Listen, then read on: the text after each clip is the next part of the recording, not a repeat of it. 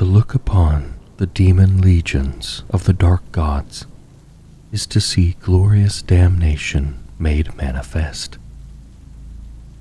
The hosts of Khorne march beneath brazen icons and howl their bloodlust as they brandish smoldering blades aloft. The legions of Tzeentch coruscate with kaleidoscopic flame, capering and gibbering even as they endlessly mutate. Nurgle's clades lumber to war amidst roaring storms of plague flies, some slouching, slump-shouldered and grim, others ebullient in their festering and malevolent mirth.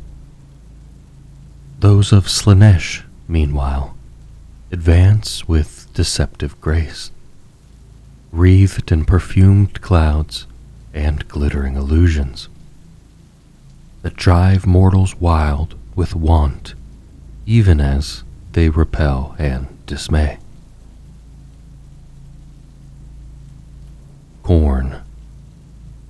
Khorne is known across the galaxy as the Blood God, the Lord of Battles, and the Great Butcher, amongst countless other titles.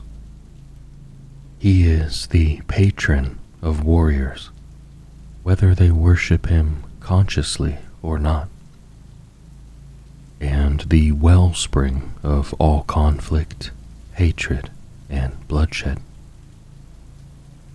The demons of Khorne are embodiments of his murderous rage and raw martial might. Territorial aggression, uncontrolled anger, and the urge to violence are among the most basic and common drivers of most mortal species. As they develop, civilizations may claim to have left such barbarity behind.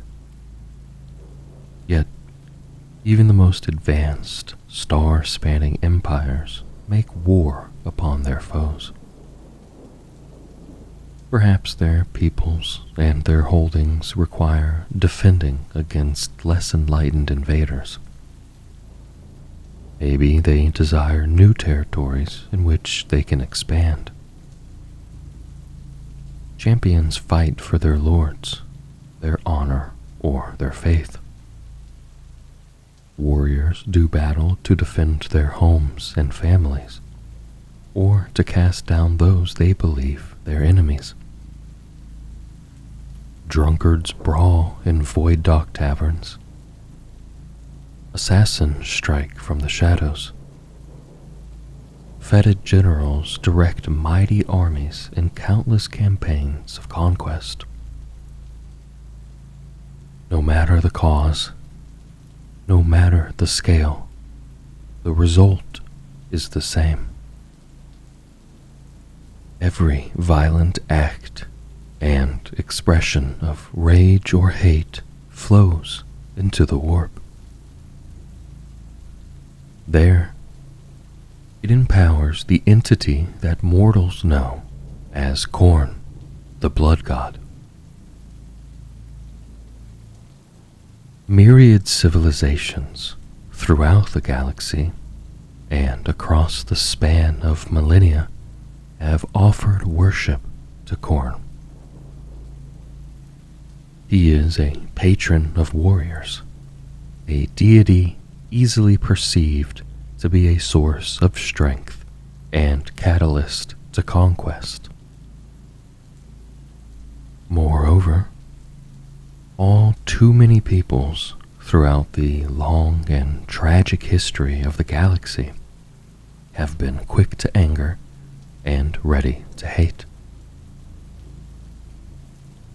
Entire alien empires have risen and fallen in service to the Blood God, inevitably ending amidst calamitous violence and vast loss of life. Some, like the Abdor Harrow clans or the arachnoid Sveka, were barbarous and feral species, drawn to the brute strength and ferocious aspect of corn. Others, such as the somber palatornate of Ink, began as noble and highly advanced beings who were drawn into corn's worship during their quest for martial excellence. Countless human cultures, too, have offered praise to corn. Indeed, many still do, either in secret within the bowels of imperial society, or else openly upon renegade worlds long sundered from the guidance of the ecclesiarchy. On Corlin, too, he is known as Karg, the Red Hound. To the blood sects of the Reaving Stars, he is Orn, the Endless Howl. The Skinner gangs of the Cardic Underhives know him simply as the Bladesman, honoring him by flensing the skulls of their rivals and piling them into pyramids. Meanwhile, the self-proclaimed prophets of fury know him as the Skull Star, whose furious glare guides their slaughter fleets to each new battleground. Khorne is depicted in many different aspects across the span of the galaxy. He is rendered in gory cave paintings, in mosaics of brass and bone, or on the billowing banners of those renegade space marines who worship him, the dreaded World Eaters, chief amongst them. Yet there are aspects to Khorne's portrayal that appear repeatedly, even amongst cultures separated by immense gulfs of space and time. Many envision him as a towering warrior with the head of a snarling hound. He is said to wear a mighty suit of brass and blackened iron, and to bellow his demands for bloodshed while seated on a brass throne atop a colossal mountain of skulls. Those who worship Khorne believe that every worthy head they take is added to that pile, and that when their time comes, their own skull will be added.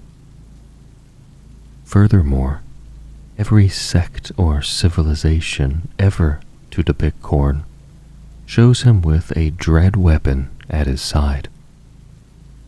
Most often, this is a vast, two-handed battle blade.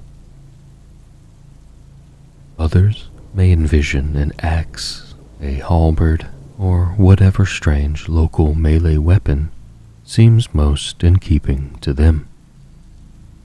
Whatever the case, Khorne's blade is always said to be a huge and terrible thing. War itself, wrought in bloodied iron, that can cut reality itself asunder with a single swing. It has been called Woe-bringer, War-maker, and the end of all things. On some aspects of his nature, all worshippers agree. Khorne disdains trickery and hates sorcery and psychers worst of all. Khorne's true altar is the battlefield, and his sacrament is an endless tide of flowing blood. Most importantly, Khorne bestows his greatest favor upon those who butcher without restraint, and even turn their blades upon their allies in battle. Such slaughters, it is said, show their understanding of Khorne's most fundamental tenet. He does not care from whence the blood flows, only that it does. There can be no mistaking Khorne's demons as they surge from the warp to do battle. Furious manifestations of living brass, corded muscle, and bloodied bone. They embody all the blood god's boundless rage and his unending need for battle. Brazen horns howl to herald these demons on set. Their clamor fills the skies, loud as crashing thunder, and echoing from all directions. Feral war cries rip through Vox networks and burst from comm beads so sudden and deafeningly loud that they burn out entire channels and rupture eardrums. The ground shudders and cracks, chasms yawning wide to vomit boiling blood and clattering masses of skulls. Ragged rents split the fabric of reality, infernal firelight swelling from within. Carmine mist billows, blood warm and heavy with a coppery stink, alive with prowling, half-seen shapes with eyes like burning coals. Warriors feel sudden fury grip them. Their discipline and training crumble before the inexplicable urge to turn their weapons upon comrades they have known and valued for years. The sky darkens with whirling ash, or else catches light as flames race through the boiling clouds. Then come the demons, falling upon their victims like an avalanche. Bloodletters lope into battle, hissing their hatred, hacking their way with their forge-hod hellblades, which they wield with terrifying savagery and skill. Every blow lops another head from enemies' shoulders, as the blood of their victims form lakes upon the battlefield. Still, more bloodletters claw their way up from beneath its surface to charge into battle. Blood crushers smash everything in their path with single-minded ferocity.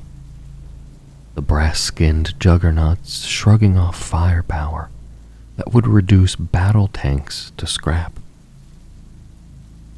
Skull cannons clatter into position, the wail of damned souls filling the air as macabre ammunition is stuffed into the weapon's crunching jaws. The air shudders as the cannons fire, raining screaming skulls down upon the foe to detonate in brimstone blasts. Yet even as warriors are butchered, even as shocking violence reduces everything to bloodied meat, still a special kind of terror is reserved for the bloodthirsters. These are the ultimate champions of Khorne, the generals and war leaders of his infernal legions. Towering giants, clad in Baroque armor and borne aloft upon vast, leathery wings. They are the damnation of humanity made manifest. Where their gaze falls, even the bravest of enemies quail in mindless terror. And wherever the bloodthirsters strike with their massive brazen weapons, even the mightiest armor is torn apart. Tzeentch. An ever-shifting multiplicity of concepts are considered to fall within the purview of Tzeentch, as is only appropriate for this strange chaos god. Sorcery, fate, mutation, trickery, prophecy, infinite knowledge, boundless change. Tzeentch is said to preside over all these things and more. There are many reasons that mortals fall to the whispered temptations of Tzeentch. Within dank underhive slums, bond sworn to sweltering manufactorums, or mutated since birth and forced to hide amongst a society that reviles them. Humans are robbed of power over their own lives. They long for something, anything, to change. Gradually, that longing becomes a desire for the power to force that change to manifest. Perhaps these desires are altruistic. The wish to feed one starving family, or the honest need to change the hand fate has dealt. Other motivations are more selfish and spiteful. A bullying overseer with all the power who needs to be taught a lesson. A desire to gain the insights needed in order to ensure some criminal enterprise succeeds. All such fervent wishes for change provide opportunities that Tzeentch's demons exploit. In the most psychically empowered of minds, these wants may be enough to open the way for entities to flow from the warp. In others, they are sufficient to see lost individuals, hear and obey the voices that whisper through their dreams, or to steer them into dangerous cults that soon see souls pledged to the changer of the ways. Nor is it only the downtrodden who wish for change. Even the greatest men and women can discover there are limits to their ability to understand or to alter the galaxy to their liking. Nobles and planetary governors yearn for the ability to outpolitic and outscheme their rivals, or to improve the lot of those they serve. Learned scholars and powerful sorcerers wish always for more knowledge, greater understanding, the unlocking of forbidden lore, no matter how good or evil their intentions might be. This thirst for insight leads them into the clutches of Tzeentch. Generals and priests, inquisitors and prophets alike, all have sought proscribed lore and thus been ensnared by the architect of fate. No matter why people turn to the worship of Tzeentch, or how intentionally they do so, every mortal race empowers him. All those who plot, who trick their rivals, or ambush their enemies, all who prize knowledge and understanding over brute force, who inscribe or study arcane lore, all are worshipping. Tzeentch has countless faithful scattered across the galaxy. Some form cults and covens sequestered within forbidden libraries, or lurking in fanes in the wilds. Others are cunning manipulators, hidden in plain sight amidst high society, or even renegade war bands of the Heretic Astartes, most notably the cults of the Thousand Sons and their demon primarch Magnus the Red. It is easy to see why so many give their allegiance to the Architect of Fate. His demons whisper secrets into the minds of his faithful, insights they could not possibly glean by other means, and forbidden lore that renders them powerful. His champions' mortal forms undergo incredible changes that are hailed as boons and proof of Tzeentch's favor. Coiling and crushing tentacles, the ability to breathe gouts of warp flame, glassy scales harder than bonded ceramite, diaphanous wings, the power to hypnotize with but a glance, labyrinthian and inhuman mental architecture. All these and infinite other blessings may manifest within the bodies of those who offer their souls to the changer of the ways. Then there are the sorcerous powers bestowed upon so many of Tzeentch's worshippers. These allow them to hurl blasts of mutating fire, to scry the maddening strands of the future, or to transmogrify the very fabric of real space. Such boons are not freely given.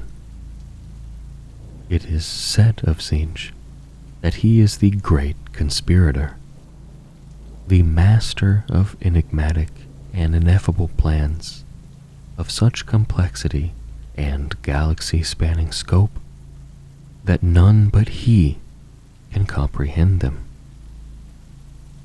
Every one of his mortal servants, no matter how powerful they might think themselves, is but another puppet. Each is but the tiniest of cogs within an impossibly complex machine, intended to bring about eventual victory for the Architect of Fate. Snared in this eternal web, mortal worshippers are in truth trapped worse than they ever were before they sold their souls. More often than not, their fate is simply as the conjurers or screaming conduits by which Tzeentch's demonic hosts pour into real space.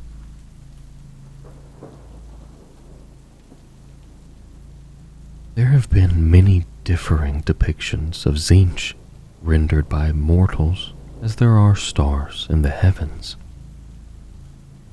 Some envision an enlightened being of illuminating flame, a constellation of all-seeing eyes, or an impossibly intricate puppeteer tugging at the strings of fate. Often, he is envisioned as a towering figure whose sunken visage is embedded low in his chest, and whose skin crawls with myriad faces that leer, mock, lie, and contradict. Great horns are depicted curling from Tzeentch's head, crackling with arcane fire, while about him wheel endless expanses of sorcerous energy and overlapping, fractured realities. He is said to be able to observe the fates and machinations of any mortal being from any moment in time amidst these whirling images. To hear the thoughts, hopes, plots, and schemes of every living thing within his mind. There are those who believe that Tzeentch's realm within the warp manifests as a vast crystal labyrinth through which his demonic legions prowl, supposedly replete with bizarre libraries, weird mirror realms, and fractal mazes of infernal madness. This convoluted infinity is said to dance with the fires of change and to grow and branch ever further as Tzeentch's power swells. Within the Ordo Malleus archives, there are indeed numerous references to extrusions from just such a labyrinth. It is recorded tearing through the skin of real space during especially apocalyptic incursions by the demons of Tzeentch. Dark rumor and recorded visions insist that somewhere in the labyrinth's uttermost depths lies the impossible fortress, wherein Tzeentch lurks and plots within his hidden library.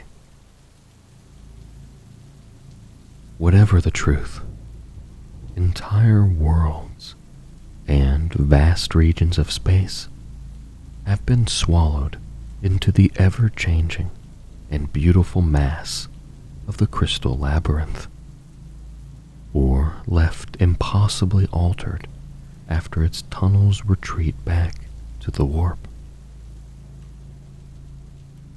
Meanwhile, legions upon legions of demons have been seen to spill from within its shimmering depths. Those demons of Tzeentch are every bit as bizarre and mind-bending as their patron deity. The greatest of their number are the Lords of Change, which manifest as avian horrors with cruel talons, kaleidoscopic wings, flowing robes, and eyes like windows into the abyss. They are embodiments of Tzeentch's boundless cunning, devious manipulators, and conjurers of illusion, whose touch brings mutation. Their sorcerous powers eclipse those of the mightiest mortals. The Lords of Change serve as the generals of Tzeentch's demonic legions, and the arch-magisters of his infernal covens. Many also work his will upon real space by possessing mighty individuals and secretly abusing their power, or by posing as demigods to be worshipped by and to utterly corrupt primitive peoples. The closest thing to foot soldiers in the Tzeentchian hosts are the Horrors. These weird humanoid demons possess rubbery and malleable bodies with leering faces set into their chests, lurid pink flesh, and gangling arms that end in wicked talons or gross fungoid digits. They spill toward the enemy in a shimmering tide, tumbling and writhing over and about one another as they cackle, wail, and gibber cacophonously. As manifest motes of Tzeentch's power, each horror possesses formidable sorceress abilities and can hurl mutating warp fire to twist and burn their victims. Moreover, should a pink horror be slain, they are not banished, but instead split into two smaller blue horrors that gurgle and jabber with foul-tempered spite even as they continue to assail their victims. Lesser again are the brimstone horrors, swarming imps of living warp flame that cluster about their foes and engulf them in crawling fire.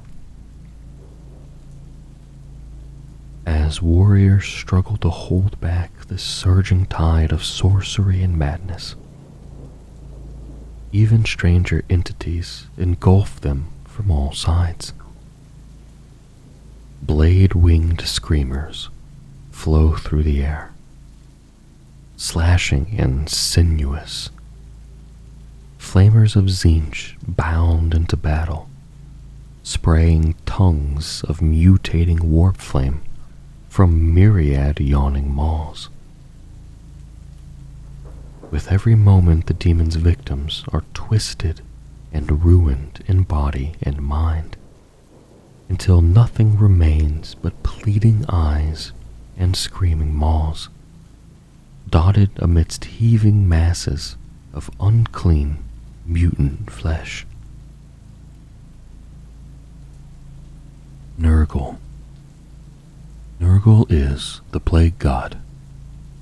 He is most often depicted as a hulking, leprous abomination, a mountain of disease-bloated flesh, whose pustulant innards spill through his splitting hide amidst a miasma of rot and droning plague flies. Nurgle, they say, hunches over his noxious cauldron and delights in brewing nightmarish contagions to unleash upon the peoples of real space.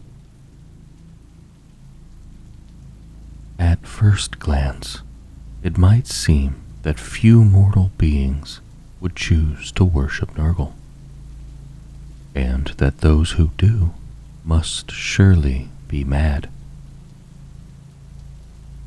The ragged preachers of Nurgle's feculent faith cannot promise martial might on a par with that embodied by Khorne. They do not offer the boundless cunning and sorcerous potency of Tzeentch, nor even the hedonistic pleasures or obsessive fulfillments of Slaanesh. Nurgle's remit is plague. His boons are in themselves supernatural maladies, demonic parasites, and disfiguring mutations. Who but a nihilistic lunatic would willingly offer worship to the author of such woes? Yet, disease, decay, entropy, and the despair they bring are fundamental facts for populations and armies across the galaxy. On world after world, crops fail, food spoils, and sickness and starvation follow. Overcrowded field hospitals are hotbeds for swift-spreading infections and feeding grounds for rapacious parasites. languishing in footed slums, pinned down and wounded amidst the contaminating filth of no man's land, ravaged by noxious bioweapons and alien phages, souls beyond number confront the inescapable fact of their own mortality. Some cling to faith and hope until the last. Most pass beyond the limits of their endurance and cry out in their delirium for salvation, no matter its source. Whether they suffer until the end or their will gives way, they all empower the plague god. It is said by the worshippers of Nurgle that, for all the cruelties he heaps upon real space, he is at heart a fond-hearted and grandfatherly deity. There are few whose supplication he would refuse, nor deny his rancid gifts.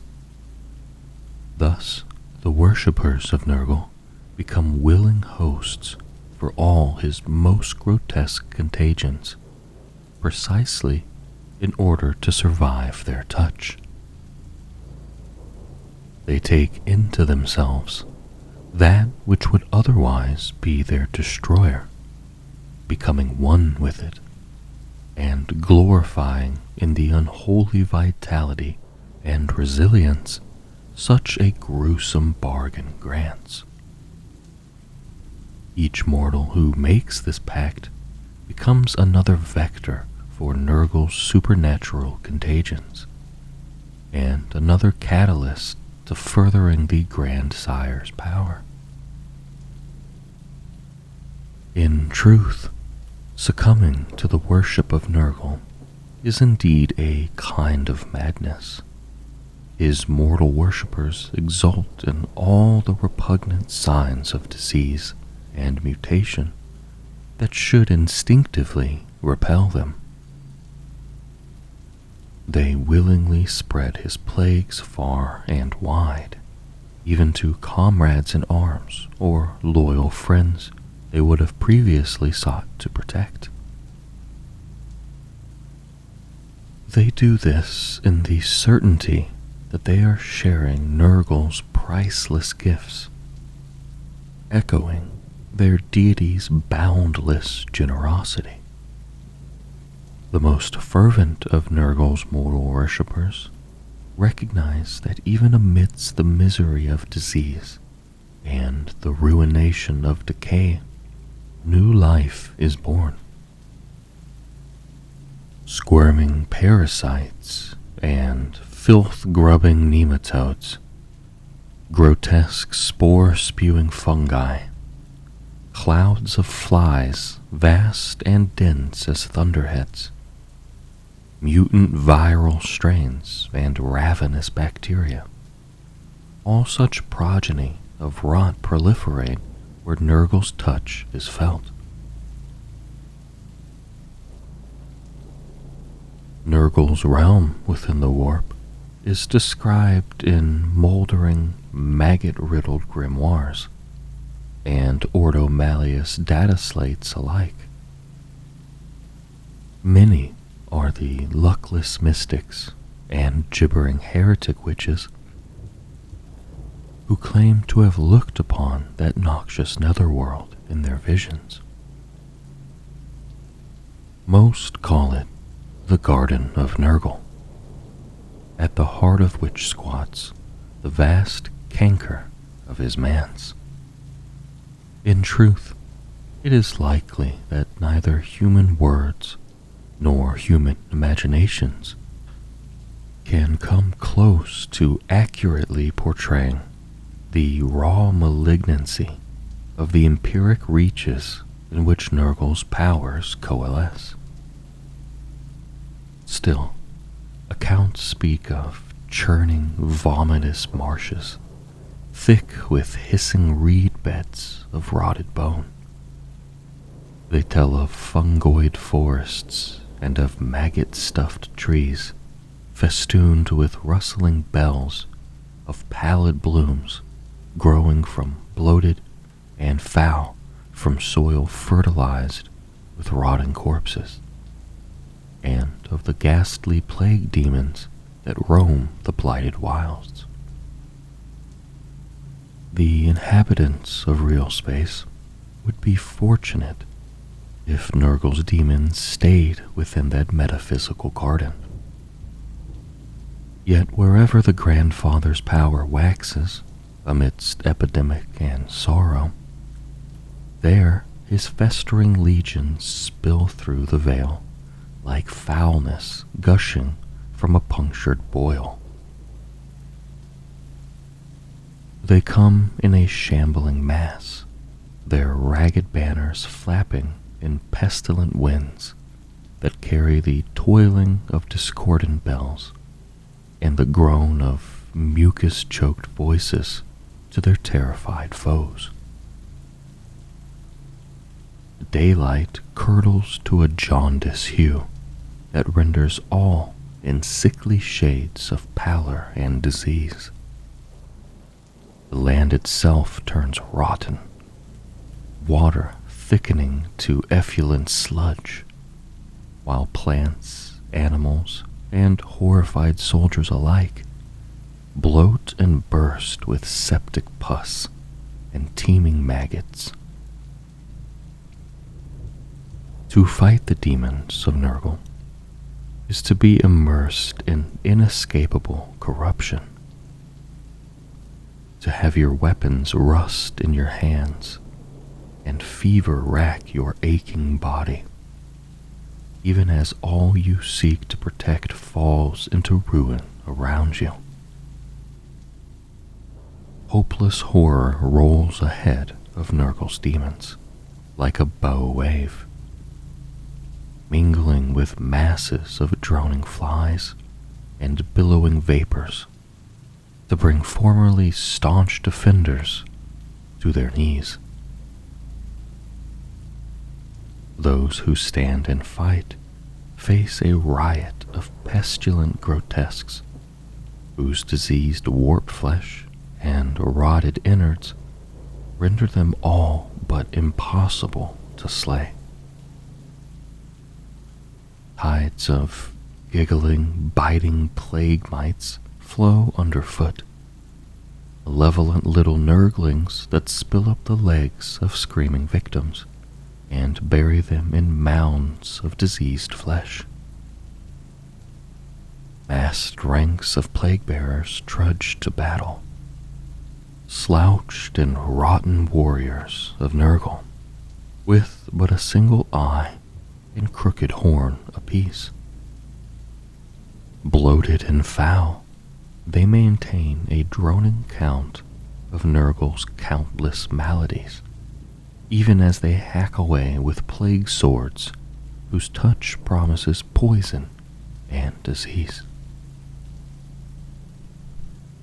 From the befouled skies come plague drones, revolting fly demons larger than an ogren, that attack with slobber-wet mouthparts and filthy stings. In their shadows bound the beasts of Nurgle, grotesquely ebullient masses of slug-like flesh and poisonous tentacles, whose secretions sicken and paralyze, and whose vigorous attentions leave their mortal playthings crushed and rotten in their wakes.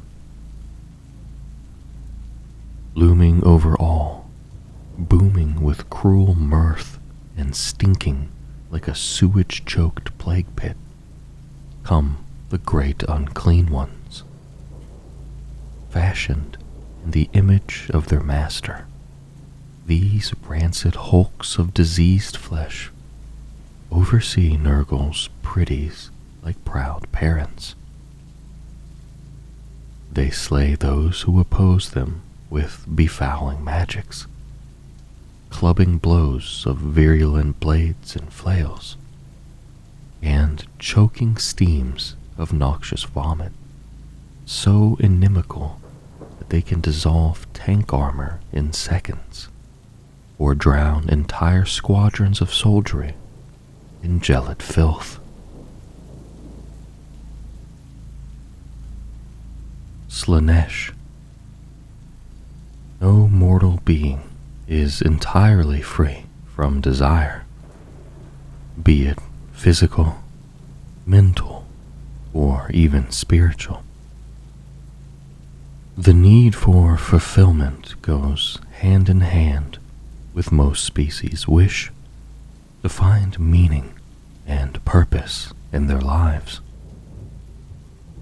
Yet, as innocent as such motivations may be, it is all too easy for desire to become obsession, debasement, and excess.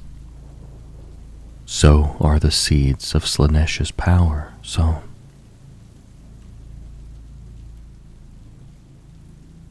To the cannibal tribes of Goma 6, Slaanesh is known as the Feast Bringer, depicted as a slavering maw vast as a canyon, whose hunger for human flesh can never be sated.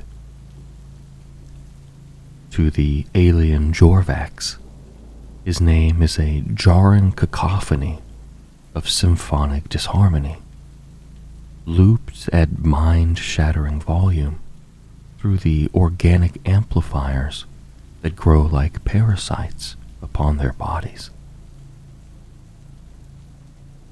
The traitorous regiments of Toloso know him as the Cruel Mirror, and mutilate themselves ever more grotesquely in hopeless displays of worship vanity.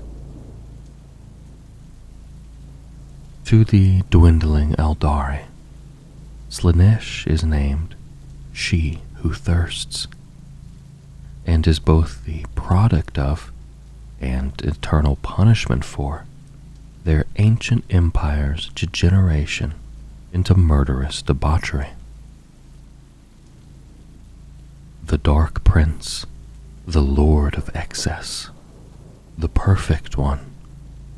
There are many names for Slaanesh in the great span of the galaxy, as there are obsessions and perversions to waylay incautious and weak-willed mortals. Ultimately, it matters not what name or appearance people ascribe to this dark god. However they fixate upon him, they all worship him in their way. Slaanesh is empowered by need and want, by mortals' descents into obsession, and their succumbing to temptation in any form. Thus, while he is sometimes portrayed as being the least mighty of the four great chaos gods, in many ways, Slaanesh's power is simply more subtle and insidious than those of his infernal siblings. Moreover, its corrupting taint reaches into everything mortals strive for and want. As such, it is quite possible for Slaanesh to derive power from individuals and deeds that might, at first glance, seem dedicated wholesale to one of his rival deities. A murderous, blade-wielding gladiator, for instance, would seem on the surface to be an obvious servant of Khorne. Yet, in that warrior's obsessive need to perfect her blademanship, in her pride at each victory, and her lust for the adulation and accolades she wins, she instead gives unconscious worship to Slaanesh. Equally, a cunning noble overcoming his political opponents through elaborate scheming might appear to be a devotee of Tzeentch. Yet by the opulence and excess of his courtly lifestyle, not to mention his obsessive need to entrap his rivals in ever more Machiavellian plots, he too would empower the Dark Prince. Be it something as blameless as a starving laborer's desire for food, or as twisted as a sadistic killer's fixation upon inflicting pain. Every mortal desire that is taken to extremes increases Slaanesh's might. In such a dark, violent, and desperate age as the 41st millennium, these energies rise like a flood tide.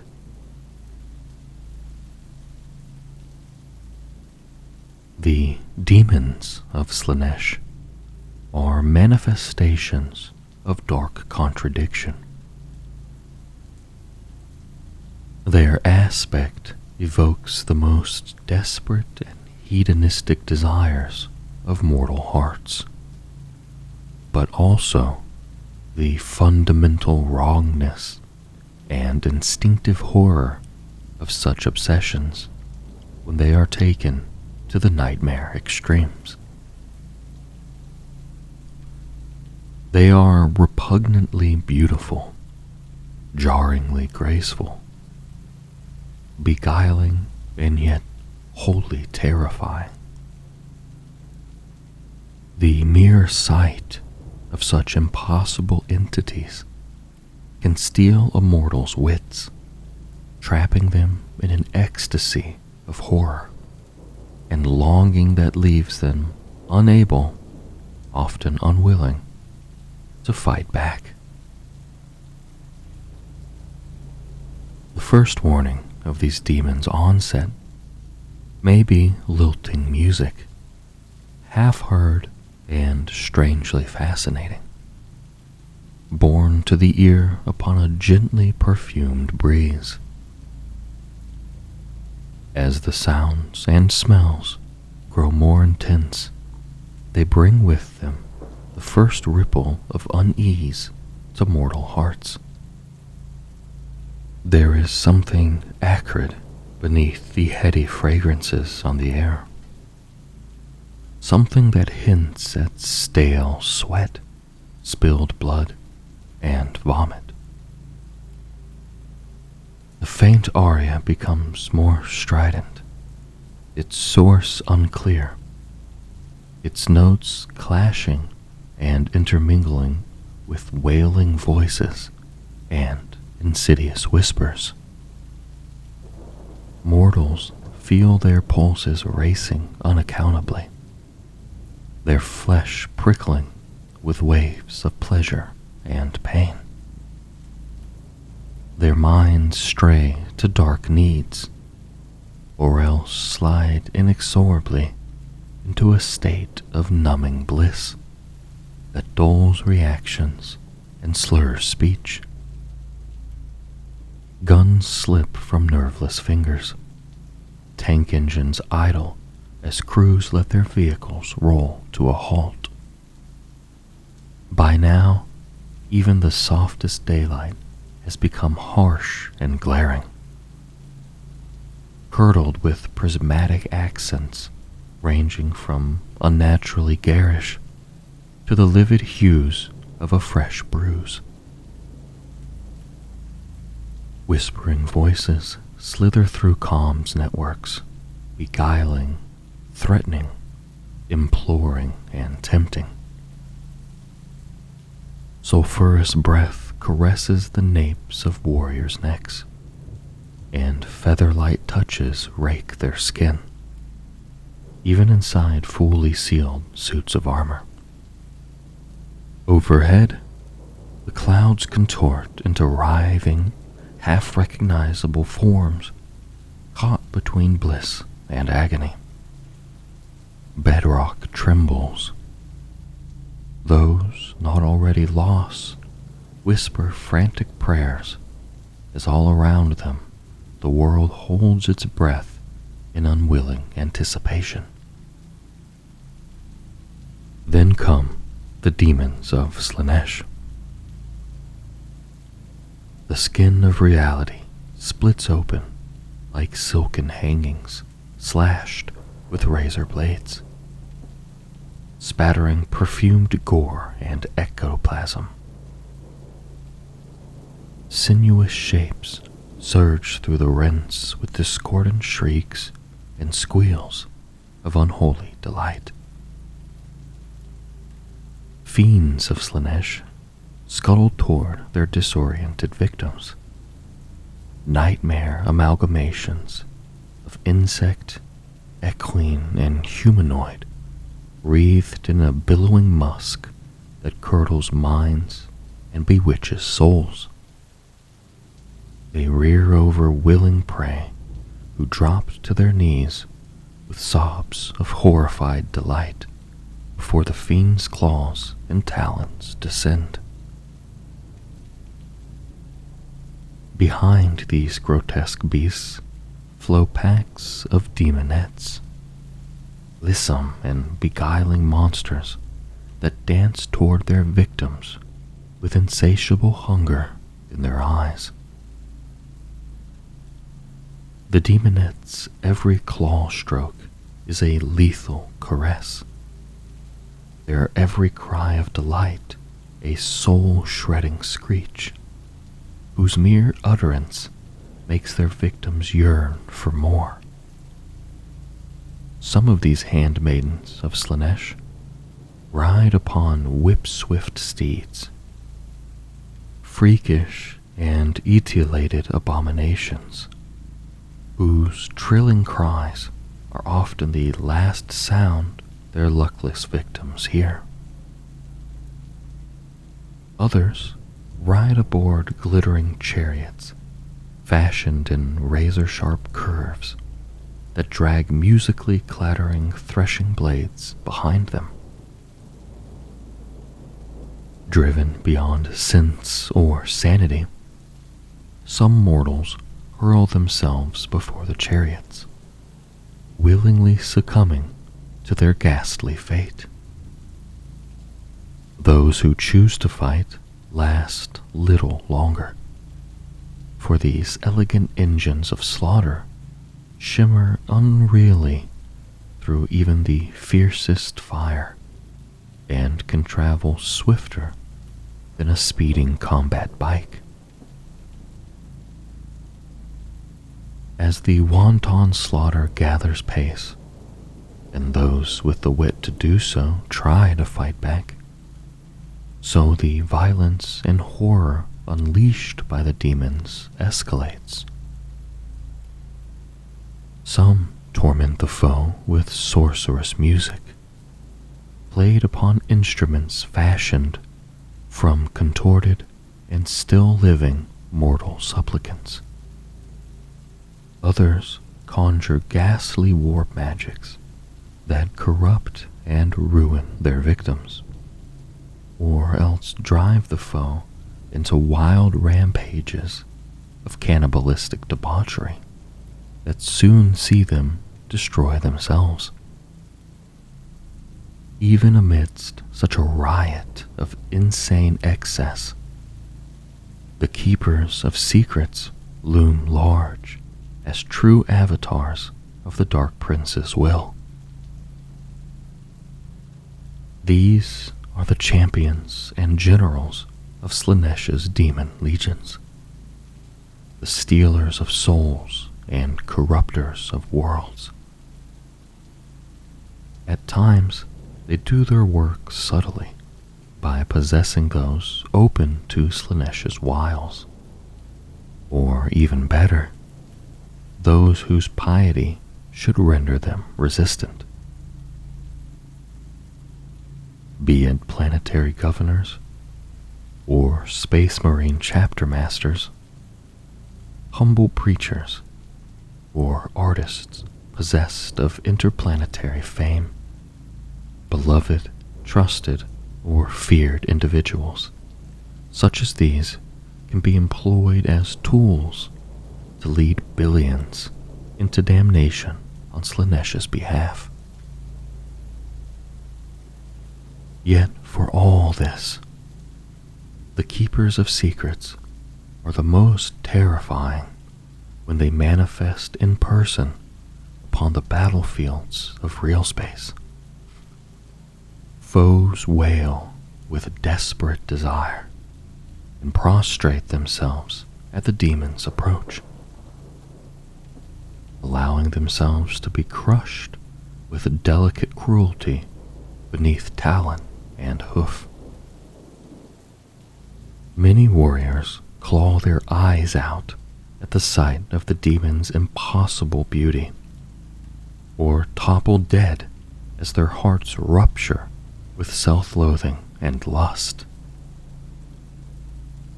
The Keepers of Secrets stalk through the madness, every motion inhumanly graceful, every blow delivered with the precision and might to shear a battle tank in two. Their sorceries can transform the most loyal soldier into a maddened traitor, or kill mortal foes with a barrage of excruciating bliss so delicately cruel that it literally sets their victims' nerves aflame. With these terrible entities dancing at their head, the demon legions of Slaanesh leave battlefields scattered with contorted corpses, their ruined features distorted by death screams of terrified ecstasy. The followers of the Chaos Gods are myriad in both number and nature. Endless hordes of crazed cultists, grotesque mutants, and cackling demons rush into battle alongside the hate-filled and indefatigable warriors of the Heretic Astartes, and the towering war engines of the Chaos Knight households. Rising up to overthrow the Emperor's rule, or bursting into reality from warped-based bastions, they live only to do the Dark God's bidding and to see the galaxy burn. The worshippers of the ruinous powers are turncoats and traitors, the desperate, the damned, and the hopelessly insane. Some are motivated by their hatred of those they believe have failed them, or whose weak rule they despise and resent. Others seek a chance to change their fortunes, making dark pacts with ineffable entities, and trading away their souls in exchange for a better hand than life has dealt them. They are unified by their propensity for anarchy and destruction, and in the main, their vehement hatred of the Imperium. But in many ways they are disparate indeed. The worshippers of chaos are led by mighty champions, individuals who have long served the dark gods and have been utterly twisted by the experience. On occasion, the goals of one champion might align with another long enough to see their forces combined into a unified and terrifying host. Once a planet has been razed, plundered, and its populace offered up for sacrifice, these alliances often crumble. Only the greatest and most powerful of Chaos Warlords are able to hold such alliances together through a mixture of fear and manipulation, to bloodily defeat the challengers from within their own ranks and to garner the mercurial support of warp entities from beyond the veil. Such so-called allies care nothing for loyalty or honor, but they can be compelled to offer aid in return for the correct sacrifices. Combining the awesome military strength of the Adeptus Astartes with the foul power of the Chaos Gods, the Heretic Astartes are amongst the most dangerous of threats to the Emperor's realm. Some have fought against the Emperor since the dark days of the Horus Heresy, the dreaded demon Primarchs first among them. Others are more recent turncoats. Wherever the Chaos Space Marines strike, death and ruin follow, as these most terrible of warriors slay, enslave, and plunder. Many Heretic Astartes worship a particular Chaos God, with some exhibiting the kind of perverted blessings that suggest favor from their deity in return. The Death Guard, traitor legion of the demon Primarch Mortarion, have thrown in their lot with Nurgle, each of their number a rotting host to unnatural maladies said to be concoctions of the plague god himself. When they march to war, their forces are accompanied by dense clouds of fat, disease-ridden flies, and thick clouds of toxic miasma. The Thousand Sons, by comparison, are followers of Tzeentch, their many sorcerers infused with vast empiric power, yielded from intense study of forbidden and esoteric texts. Their armor gleaming with eldritch energy, Thousand Sun hosts march in perfectly formed ranks, bolters firing as their empowered champions unleash deadly blasts of warp fire upon the enemy. The most infamous of the Heretic Astartes are the Black Legion, who are led by Abaddon the Despoiler, the War Master of Chaos, and Gene-son of Horus himself. Bound together and given purpose by their hatred of the Imperium and the fearsome will of their master, the Black Legion serve no single Chaos God. Instead, they offer worship to the Pantheon in whatever way best serves their own egotistical aspirations.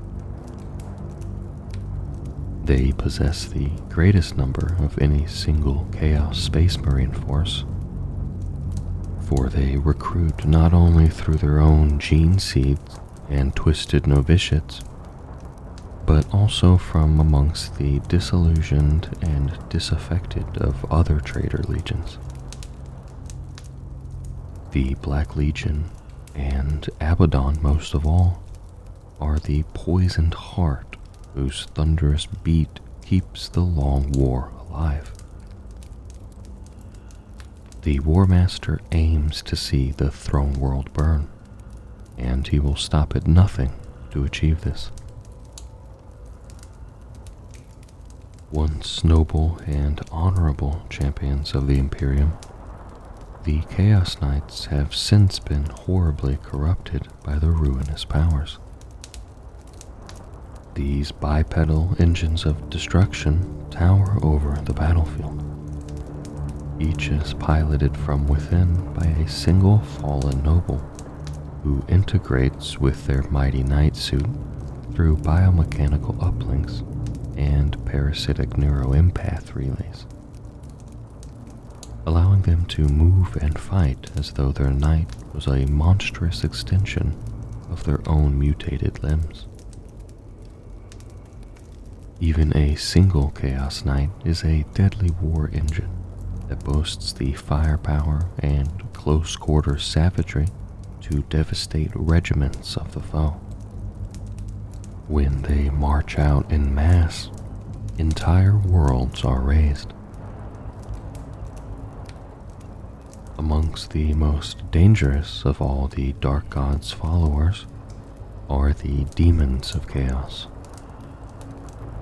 Formed of the very stuff of the warp, their numberless hordes seek nothing but to turn the material realm into an endless maelstrom of torture and madness.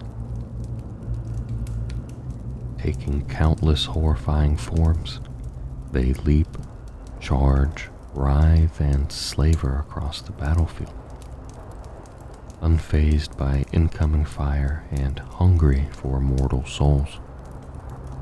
The demons of chaos are as insidious and cunning as they are ferocious. Many tear open the minds of psychers as gateways into real space, or else tempt the weak-willed into compliance. Those who are seduced by the power of the warp often wrongly believe that they are the ones with the upper hand in any bargain struck. They discover far too late what fools they have been, and what terrible fate they will suffer for falling to a demon's silken promises. For 10,000 years, the worshippers of the Dark Gods have sought to conquer real space. Since the opening of the Great Rift, they are closer to this goal than ever before. Cults rise in greater numbers as more worlds are thrown into turmoil, and more systems stormed and sacked. Each cultist, Chaos Knight, Demon, and Chaos Space Marine works to bring about the downfall of humanity even as they fight to overthrow their rival sects, all in the service of conspiring powers bent on consuming the entire galaxy. Despite the ghastly peril facing all of reality, the people of the Imperium are kept largely ignorant of the threat of chaos, in all but the most abstract terms. It must be so, for with knowledge of its true nature comes madness, terror, and mutation that, if left unchecked, would bring the Imperium to its knees. The Inquisition and other secret forces work tirelessly and ruthlessly to maintain mankind's shield of ignorance, with no price considered too high and no butcher's bill too bloody. In this way, the insidious corruption of chaos works to undermine the Imperium's strength by influencing the actions of its most faithful defenders.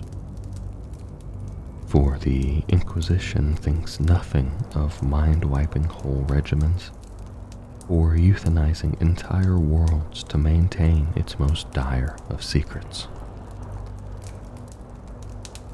Heretic Astartes. They are humanity's fallen heroes and the Imperium's scourge, who have sold their souls for the promise of power gifted from the Dark Gods. They are the Heretic Astartes, the Chaos Space Marines. From the Eye of Terror, the Maelstrom, the Great Rift, and 1,000 other strongholds, they strike at the realm they were once sworn to defend, driven by hate, bitterness, and bloodlust. Blessed with the Emperor's gifts of preternatural strength, speed, and endurance, and made even deadlier by superlative armor and devastating weaponry, the Heretic Astartes are incredibly powerful warriors. Being Space Marines, they are dangerous enough. But with the blessings of the Chaos Gods, secured through dark and unholy pacts, they are rendered even more powerful by fearsome mutations and supernatural powers. Openly rejecting the righteous discipline of the Imperium, the Heretic Astartes are as varied in their approach to battle as they are in their horrific appearance. The Heretic Astartes often bear a superficial resemblance to their Imperial counterparts. Though distorted, many of their weapons follow a similar pattern to those wielded by the Loyalists, be it bolt guns, chain swords, missile launchers, crack grenades, plasma pistols, and the like. They even field mainline battle tanks and armored transports based off the redoubtable hulls of the Rhino APC or the formidable Land Raider. In truth, however, the Heretic Astartes and the Adeptus Astartes are little alike. The longer a Chaos Space Marine spends following the Dark Gods, the more corrupted they become. Horns and spikes protrude from their armor, and they may even be gifted with heinous mutations by their new patrons, whether it be whip-like tentacles, additional limbs, or other stranger alterations. Their flesh and armor often fuse into one, making them and their plate a single horrific organism. With their warpsmiths and dark mechanicum allies channeling the unfettered energies of chaos into the creation of heinous war machines, Heretic Astarte hosts are joined by throngs of demon engines. These abominations combine armored brass and iron chassis and hellish weapon systems with a bound demonic essence that animates the engine and drives it into battle. The answer as to what motivates psycho-indoctrinated superhuman warriors of the Imperium to rebel against the empire they were bred to serve is as varied and complex as each individual Space Marine. There are those who seek to throw off the chains of servitude and turn their might to their own advancement. Others claim to have been betrayed by the Imperium, or else are driven mad by exposure to forbidden secrets and fell powers. Some walk yet stranger paths to glory or damnation, raiding, pillaging, and slaughtering as they go. Most appear to do this to satisfy their cruel desire for slaughter and mayhem, their inhuman abilities and potent war gear making them a threat to even the most formidable of foes. They may believe themselves to be their own masters, choosing to give their worship to the Dark Gods in preference to the Emperor. The truth is, however, that the majority of renegade Space Marines have simply exchanged one distant and uncaring master for another. Those who truly excel may be rewarded with dark blessings, even immortal demonhood. But for many there is only brutality, hardship, and an eventual grisly end. Just as there are hundreds upon hundreds of loyalist Space Marine chapters, so there are vast numbers of factions within the ranks of the Heretic Astartes. 10,000 years on from the Horus Heresy, there are those traitor legions still clinging to cohesion, still fighting the long war.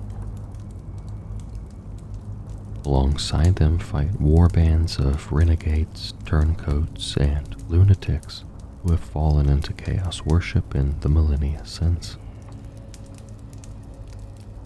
The dark god's insidious tendrils quest constantly for the hearts and souls of the Emperor's greatest warriors. Wherever a chink is found, wherever spiritual rot takes hold, there is formed a new warband of the Heretic Astartes, sworn to revenge themselves upon the Imperium that created them. Black Legion. The Black Legion is a name synonymous with evil, living reminders of the Imperium's greatest catastrophe and its greatest threat. The Black Legion's warriors are the bringers of death and ruin, with souls as dark as their name. Abaddon the Despoiler leads them in their relentless campaign against the Imperium, and under him, they will stop at nothing to achieve their goal. Once named the Sons of Horus, the Black Legion's journey to preeminence amongst the traitor legions was hard fought. Only Abaddon had the strength to break the cycle of internecine warfare between the traitors, and to forge the Black Legion into a notorious host that continues to ravage the Imperium 10,000 years later. More numerous by far than any other faction of Heretic Astartes, the Black Legion is made up of countless warbands consisting of turncoat space marines who have bent the knee to Abaddon. The only requirement for one who wishes to join this brotherhood is a hatred of the Emperor. Since the Horus Heresy, warriors from other traitor legions and renegades of all stripes have donned the black and gold of Abaddon's hosts. While many worship the Chaos Pantheon entire, others dedicate themselves to a single god. Over the millennia, many of the old Sons of Horus have done this, as have all manner of renegades. Equally, those dedicated to and seemingly chosen by a single god, the Death Guard, the World Eaters, Emperor's Children, and Thousand Sons, have on occasion abandoned their own legions to join Abaddon's own. The Despoiler cares not to which god or gods any of his followers give offering, nor does he care, for the most part, where they raid, pillage, and kill. His warlords are extended both Abaddon's trust and the high expectations that come with it. The Despoiler cares only that they answer his call when he summons them, and follow his orders when he gives them. Failure in this is unwise. Abaddon has had long millennia in which to dream up suitable punishments for those who let him down. In battle, the Black Legion's fighting style is as varied as the warbands involved. But in the firm grasp of Abaddon's command, the disparate Heretic Astartes fight as one. Imperial observers with rare access to secret archives see ruthlessly efficient combat patterns of swift, decisive strikes that overwhelm the enemy, followed by Terminator attacks that break the foe's back. Tactics not dissimilar to those used by the Sons of Horus of old. The Traitor Legions. 10,000 years ago, at the height of the Great Crusade, the War Master Horus turned against the Emperor. Fully half the Space Marine legions followed his path of corruption and heresy. And in the 41st millennium, these legions continue unrelentingly to fight their long war. Once the names of those now known as the Traitor Legions were uttered throughout the Imperium with respect and admiration. No longer. The cunning and duplicitous Alpha Legion, the zealous fanatics of the World Bearers, the grim siege masters of the Iron Warriors, the terror troops of the Night Lords, the potent psychers of the Thousand Sons, the relentless and indomitable Death Guard, the ferocious World Eaters, the magnificent and perfectionist Emperor's Children, and the audacious Sons of Horus were the Space Marine legions that turned against the Emperor at the end of the Great Crusade. Now they are amongst mankind's most dangerous and feared enemies.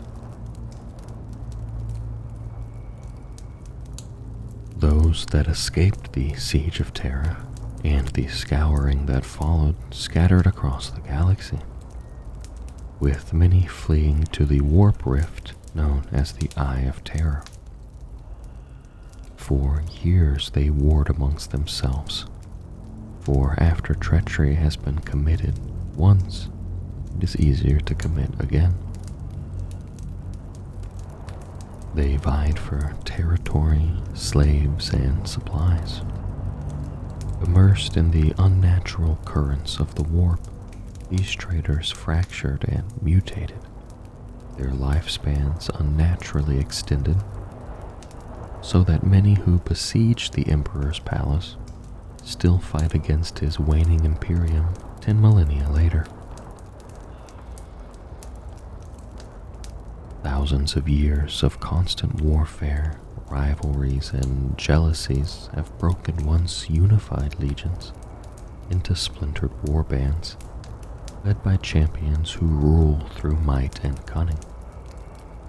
The bitterness of defeat has festered in their hearts throughout the years, and combatants once motivated by duty now find themselves consumed by hate.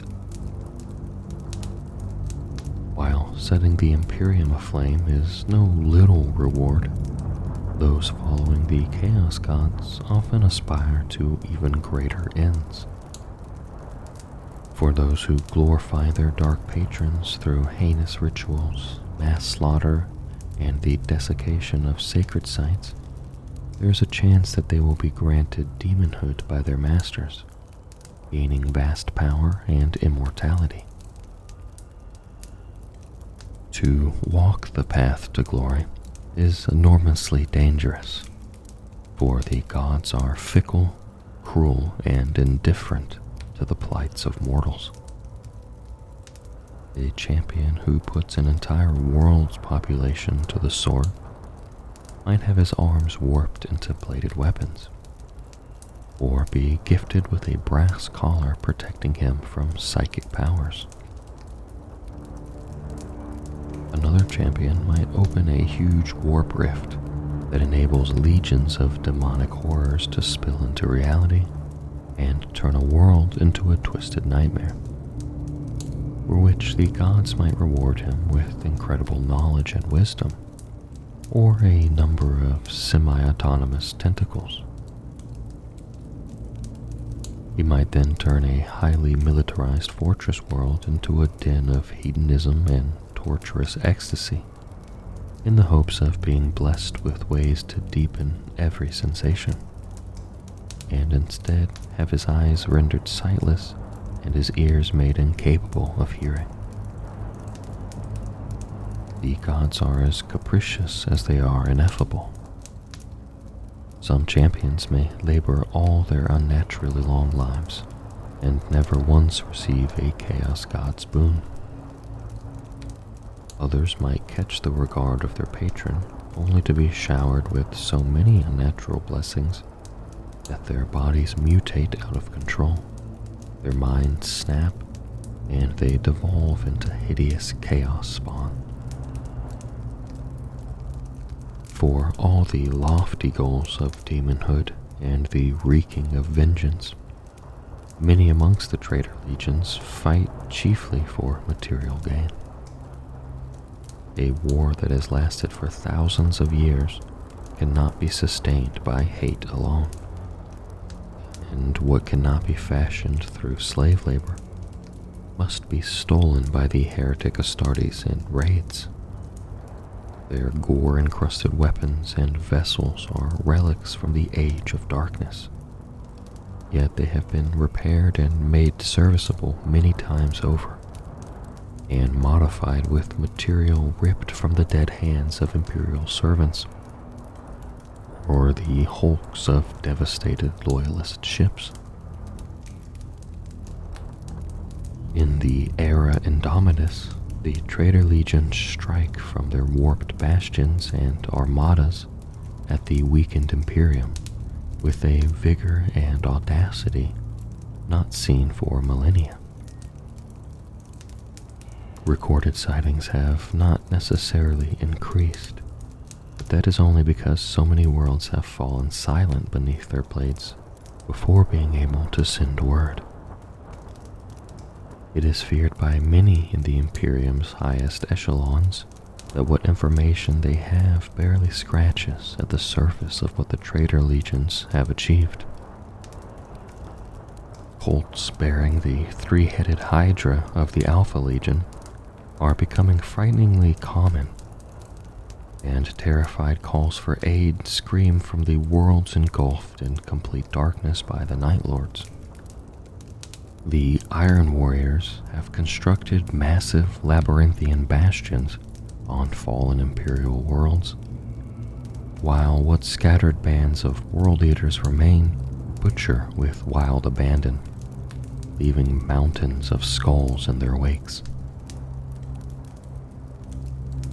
Indominus Crusade battle groups have discovered systems captured by the Emperor's children that have descended into pits of twisted hedonism, while sightings of soldiers clad in the spiked deep crimson armor of the Word-Bearers are inevitably followed by mass demonic incursions and the raising of dread Noctilith crowns. It is nigh impossible for the servants of the Emperor to contain every heinous depravity, blasphemous assault, and blood-chilling atrocity. The traitor legion's terrifying success has provided them with immense bounties of supplies and slaves with which to further their evil cause, even before the boons and rewards bestowed upon them by their malefic deities are counted. Every victory brings them closer to seeing the throne world in flames, and the devastation promised by the Horus heresy brought at last to gruesome fruition. Renegades. Not all heretic Astartes can trace their history back to the Horus heresy. Over 10,000 years, many more Space Marines have fallen from the Emperor's light, driven by bitterness, greed, or lust for power. These traitors now fight against the Imperium they once served. Despite years of psycho-indoctrination, hypno-conditioning, arduous training, incredible mental robustness, and strength of character, not even Space Marines of the Adeptus Astartes are completely immune to human weakness. They too can fall to the subtle temptations of the Chaos Gods. Though the Administratum would never openly admit such a thing, over the course of its long history, individual Space Marines, squads, and even entire chapters have turned renegade in alarming numbers. There are many reasons for this heretical phenomena, with each new band of renegades evidencing their own weaknesses or buried desires. Some are simply power-hungry and chafe against the shackles placed upon them by the Imperium's labyrinthian rules and bureaucracy. others grow disillusioned, holding too tightly to a sense of entitlement, and looking with scorn upon the human cattle they are told it is their purpose to protect. Some are exiled in dishonor, cast aside in the wake of tragedy, heresy, or rampant politicking. These Space Marines may even be preemptively attacked, driving the survivors into a life of piracy as they are forced to flee the Imperium that betrayed them. All renegades are reavers of a kind, raiding, pillaging, and murdering in their constant battle to survive, secure new territories, and defend their strongholds. On those rare, devastating occasions where a whole chapter turns traitor, entire systems can swiftly collapse. Assailed by the deadliest warriors in the galaxy in full strength and without restraint. Such merciless assaults leave worlds stripped of material, their populations enslaved or massacred, and vast fortifications erected on their surface to honor the dark gods.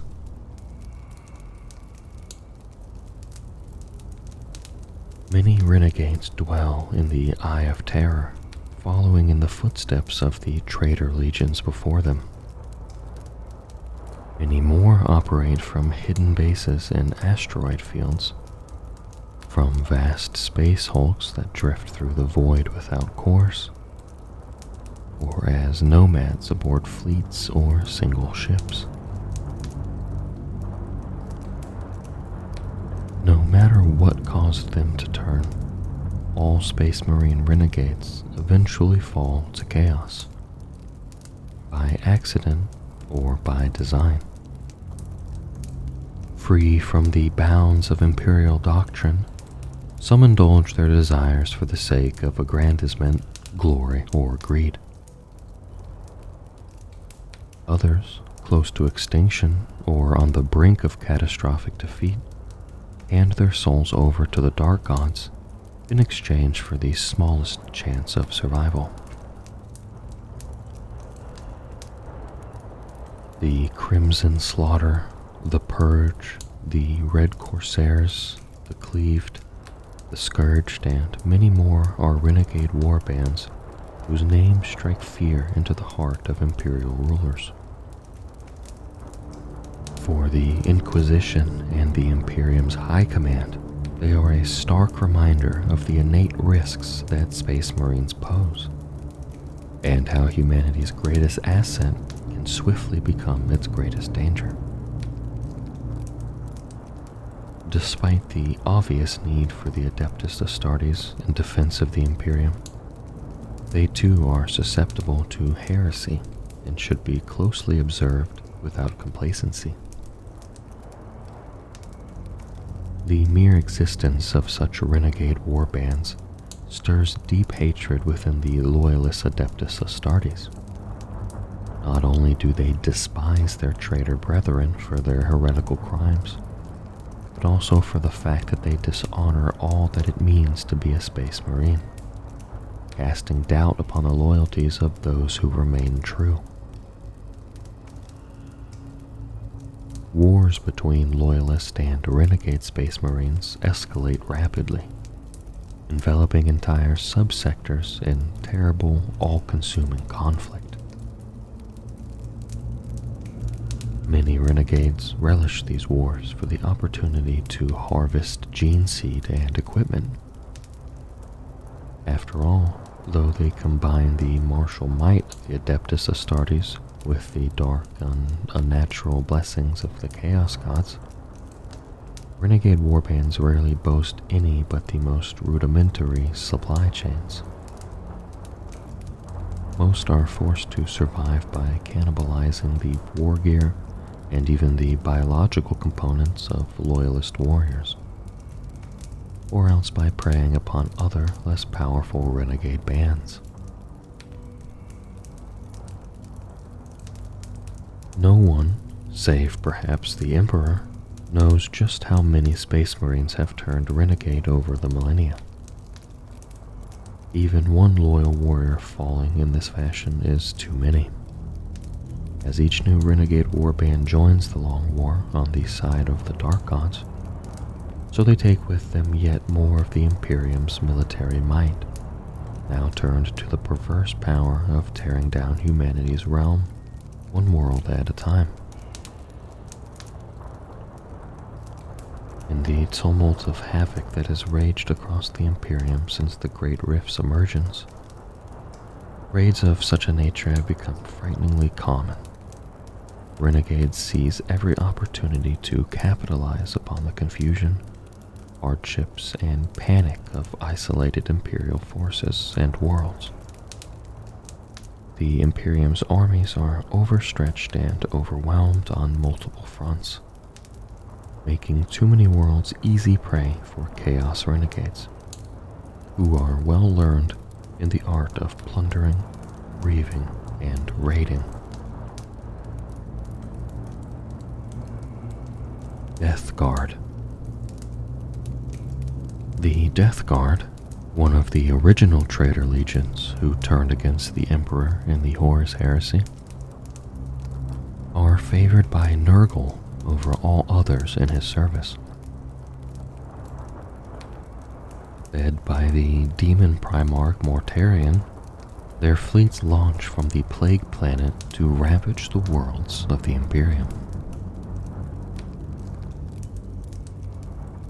To face the Death Guard in battle is to fight that which repulses, cripples with nausea, and loosen bowels with fear. Their hulking plague marines are clad in the hues of their patron deity, displaying the panoply of unbridled filth and the heraldry of contagious disease. Coils of foul-smelling entrails burst forth from their cracks in their armor, and some are gifted with writhing tentacles in place of their limbs. Covered in hungry suckers and wicked claws that seem to have a malevolent sentience of their own. Accompanying their every step wafts a horrendous aroma, a vomit-inducing combination of diseased flesh, noxious fumes, corpse gas, and acid-decayed metal, emanating from every inch of their bodies, and billowing from corroded power packs and purpose-built vats. Upon sight of the Death Guard's inexorable march, their enemies unleash punishing volumes of fire, desperate to bring down Mortarion's sons. Yet the Death Guard are implacable warriors, favored with unnatural, diseased resilience. They have been rendered immune to pain by Nurgle's blessings, and jovially weather volleys of fire that would destroy lesser armies. In return, the Death Guard ply their infamous close-range fighting skills. Salvos of bolt rounds are combined with noxious streams of toxic slime, or barrages of armor-piercing shells that unleash corrosive iron blight within the hulls of armored vehicles. Whether battling street to street, plowing through trench networks, or marching unstoppably through suppurating swamps, the Death Guard are unstoppable once they close with their foes. Bubbo-covered cultists and deathless poxwalkers add to the traitors' ranks, eager to kill and infect. Foetid bloat drones hover overhead to drench the foe in toxic slime, or hunt enemy armor with hails of corrosive shot. Plague-burst crawlers launch barrages of spore-spewing shells as they smash aside enemy defenses with their ram blades. mephitic blight haulers harry enemy tanks with multi-meltas and missile launchers, as their gaping maws of razor-sharp teeth snap and drool in hunger. Combined, Death Guard forces grind their foes down into virulent sludge, ripe for molding in Grandfather Nurgle's hands. Thousand Suns. Clad in ornate armor of rich lapis lazuli and purest gold, the Thousand Suns were one of the Emperor's original legions, but are now enthralled to Tzeentch, the Changer of Ways. Led by both their demon primarch Magnus the Red and by sorcerers drunk on arcane power, the Thousand Suns seek to bring about the Imperium's lasting destruction. When the Thousand Suns make war, it is to claim lost knowledge, to complete arcane rituals, and to revenge themselves on their hated Imperial foes. Each action, however, huge in scale to the outside observer, is but one component in a complex plan potentially eons in the making. Few can even begin to divine the patterns established, so labyrinthian and circuitous are they. The mere presence of the Thousand Suns warps the nature of the battlefield around them. Time itself is contorted and made sinuous, while the air whips with the eldritch winds of unbound change. Gleaming ranks of rubric marines march in lifeless lockstep, their physical bodies reduced to glittering dust within their animated armor, and their souls little more than possessor ghosts bound to reality by the same sorceries that consumed them. The only sounds they make are the roars of their bolters as they fire punishing volleys of inferno bolts which detonate with the power of the Immaterium.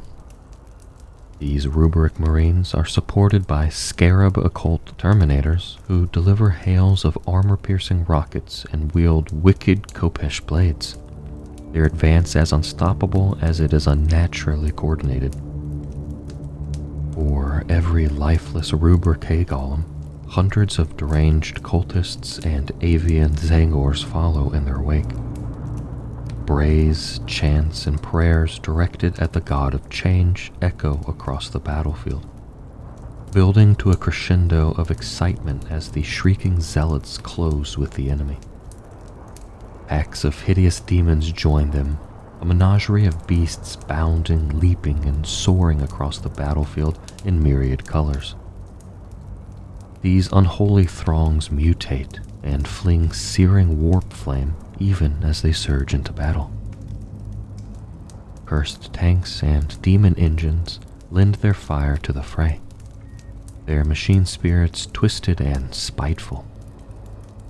So do the cults of the Thousand Suns unleash the magics of chaos upon their foes, and in doing so, give praise to the ineffable Changer of Ways. So do they also serve the will of Magnus the Red, who seeks to gather the forbidden lore that his father the Emperor once forbade him. Only then can he earn vindication for himself and all those psychers who offer him their committed service. Chaos Demons. No foe of the Imperium is more malignant nor more terrible than the demons of chaos, the numberless foot soldiers of the ruinous powers. Spawned in the depths of the warp and fashioned from the very essence of the Empyrean, they take the form of monsters from mortals' darkest nightmares and cruelest desires, and they will stop at nothing to see reality itself torn apart. Wherever demons set foot within real space, death and despair follow. Their every deed is motivated by the singular desire to further the agenda of their patron chaos god, and in the process, ensure that those of their rival are violently stymied. On the battlefield, no mercy can be expected from them, for such a concept is utterly alien to beings as strange and inimical as these. Relentless, tireless, they sweep forward to tear their victims apart with hellish weapons and raking talons, or unleash floods of unholy and unclean sorceries. Despite being entities native only to the warp, there are many ways in which demons can pierce the veil of reality. To these malevolent and ever-hungry creatures, mortal souls appear as shining beacons within the immaterium. Those that shine the brightest are psychers, who to the demons of chaos are the richest pickings of all. Should such individuals be ignorant of their own power or be caught unawares, the slightest moment of weakness will see demons rush in to consume their souls, or worse still, transform them into a tortured, living conduit between the warp and real space.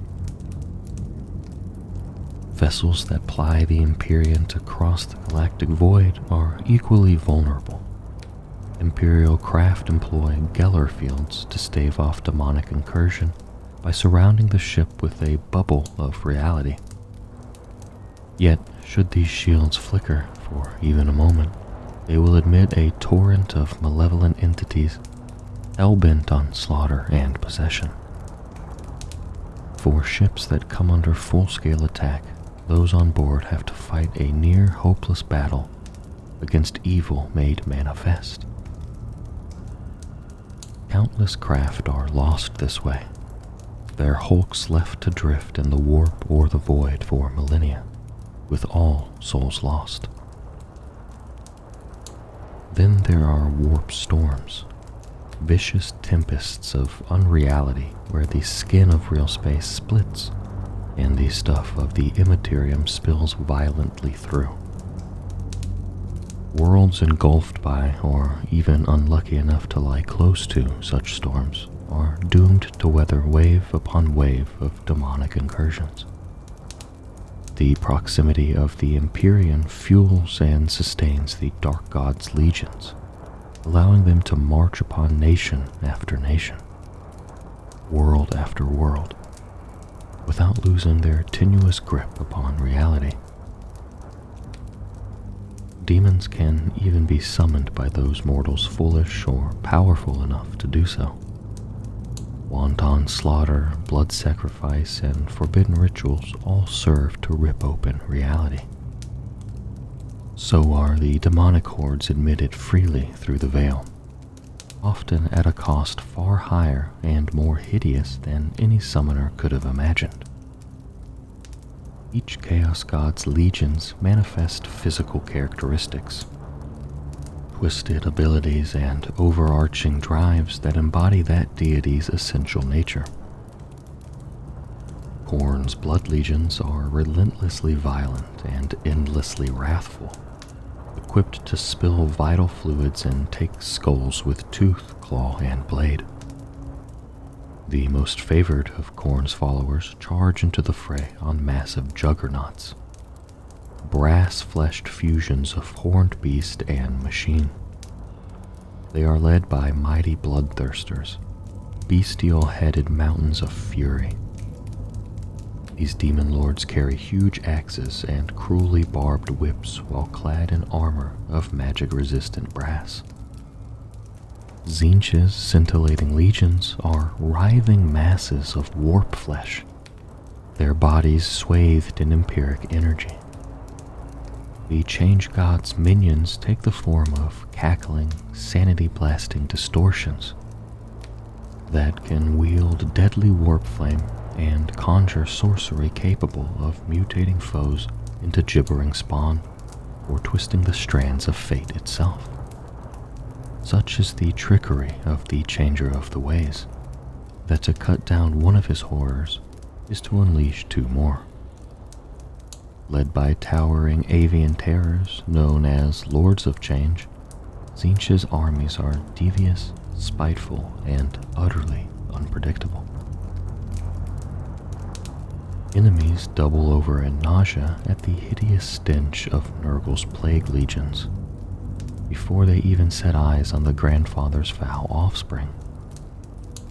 The plague god delegates much authority to the great unclean ones, vast bloated monstrosities that heave themselves across the battlefield, their open sores weeping pus and their steaming entrails dragging behind them. All of Nurgle's progeny delight in the spreading of unholy contagions, seeking to infest the galaxy with the fungal growths, unending plagues, and fleshy inflorescences that they see as Nurgle's gift to an ungrateful but fortunate galaxy. It is said that no sight amongst the stars is as alluring yet repellent as that of Slaanesha's legions of excess. Demonettes and fiends bound across the battlefield, each a lithe, graceful, and androgynous creature that beguiles and repulses in equal measure.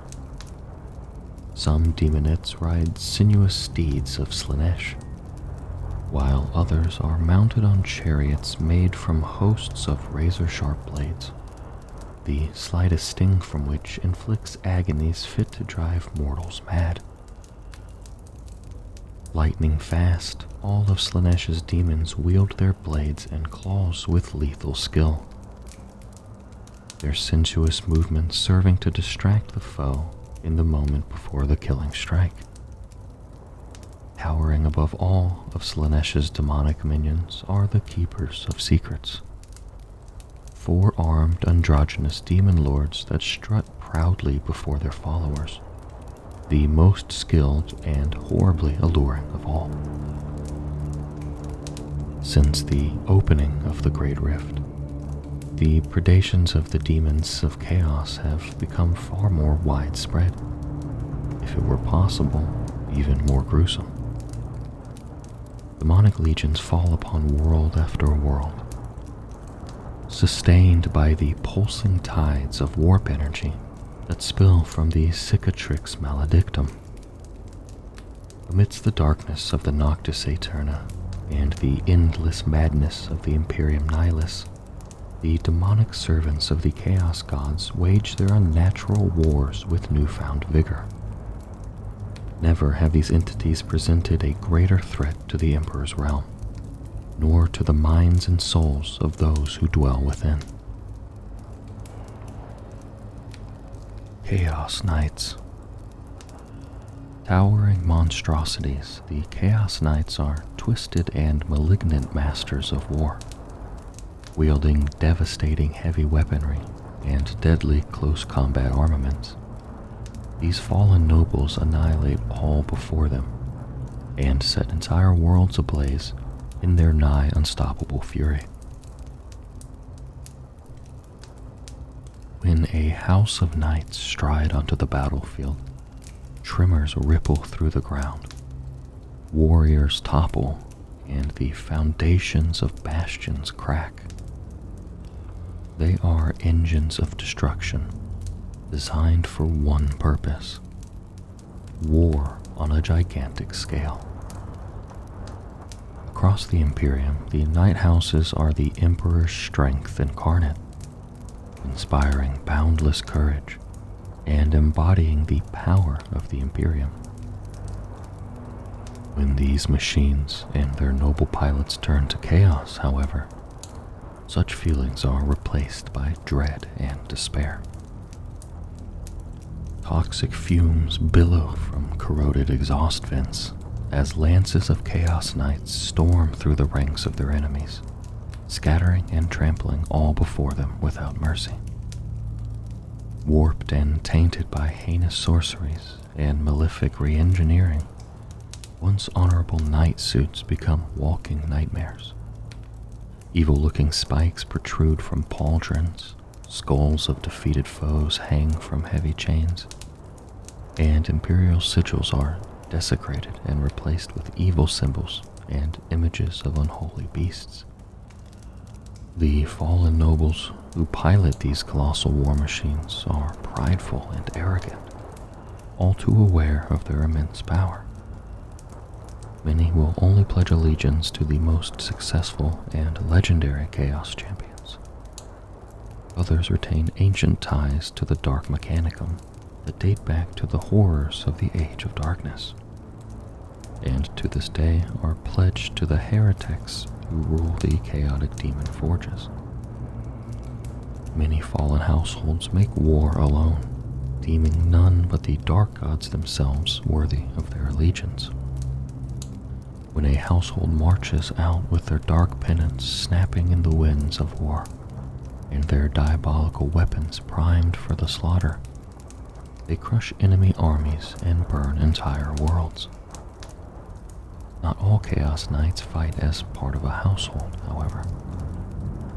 Some wage their hateful wars alone as dreadblades, roving from battle to battle, according to whims and desires only they can comprehend.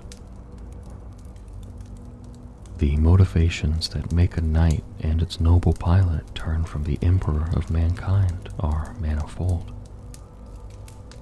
Some belong to households that followed the traitor legions in rebellion during the dread times of the Horus heresy, while others are simply insane, their minds warped by profane visions or the exploitation of dark entities.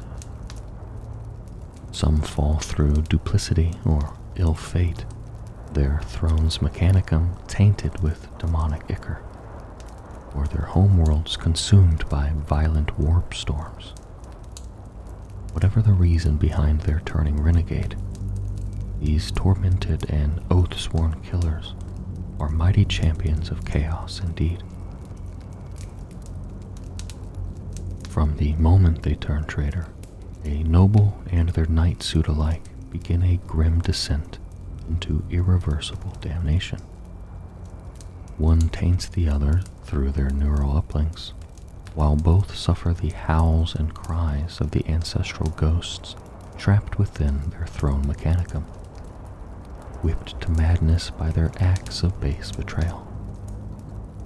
The pilot impresses upon their armor every burst of hatred and bitterness they possess, and in turn, the animal ferocity of a knight suit turned bestial berserker spreads corruption and mutation throughout the fallen noble's body and soul.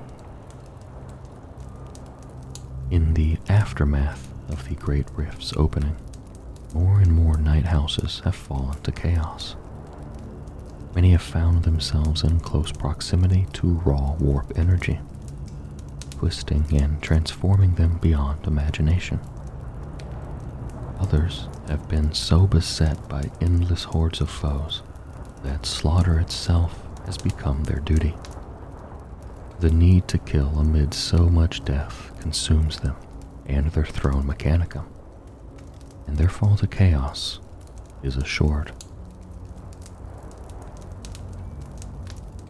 Even to stand upon the same battlefield as the Thousand Suns is to risk not just your mortal form, but also your very sanity and soul.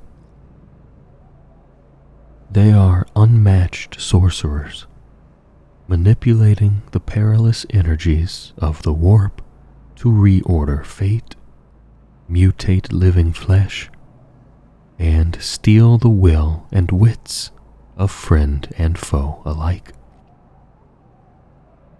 To do battle with this infernal legion is to face the Empyrean unleashed. Their advance is heralded by magical firestorms and volley upon volley of warp-infused shells and bolts. As the battle lines close, shrieking herds of mutant Zangor, gibbering chaos spawn, flame-belching demon engines, and tank-sized bestial abominations surge forwards to hack and tear, throttle, immolate, and devour. Worse than the carnage the Thousand Suns wreak, however, worse even than their unholy twisting of reality itself, is the fear that however their enemies strive, those who battle them can never be sure of victory. Illusions and trickery are second nature to these diabolical champions of Tzeentch. Even those who believe the 1,000 Suns bested may in truth be mere puppets, unknowingly serving the very foes they fight. Magnus the Red, the Crimson King of Sortiarius. The fate of the 1,000 Suns is inextricably linked to their gene-sire, the demon Primarch Magnus the Red. In millennia lost to dust, he was a son of the Emperor himself, a beacon of wisdom and power, who served his master with the best of intentions. Now, Magnus is abhorrent, embittered, greater yet lesser than he was before, as is the legion he leads. Magnus the Red is a towering demonic demigod, whose might is augmented by the boundless gifts of Tzeentch. He is sorcery made flesh, a winged behemoth who commands the Empyrean at will, whose mere presence breaks the fundamental bonds of reality and turns all to madness.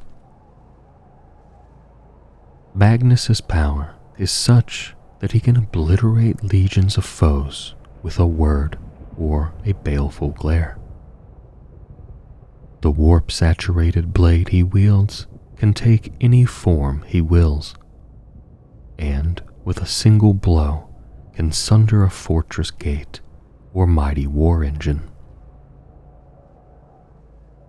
Magnus's rune-etched armor is proof against even the most powerful attacks, be they physical or spiritual. And his flesh is so drenched in warp energy that he can never be truly slain. The demon Primarch's very presence twists reality into myriad fractured reflections and shatters the sanity of even the staunchest foes. He is a locus of unbridled change, a nexus of plots uncounted, the greatest servant of Tzeentch, and a walking repository of forbidden and sanity-blasting secrets. Yet he was not always thus. What records endure regarding Magnus and his path to damnation are sealed in vaults deep beneath the imperial palace, or else kept by the 1,000 Suns themselves. These latter cannot be trusted, for no written word remains long in the hands of Tzeentch's servants without turning to conflicting lies.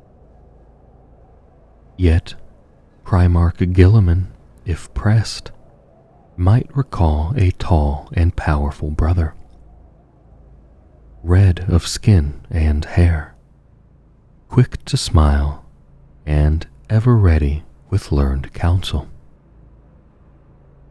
He would recall, also, that Magnus's demeanor hid a troubled mind, for his legion, the 1,000 Suns, were both gifted and cursed with a preponderance of psychic brethren, and so imperiled by this mutation and the suspicion of their brother legions.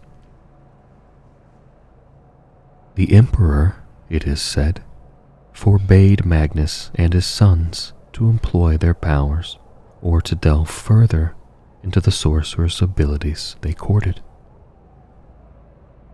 Magnus, certain in his righteous enlightenment, pressed ahead. In doing so, he damned himself, his gene sons, and their adopted homeworld of Prospero. The Scalds of the Space Wolves still tell how their legion, led by Primarch Leman Russ himself, was sent to bring Magnus to heel. No records remain in the 41st millennium of the terrible conflict that followed. Yet its conclusion is beyond doubt. Russ's legion burned Prospero, shattered its crystal pyramids of learning, and would have crushed the betrayed and bewildered Thousand Sons. Yet, in this moment of bleakest need, when his faith in his father the Emperor had at last been broken beyond all redemption, Magnus offered himself up to Tzeentch in exchange for his legion's salvation.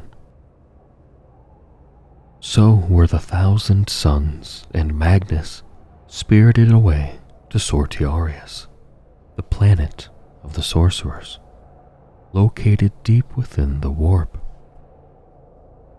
A place of insanity and unbridled change, but also of incalculable power. This would become the home world of the Thousand Sons for millennia to come.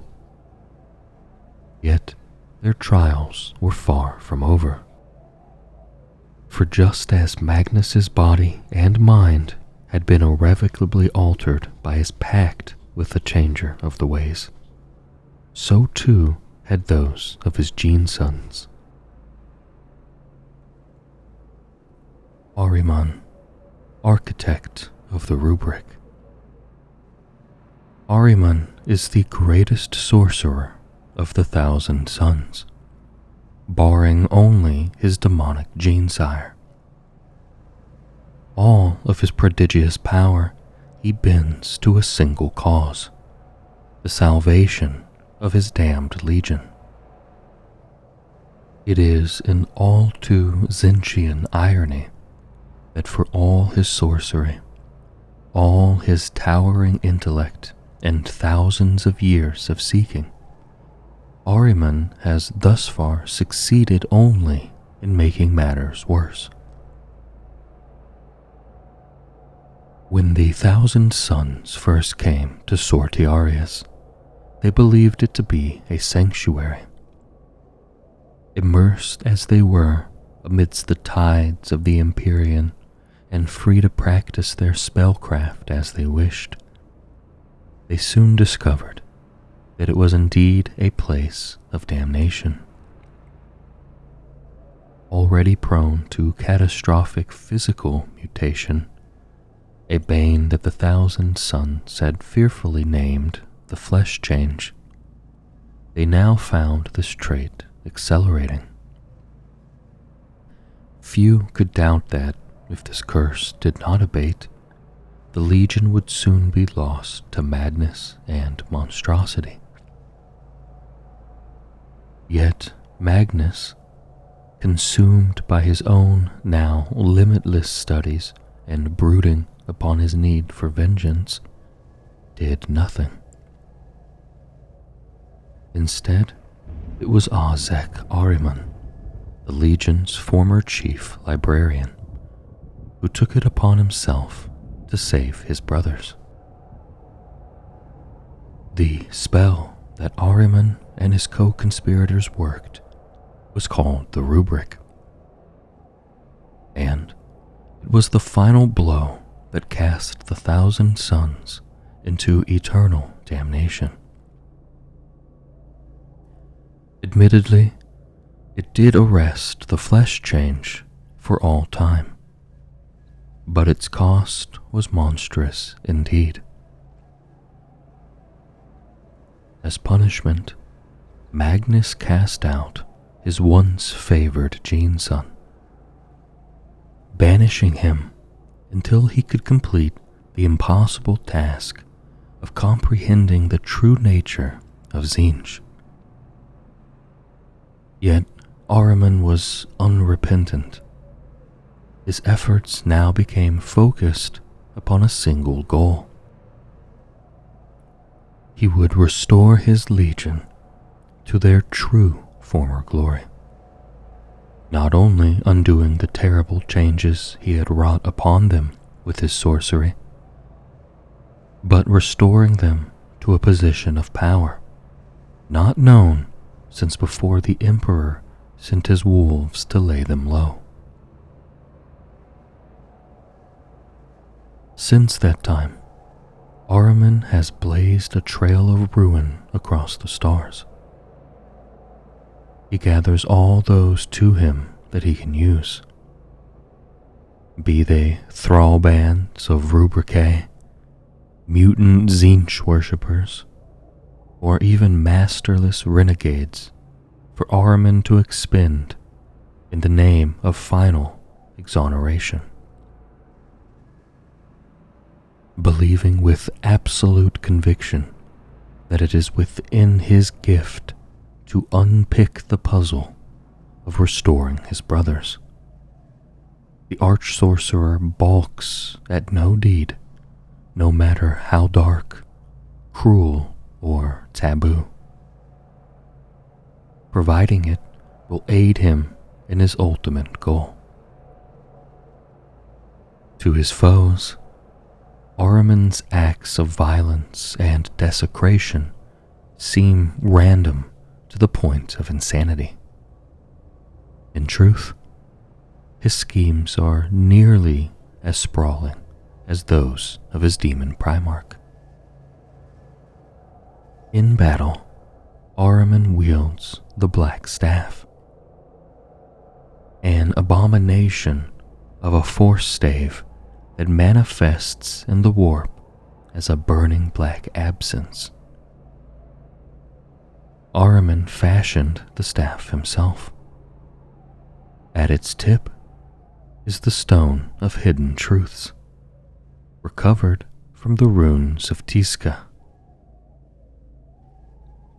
Crowning the weapon are the severed horns of the demon prince Vadhakar the Annihilator, while its haft is built around the charred fragments of Ahriman's own Hekwa staff that burned on Prospero during the Space Wolves' invasion. Its blade, meanwhile, is forged from the desecrated remains of an ancient Eldari Farseer's stave. Each new edition is rich in the powers of sorcery, heavy with fate, and capable of amplifying Ahriman's own sorcerous abilities still further. The Rubric of Ahriman. Though the 1,000 suns had long been plagued by the horrors of mutation, the Rubric of Ahriman was arguably the greatest single change inflicted upon them. For many of Magnus's gene sons, it was also the last. The spell's energies transformed the Traitor Legion from a brotherhood of warrior scholars into something altogether more grotesque and tragic. The power of the warp is ever in flux. When its influence is felt by the stuff of real space, it causes mutation and change. Unbound, unstable, this energy twists all it touches. Such changes take many forms, and can be beneficial for those who can harness them, at least while they remain under control. Many who embrace such empiric might are transformed over time so that they come to physically embody their own deepest obsessions, desires, or innermost secrets. Some believe the Thousand Sons were marked by Tzeentch long before their true damnation. Others whisper that it was the Legion's manifold pursuit of knowledge, their use of the euphemistically titled tutelary familiars, actually demonic entities, or some facet of the sorceress energies they courted that led to their anarchic and widespread physical change. Whatever the truth, by the time they became the masters of the planet of sorcerers, even the Thousand Sons' own fluctuating records told a tale of mutation, degeneration, and madness. Once clean and powerful limbs became many-hued tentacles. Hands that had formerly scribed learned treatises now grew vicious talons or became snapping pincers.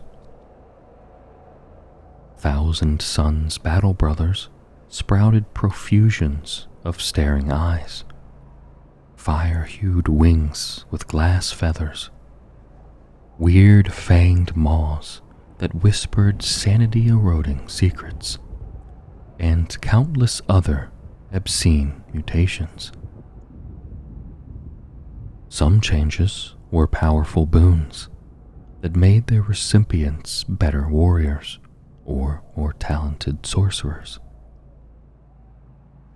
Yet even these brought an erosion of sanity and self, while the more disfiguring curses reduced once proud soldier scholars to gibbering wrecks of heaving flesh and bone.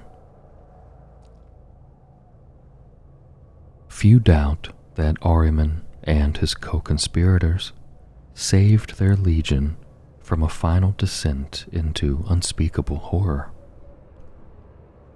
Yet the fate to which they consigned their brothers was, in many ways, infinitely worse.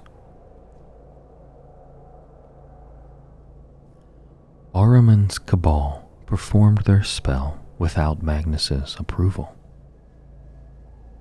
The Crimson King's own accounts tell how their efforts were hidden from him behind concealing glamours of incredible potency, and how the cabal operated with supernatural stealth and secrecy. Still, they might not have escaped Magnus's notice, but that his attention at this time was consumed by schemes for vengeance and the desire for fresh and unfettered learning. No reliable records remain of the part which the Thousand Sons played in the events of the apocalyptic Horus heresy. But perhaps those events, too, helped to obfuscate Ahriman's intentions until it was too late for Magnus to stop him. The ninefold tomes tell of the rubric of Ahriman. They describe how the spell was so unbelievably powerful that it sent a bow wave and a dolorous howl rolling through the Empyrean into infinity. They describe a catastrophic superstorm of sorcery that engulfed Sortiarius, of an explosion of arresting and binding spellcraft, so violent that it formed an impossible fixed point amidst the ever-changing madness of the warp. Writhing strands of fate were snatched into its grip like insects in amber and crushed into enforced stasis. lightning strikes lashed down from Sortiarius' skies again and again, each strike blasting another of the 1,000 suns. At last, so the tomes say, Magnus ended the onslaught only by beseeching Tzeentch to intercede. By then, the damage was done. Every single 1,000 Suns warrior struck by the sorceress bolts had been reduced to ensorcelled dust, sealed forever within their battle armor. Their souls, their minds, all had become mere geists, doomed to haunt their cursed war gear and lended a near mindless semblance of life.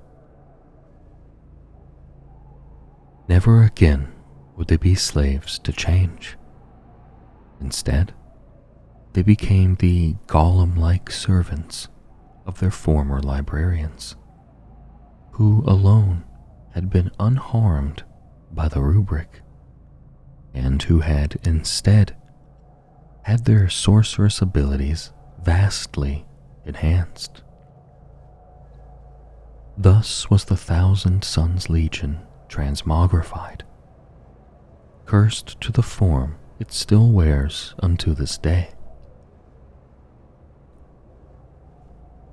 It is said that Magnus would have slain Ahriman and his conspirators, but such was not the will of Tzeentch.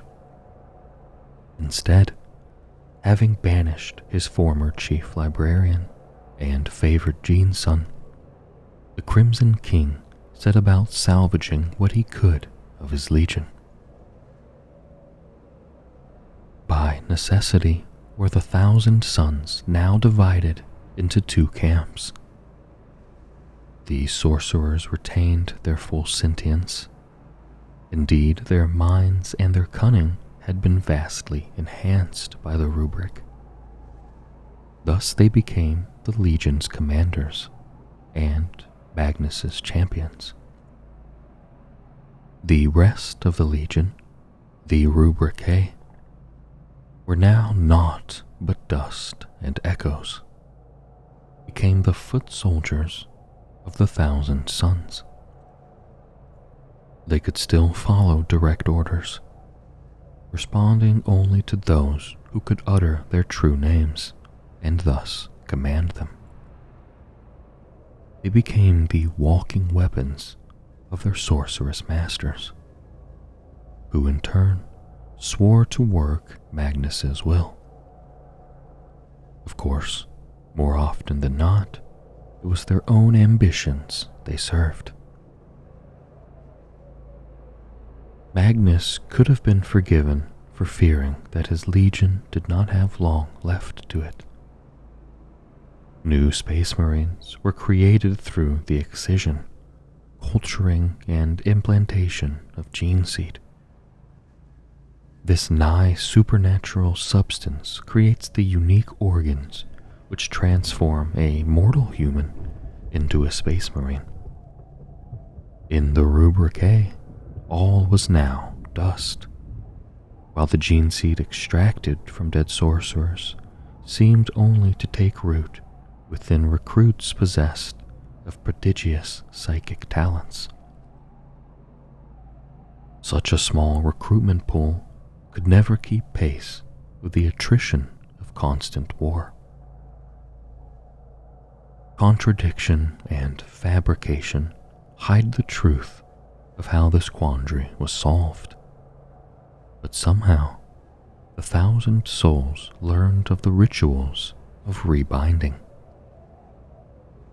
Should a slain rubricae's armor be pieced back together, and should the correct, highly perilous rites be performed, the fallen warrior's dust and ghost would manifest again.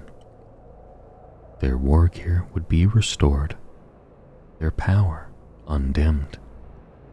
The 1,000 Sun would be risen again to the cursed unlife he had so long endured. Thus, so long as a single sorcerer remained to scavenge fallen rubricae from lost battlefields, and say the right words, the Thousand Suns Legion would know the same damned immortality as did its luckless foot soldiers. Legions of Sortiarius. Since the rubric, the Thousand Suns have become amongst the strangest and most eclectic of all the Heretic Astartes forces. Their thrall bands comprise not only sorcerers and rubricae, but also all manner of infernal war engines, mutant slave soldiers, and unnatural entities. They fight to plunder knowledge, to twist fate, to exact vengeance for ancient wrongs, or sometimes for reasons so inexplicable and esoteric that they seem like madness. Yet there is always a plan in motion. The core of most Thousand Suns thrall bands remain the rubricae. For all their cursed nature, these chilling, silent warriors have many advantages in battle. For one thing, their obedience is absolute. Rubricae fight entirely without question, obeying he who invokes their true names, and knowing nothing of fear, hesitation, or even an instinct for self-preservation. Rubricae are tremendously resilient, not only psychologically, but also physically. Lacking any true corporeal form to be wounded, they can only be stopped by the ruinous dismemberment or wholesale destruction of the armor that houses their essence. Should this feat be achieved, the ensorcelled dust of the rubric marine is typically scattered and lost. Yet no matter how long that warrior may spend effectively dead, still they can be restored to their cursed unlife time and again.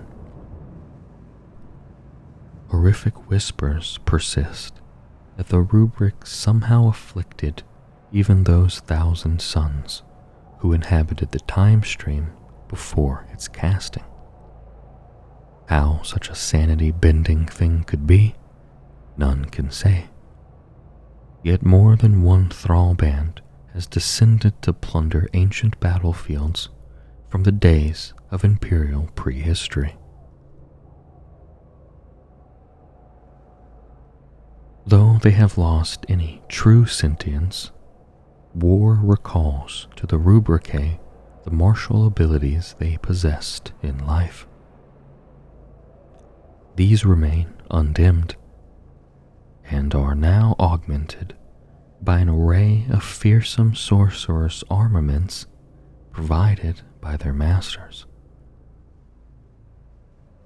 Excellent shots all, the rubricae lay down unceasing hails of fire from ensorcelled bolt guns and screaming soul reaper cannons, or engulf their foes in conflagrations of mutagenic fire that burn away not only the foes' bodies, but also their souls.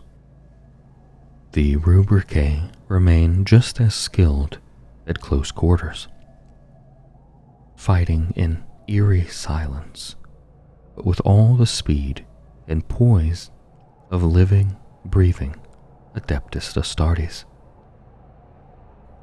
Only when the fires of battle die and the foe are no more do they settle back into a state of mindless torpor until their masters call upon them to act again. Indeed, even this lifeless state can work to the Thousand Sons' advantage. More than once, inert rubricae have been disguised as statues amidst the confusion of urban war zones, striking suddenly and with complete surprise at a word from their masters. During the raid on Svanorth Void Docks, 50 rubricae were concealed within the airless interior spaces of a wrecked Imperial bulk hauler. The rubricae drifted undetected through their enemies' patrol lines before reanimating and boarding the Imperial warship that came to investigate their seemingly abandoned transport. Some sorcerers have even been known to seal rubricae inside Xenos tombs and other repositories of esoteric knowledge, ordering them to stand eternal guard over their arcane caches, springing to life only should the incautious or acquisitive disturb them. The Rubric Marines and the elite Scarab Occult Terminators form a resilient and powerful core to any thrall band. They are, however, far from the only assets that the Lords of Sortiarius have at their disposal. Many sorcerers bulk out their thrall bands with numerous but eminently expendable hosts of slaves and servants. Beyond counting are the cults of Tzeentch-worshipping humans scattered throughout the Imperium. The desperate, the insane, the mutated, and the deviously ambitious, all offering worship to Tzeentch. The underbelly of the Imperium teems with petty magisters and their pitiful followers, all offering themselves body and soul to the changer of the ways, in hopes of seizing even an iota of power to change their powerless lives. Armed and hurled into battle, such chaos cults support Thousand Sons invasions with cunningly timed uprisings or pack out the holds of Thrallband warships, ready to be expended like living ammunition once battle is joined. Herds of Zangor, too, provides the sorcerers with flesh and blood soldiery.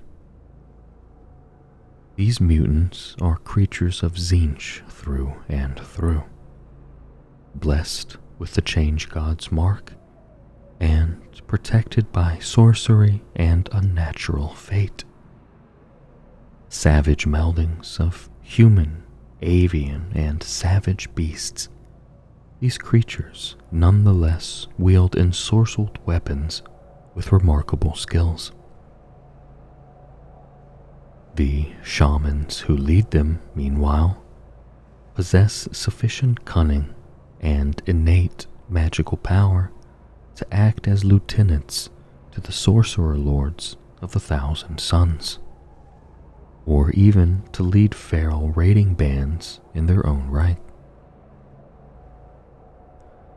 The Thousand Sons can also call upon war engines with rumbling engines and thundering guns. Many of the Legion's battle tanks still survive, though some have undergone mutations of their own, or else been taken as hosts for predatory demonic entities. More such manifestations of Tzeentch's will are bound into the brazen shells of the Legion's demon engines. These bestial machines are built by warpsmiths skilled in the infernal arts, and whose services the Thousand Sons have either bartered for or secured by force, trickery, or hypnotic compulsion. Hunting pacts of tanks, armored transports, and rapacious demon engines are often employed to provide thrall bands with overwhelming firepower and increased maneuverability. Equally, the Thousand Sons are not above stealing such assets from other renegade warbands, or even from securing alliances with such forces. These arrangements are always temporary and invariably end badly for the sorcerer's unfortunate allies. The ruling cabals. It is a strange contradiction that the chosen traitor legion of the Change God organizes itself with a rigid hierarchical system. Imposed by Magnus in the wake of the rubric, this structure has been maintained by all of his gene sons, at least in appearance, through the bloody millennia since. Magnus the Red occupies the pinnacle of power on Sortiarius, both literally and figuratively. From his ensorcelled chambers atop the Tower of the Cyclops, the demon Primarch's single eye sees all, and his insidious will reaches out like Tzeentch's own to influence the plots and deeds of his cunning scions. Below Magnus are his most powerful lieutenants, known as the Rahati, the Magister Templi, who rule over the Legion's 9 great cults. Always there are 9 in this elite cabal, chosen sorcerer lords and demon princes, whose empiric might and unnatural gifts surely indicate Tzeentch's favor. Of course, the changer of ways is ever fickle. When one of these warlords falls from grace, their fate is often a cautionary tale against unbridled ambition and treachery. While none but the hopelessly insane would think to scheme against Magnus himself, the jealous and rightly paranoid Rahati have no wish to share power with their fellows. Thus, their ranks change often. All scheme constantly to reinforce their own positions, while undermining those of their rivals, staging grand conquests, performing devastating rituals, and concocting labyrinthian plots to further their own agendas. Should one of these eldritch beings take to the battlefield, it will always be in aid of such schemes, and the hapless foes soon become nothing more than victims sacrificed to the Rahati's ambitions.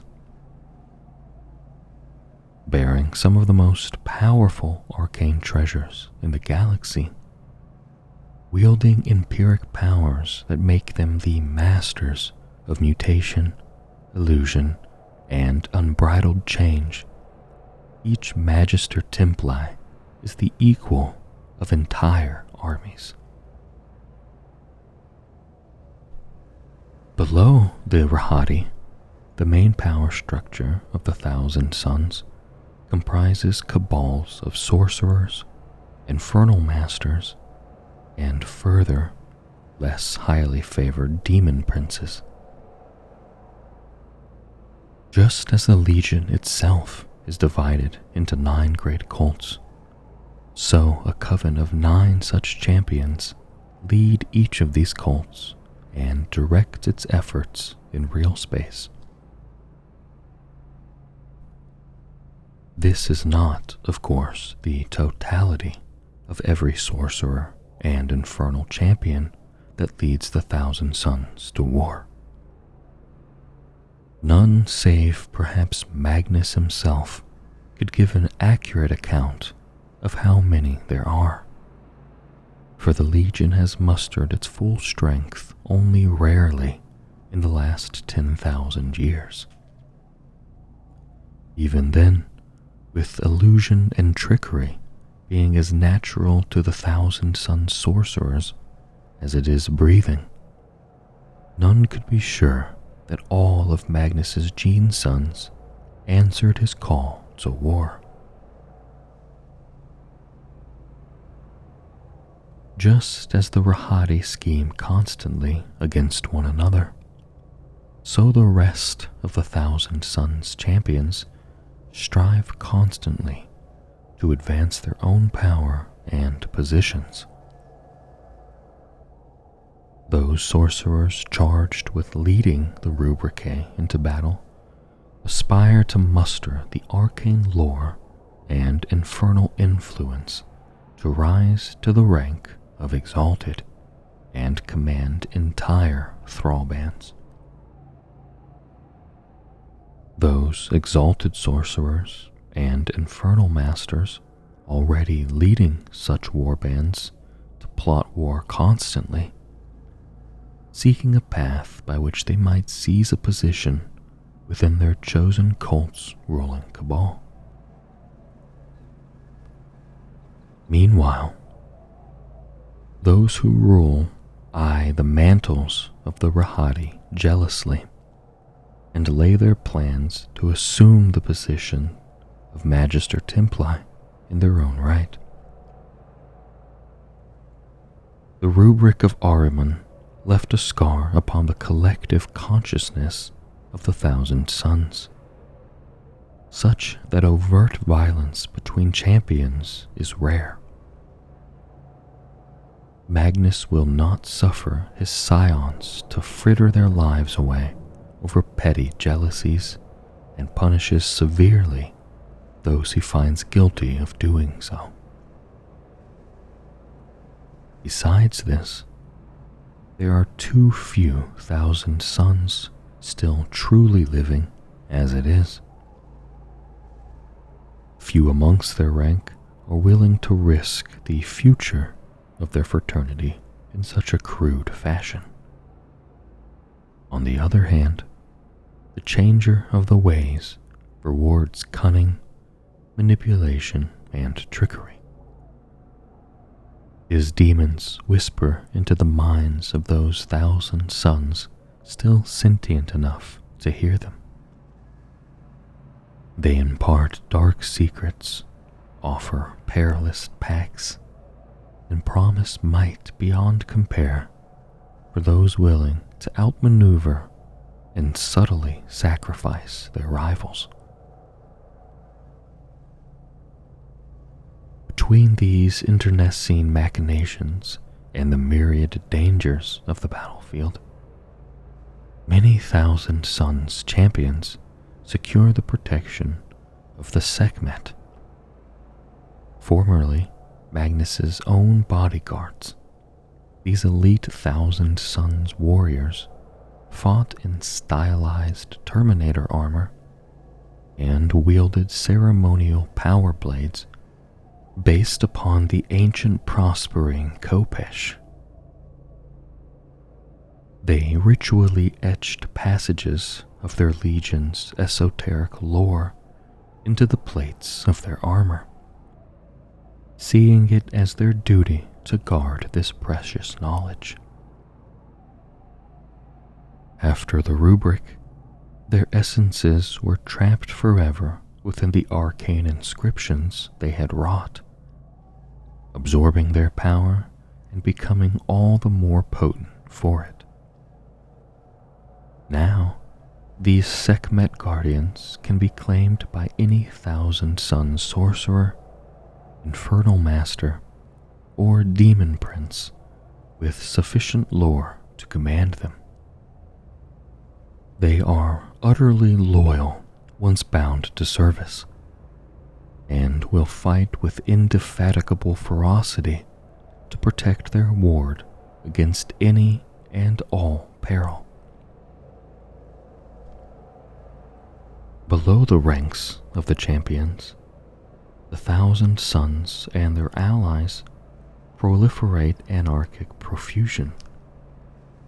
Bands of Rubricae, herds of Zangor, and servile chaos cults fill the ranks alongside allied or enthralled renegade chaos space marine warbands.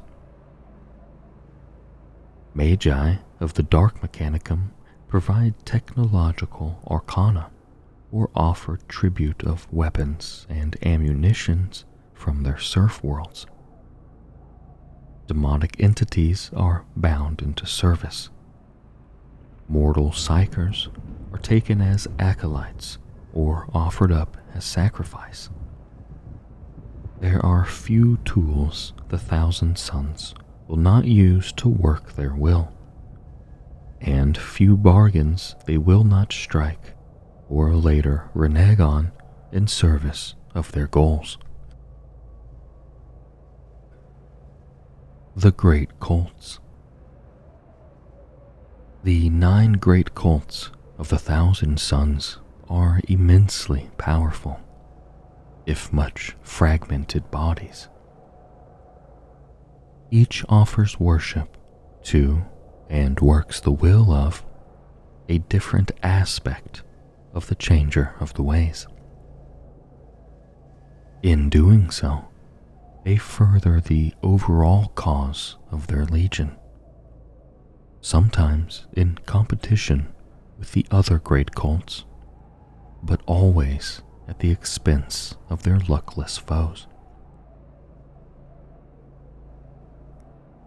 Each of the great cults specializes in a different facet of the Tzeentchian power, such as stolen knowledge, cunning scheming, or the manipulation of time itself. These foci color the way in which the cults make war, the kinds of strategies and tactics they employ, and even inform the grand plans they seek to put into motion across the galactic stage. In order to effect these plans, each cult maintains its own cabal of Tzeentch-marked champions to direct its efforts.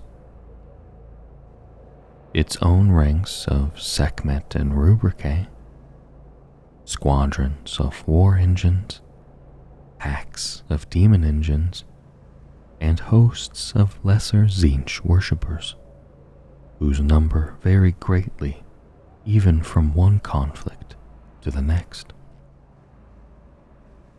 Moreover, each great cult is further divided in numerous thrall bands.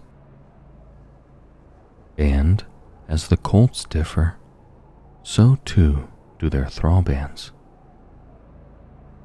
While all are raiding forces at their core, their strength, composition, and favored methods of war vary depending upon the whims and influence of the sorcerers who lead them. Some fight entirely alone, their leaders bent upon some nefarious design or self-motivated quest in which great numbers would prove more a hindrance than a help. Forces of this sort often cross the galaxy by secret paths, opening coruscating warp portals or stealing through isolated spars of the Eldari webway. The better to strike swiftly and silently. At other times, multiple thrall bands from these same, or even different, great cults gather their might to launch a great offensive, or to defend some site precious to the Legion's designs. It takes a great event indeed to draw the great cults together and see them fight as one. Yet, when they do, the very stars tremble. The most recent example was Magnus's vengeful attack upon the Space Wolves' home world of Fenris. By that apocalyptic conflict's end, Fenris itself was scarred and tainted. The Space Wolves badly mauled, while the nearby world of Midgardia was sacrificed wholesale in order to power an almighty ritual. By Magnus's will did these energies draw Sortiarius out of the warp's depths, allowing it to manifest in real space around the same star as long-lamented Prospero. This conflict marked the greatest victory for the Thousand Sons Legion in millennia. Yet it was but the first stage in Magnus's labyrinthine plot for revenge and vindication. Sortiarius, the planet of the sorcerers. There is nothing natural or true about the planet of the sorcerers. Nothing that is not in perpetual flux. Sortiarius is a demon world. It is an agglomeration of raw empiric energy, bound escapably to the whims of the changer of the ways. The Thousand Sons have made this sanity-blasting realm their own, and have plundered its dark secrets without mercy or restraint. Though Magnus has succeeded in translocating Sortiarius from the warp back into real space, it remains a wholly unnatural planet, whose warped reality is anathema to natural life. The air swirls with kaleidoscopic storms of raw magic. Horizons glow with ominous and unnatural lights, or shimmer and resolve into new shapes before horrified onlookers' eyes. Striated clouds, the color of fire, race across an ever-changing sky, forming leering demonic faces and staring eyes before shattering apart again in eruptions of blue and purple lightning. Squalls of raw empiric energy fall like rain upon bone mountains and plains of writhing flesh and flame. Their energy flows in mutating torrents back to the unnatural oceans which boil between the world's ever-shifting continents. The only fixed point in the geography of the strange world is Tisca. Once the capital city of Prospero, its blasted remains were spirited away to Sortiarius along with the Thousand Sons themselves. Like the traitor legion who inhabit it, this damned city has changed beyond recognition over the millennia.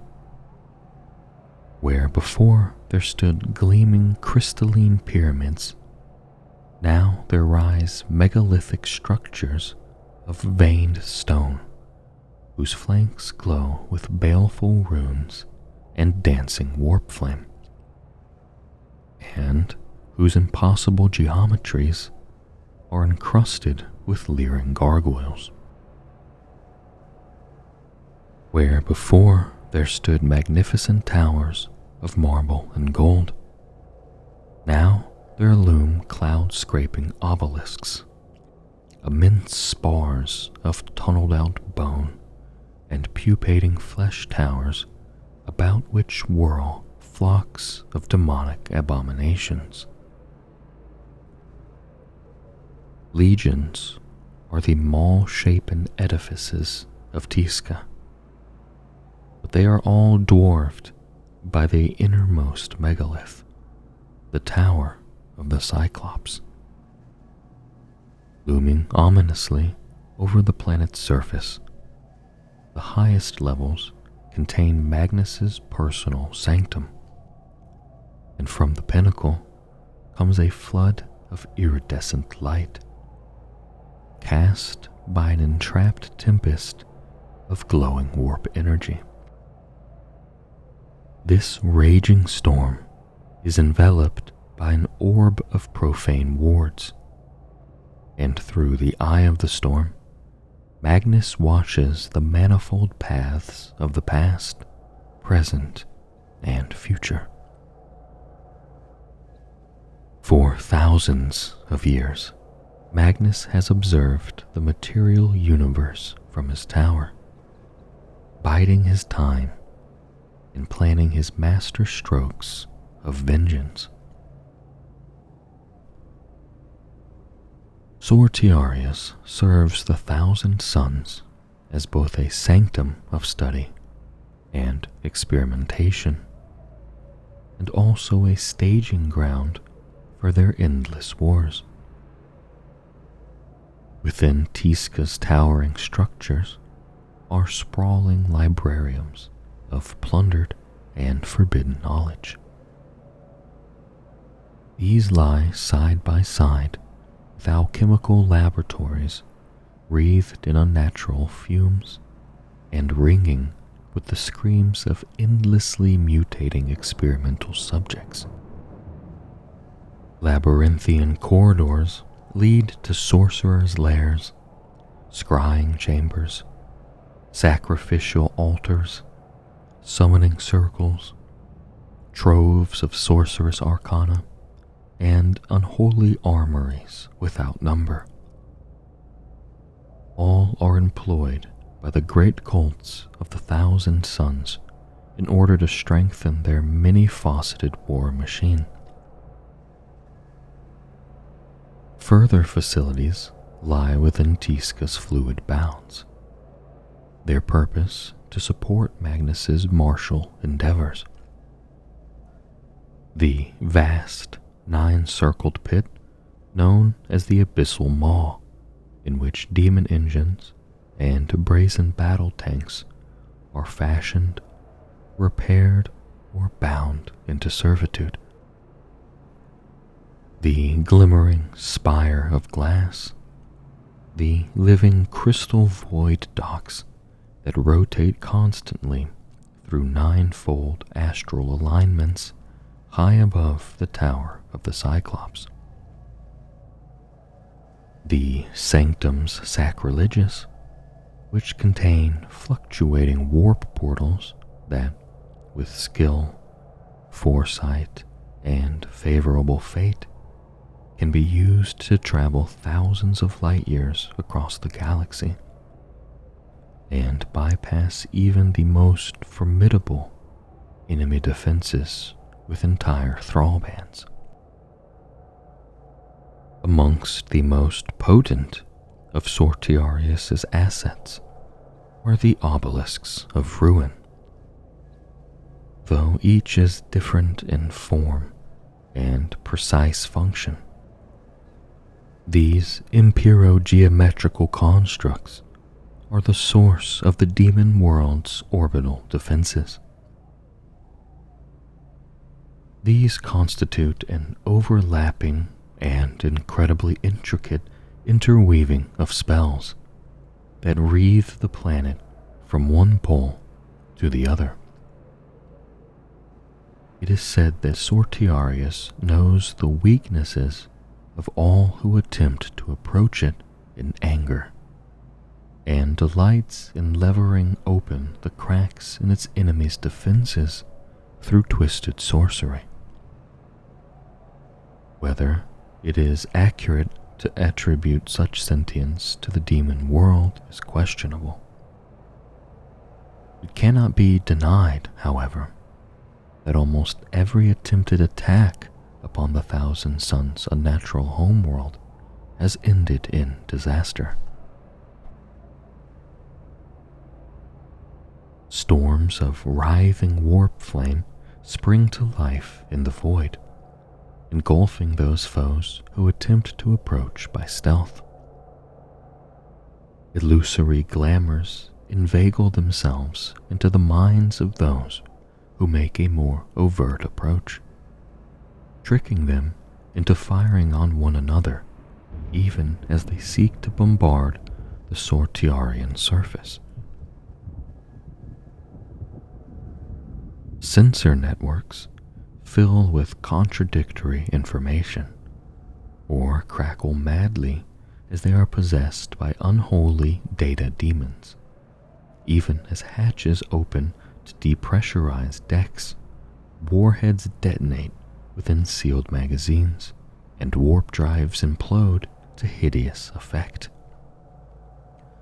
Such are but a few of the unnatural fates that have claimed those who dare approach Sortiarius with harmful intent. Beyond the bounds of Tisca, Sortiarius is freakish and ever-shifting. Certain landmarks and regions are known to the Thousand Suns, from nomad peaks to the shimmering amorphoric plains, the forests of tentacles, the glass-fire chasms, and the predatory caverns of transmogrification. However, the locations of these places are ever in flux, dictated not only by the movement of the planet's land masses, but also the phases of Sortiarius' star and newfound sister worlds, and the ebb and flow of warp energies across the world's surface. It is amidst these strange environs that the Zangor herds scratch an existence. They prey upon one another, and on the mewling chaos spawn that haunt the wilds, avoiding only the enormous mutilith vortex beasts that are Sortiarius' unnatural apex predators. The Zangor labor to raise strange flux cairns where the planet's sorcerous ley lines converge, channeling Tzeentch's power through real space by erecting duplicate cairns in the wilds of other worlds. The longer these simulacra remain in place, the more mutating empiric energy bleeds through from Sortiarius, corrupting the natural landscapes before full-scale invasion. The fall of Ultimus. To do battle with the Thousand Suns is no simple or clean-cut matter. Duplicity, misdirection, the manipulation of fate, and the callous sacrifice of allies and enemies alike all play their parts in their intricate schemes. Worse, what looks to their foes to be the totality of the conflict may turn out to be but one strand of a far wider and more intricately woven web. Such was the case when Hasak Atali set his sights upon the bastion world of Ultimus and its hub fortress, Aquila in Cursus. When Indomitus Crusade Fleet Quintus pushed battle groups into the Mephisto sector, they reclaimed a valuable swathe of systems for the Imperium. In their wake, the battle groups left sturdy supply chains running through the bastion worlds of Ultimus and Vorsicon. Ultimus, in particular, was a seemingly impenetrable strongpoint. 10 regiments of Astra Militarum soldiery garrisoned its towering fortifications. Maniples of the Scitari occupied its subterranean bunker plexes. A maniple of the Legio Decimator Titans patrolled its irradiated deserts, and squadrons from Battlefleet Pacificus its orbital approaches. Despite, or indeed partly because of, all these defenses, Hasak Atali resolved to conquer Ultimus in Tzeentch's name. His reasons were many-faceted. Atali was a Rahadi Magister Templi of the cult of scheming, and he wished to prove his dominance, not to mention the might of his cult, by laying low an imperial world proclaimed impregnable. Moreover, Battle Group Delphi of Crusade Fleet Quintus continued to prosecute an effective offensive through the Omnicron Reach, drawing on supplies funneled through Ultimus. Their efforts threatened the Sorcerous Sanctum that Atali maintained in that region upon the moon of Vigoria. The Magister Templi also sought a precious prize.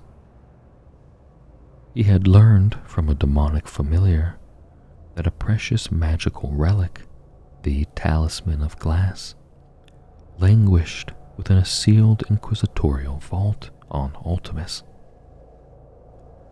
His rival Rahadi, Korskaris of the Cult of Magic, sought to seize this relic, and Atali had determined to secure it first.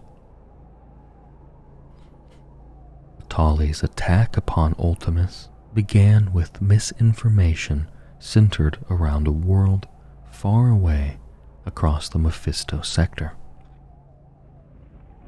Employing duped mortal cult agents, he saw to it that an aspiring sorcerer within the Cult of Magic learned of an entirely fictitious demon sword.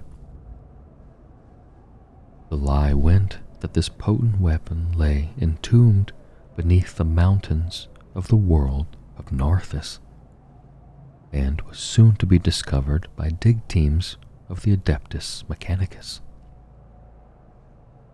While his lies were seeping their way to the intended target, Atali made a pact with a demonic entity. This creature manifested before Hapfester, an exalted sorcerer of the Cult of Magic, who had recently fallen from the favor with his cult's Rahadi, and would do anything to curry that favor with his displeased master.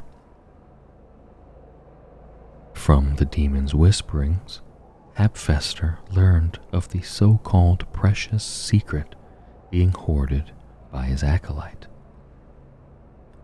Predictably, he was quick to punish the aspiring sorcerer, and to pass on the information about the blade on Narthis to his Rahadi master. Believing that the fabled demon blade would lend him might in his planned attack on Ultimus, Korskaris launched an attack upon Narthis. His thrallbands were soon embroiled in a running battle with the Adeptus Mechanicus. While his Narthus gambit was developing, Atali set other plans in motion.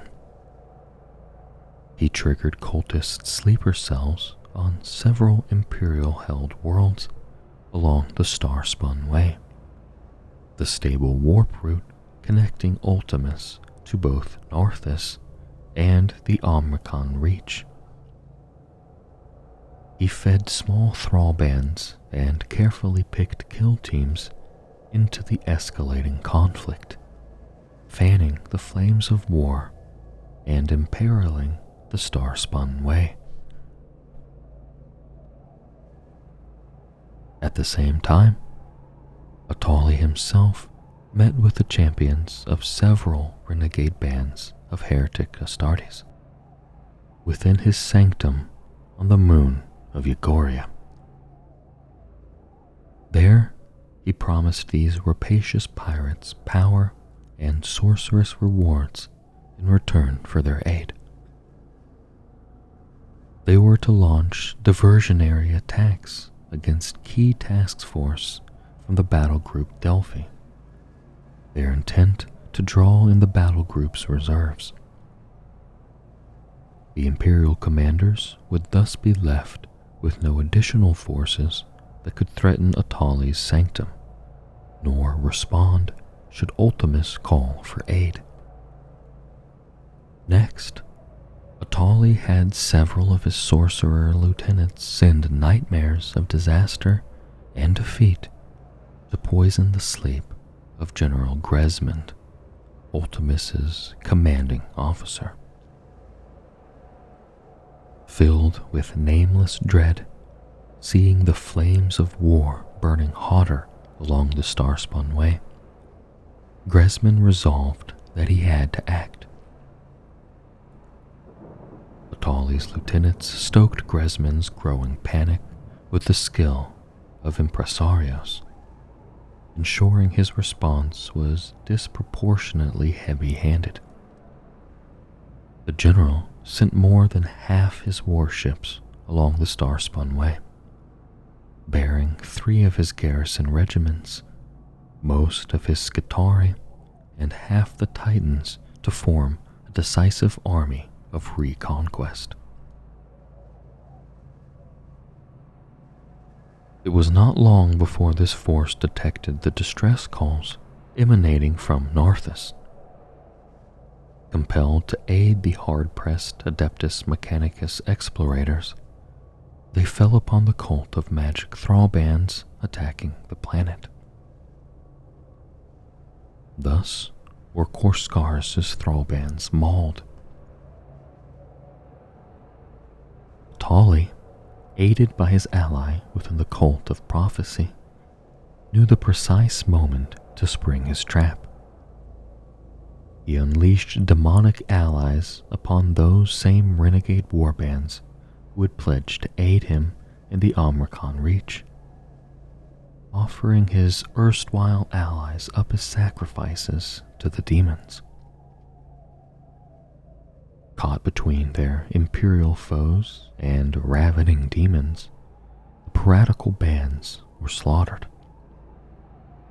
In return for this offering, the Lord of Change, who led the demons, conjured up a short-lived warp storm that surrounded Narthus. It would burn out within 9 weeks, but that would be long enough. For until it did, more than half of Ultimus's garrisons was trapped. Still, Atali was not done. He dispatched thrall bands of Zangor to the agri worlds of Horgith and Kladak, and had them raise flux cairns in secret. So were the food stores destined for Ultimus infected with mutagenic magics. He swore a blood favor pact with a sorcerer of the Cult of Time, having them launch a raid against the planet Decimar. Atali's sworn allies used their temporal powers to cast Decimar a decade backwards along its own timeline. Everything that had happened upon that world for the last 10 years was undone, and while it would happen again as fate intended, this sent ripples through time and space. 4 of Ultimus's garrison regiments were decimari, and now all 4 had not yet been raised. Thus, in an instant, they vanished from that world, and all forgot they had ever been there. At last, Rahadi Hasak Atali launched his invasion of Ultimus with vast and terrible forces. Against them stood a handful of warships, a demi-maniple of Titans, and a meager 3 regiments of Astra Militarum. Of course, the Imperial forces fought as hard as they could, but riven by a mysterious plague of mutation spreading through their ranks, from tainted rations and horribly overmatched in martial might, they could never prevail. Atali claimed the Talisman of Glass from amongst Ultimus's blasted ruins, but he also protected his personal sanctum, undermined an entire battle group of Indominus Fleet Quintus, and crippled the military might of his most despised Rahadi rival. Meanwhile, the punishments and inquisitions as to how General Gresmond had come to leave a crucial redoubt world so woefully unprotected would rage on for years to come. This was fortunate, as Hasak Atali had several schemes already developing that would benefit greatly from that ongoing strife. With a roar of tortured engines and the scream of insane machine spirits, the dread and towering nobility of extinction descend upon their enemies. Chaos Knights are gigantic and warped abominations of iron, malice, and eternal hatred. With earth-shattering strides, they annihilate buildings, and with colossal treads they grind foes into a bloody paste, all the while unleashing annihilating firepower from monstrous weapons of ancient origin. A single Chaos Knight is a giant mobile war suit many times the height of a man. They are of ancient design, crafted in a dark age to withstand the terrors of the galaxy. Now its power and awesome presence is turned upon any its master wishes. With roars blaring from emitter grills, burning engines and steams of fist-sized shells, it can flatten a fortress by itself and tear through entire formations. Yet, few operate as lone hunters, and the forces of many worlds have whimpered in fear at the sight of armies of these predatory giants advancing on their positions. Despoiling behemoths deflect the enemy's fire from their ion shields as they advance inexorably, while swifter hunting engines take their master's victims with ambushing enfilades. The titanic night suits are piloted by fallen nobles from twisted households, serving the dark wills of the chaos gods from upon their thrones mechanicum. They are heirs of corrupted dynasties, or vicious cell swords who seethe with an endless desire to conquer and rule. They hate the Imperium, seeing it as a swath of weak serfs whose only destiny is to die or to serve in cowering obeisance to the dread household superiority. Their once rigid codes of honor and chivalry have been warped and twisted to selfish and diabolical ends, employed to justify any heinous deed. A dark nobility. Chaos Knights tower over the battlefield, each a god of war wrought in iron, piloted by nobles who have forsworn their allegiance to the Imperium. These bipedal engines of destruction are amongst the most fearsome creations in the galaxy.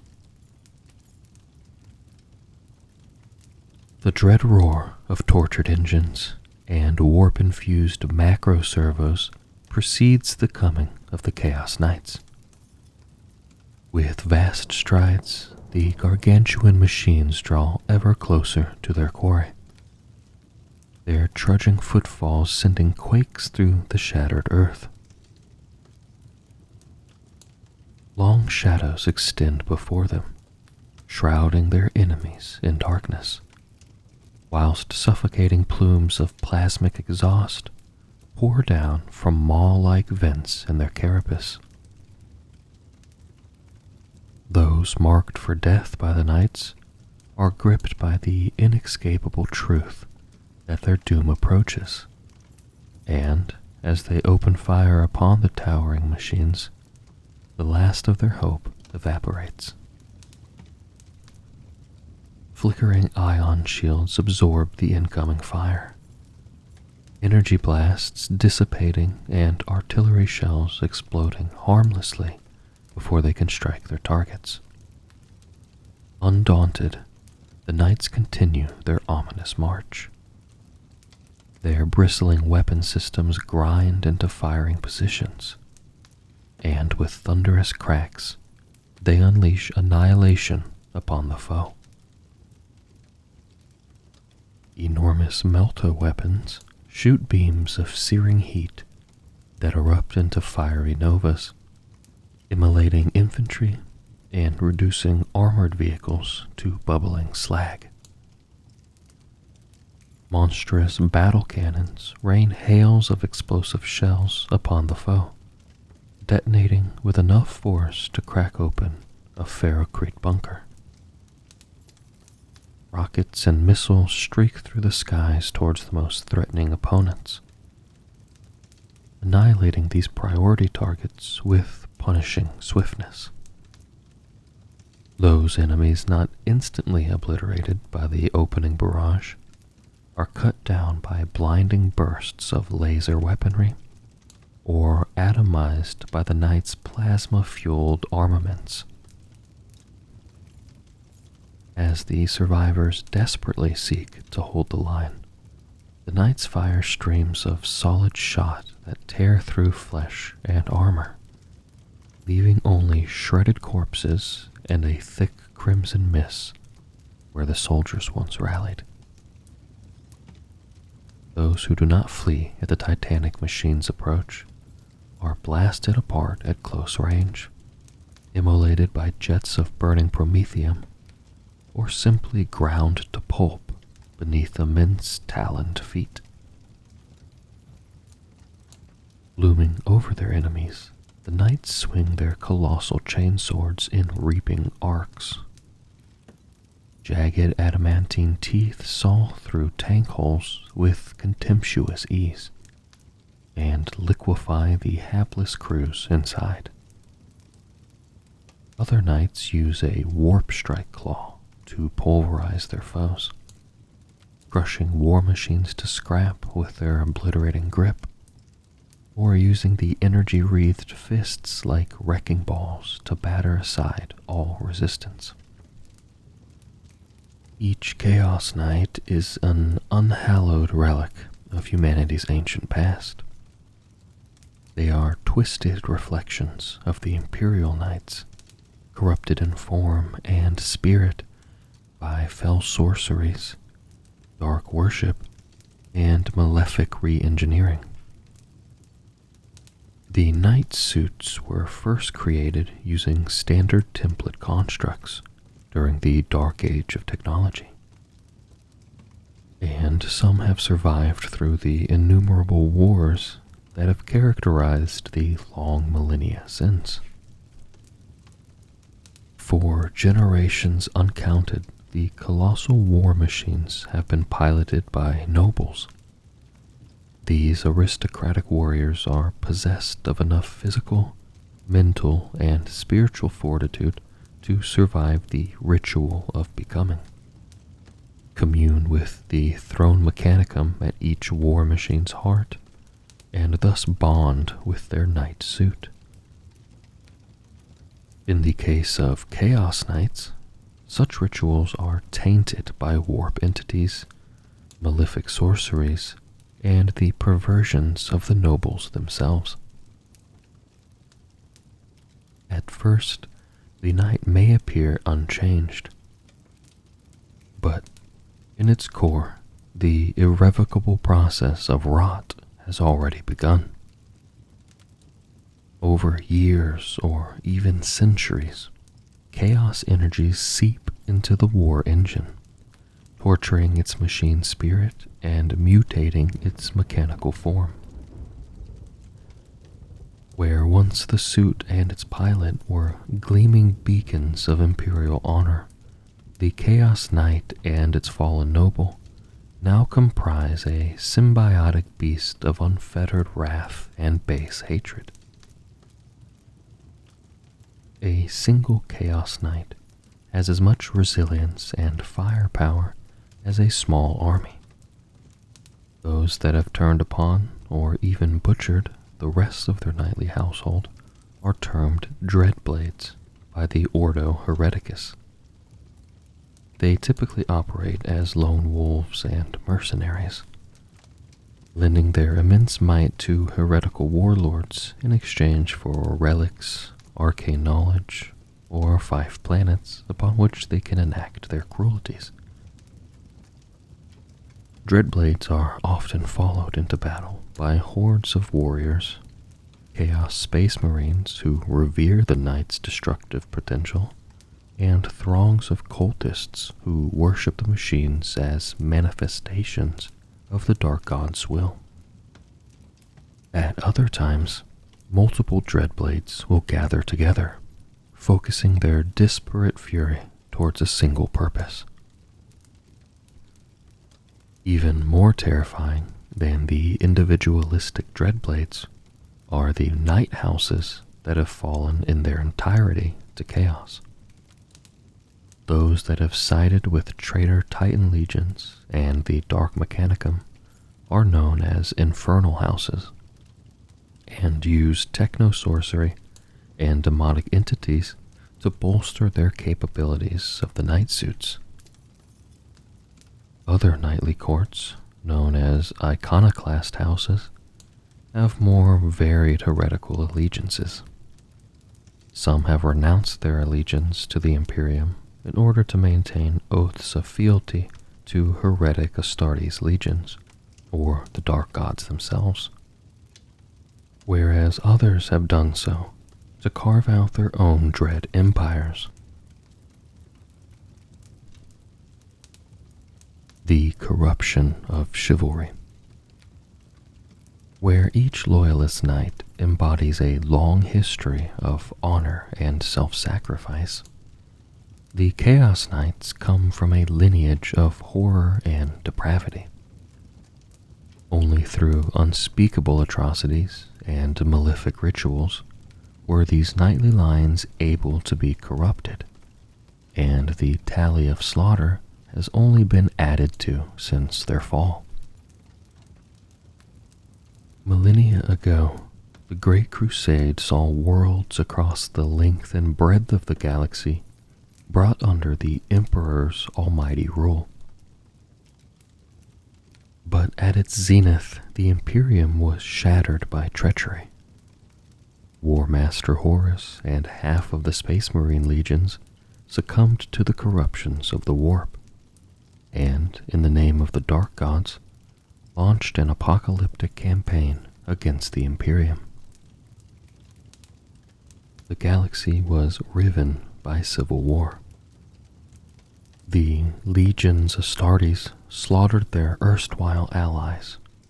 Worlds were incinerated by teeming armies of heretics. And the light of hope carried forth by the Emperor was replaced by bitter darkness. It was during this time that the first knights fell to chaos. Many amongst the Imperium had thought it impossible for the noble houses to be corrupted.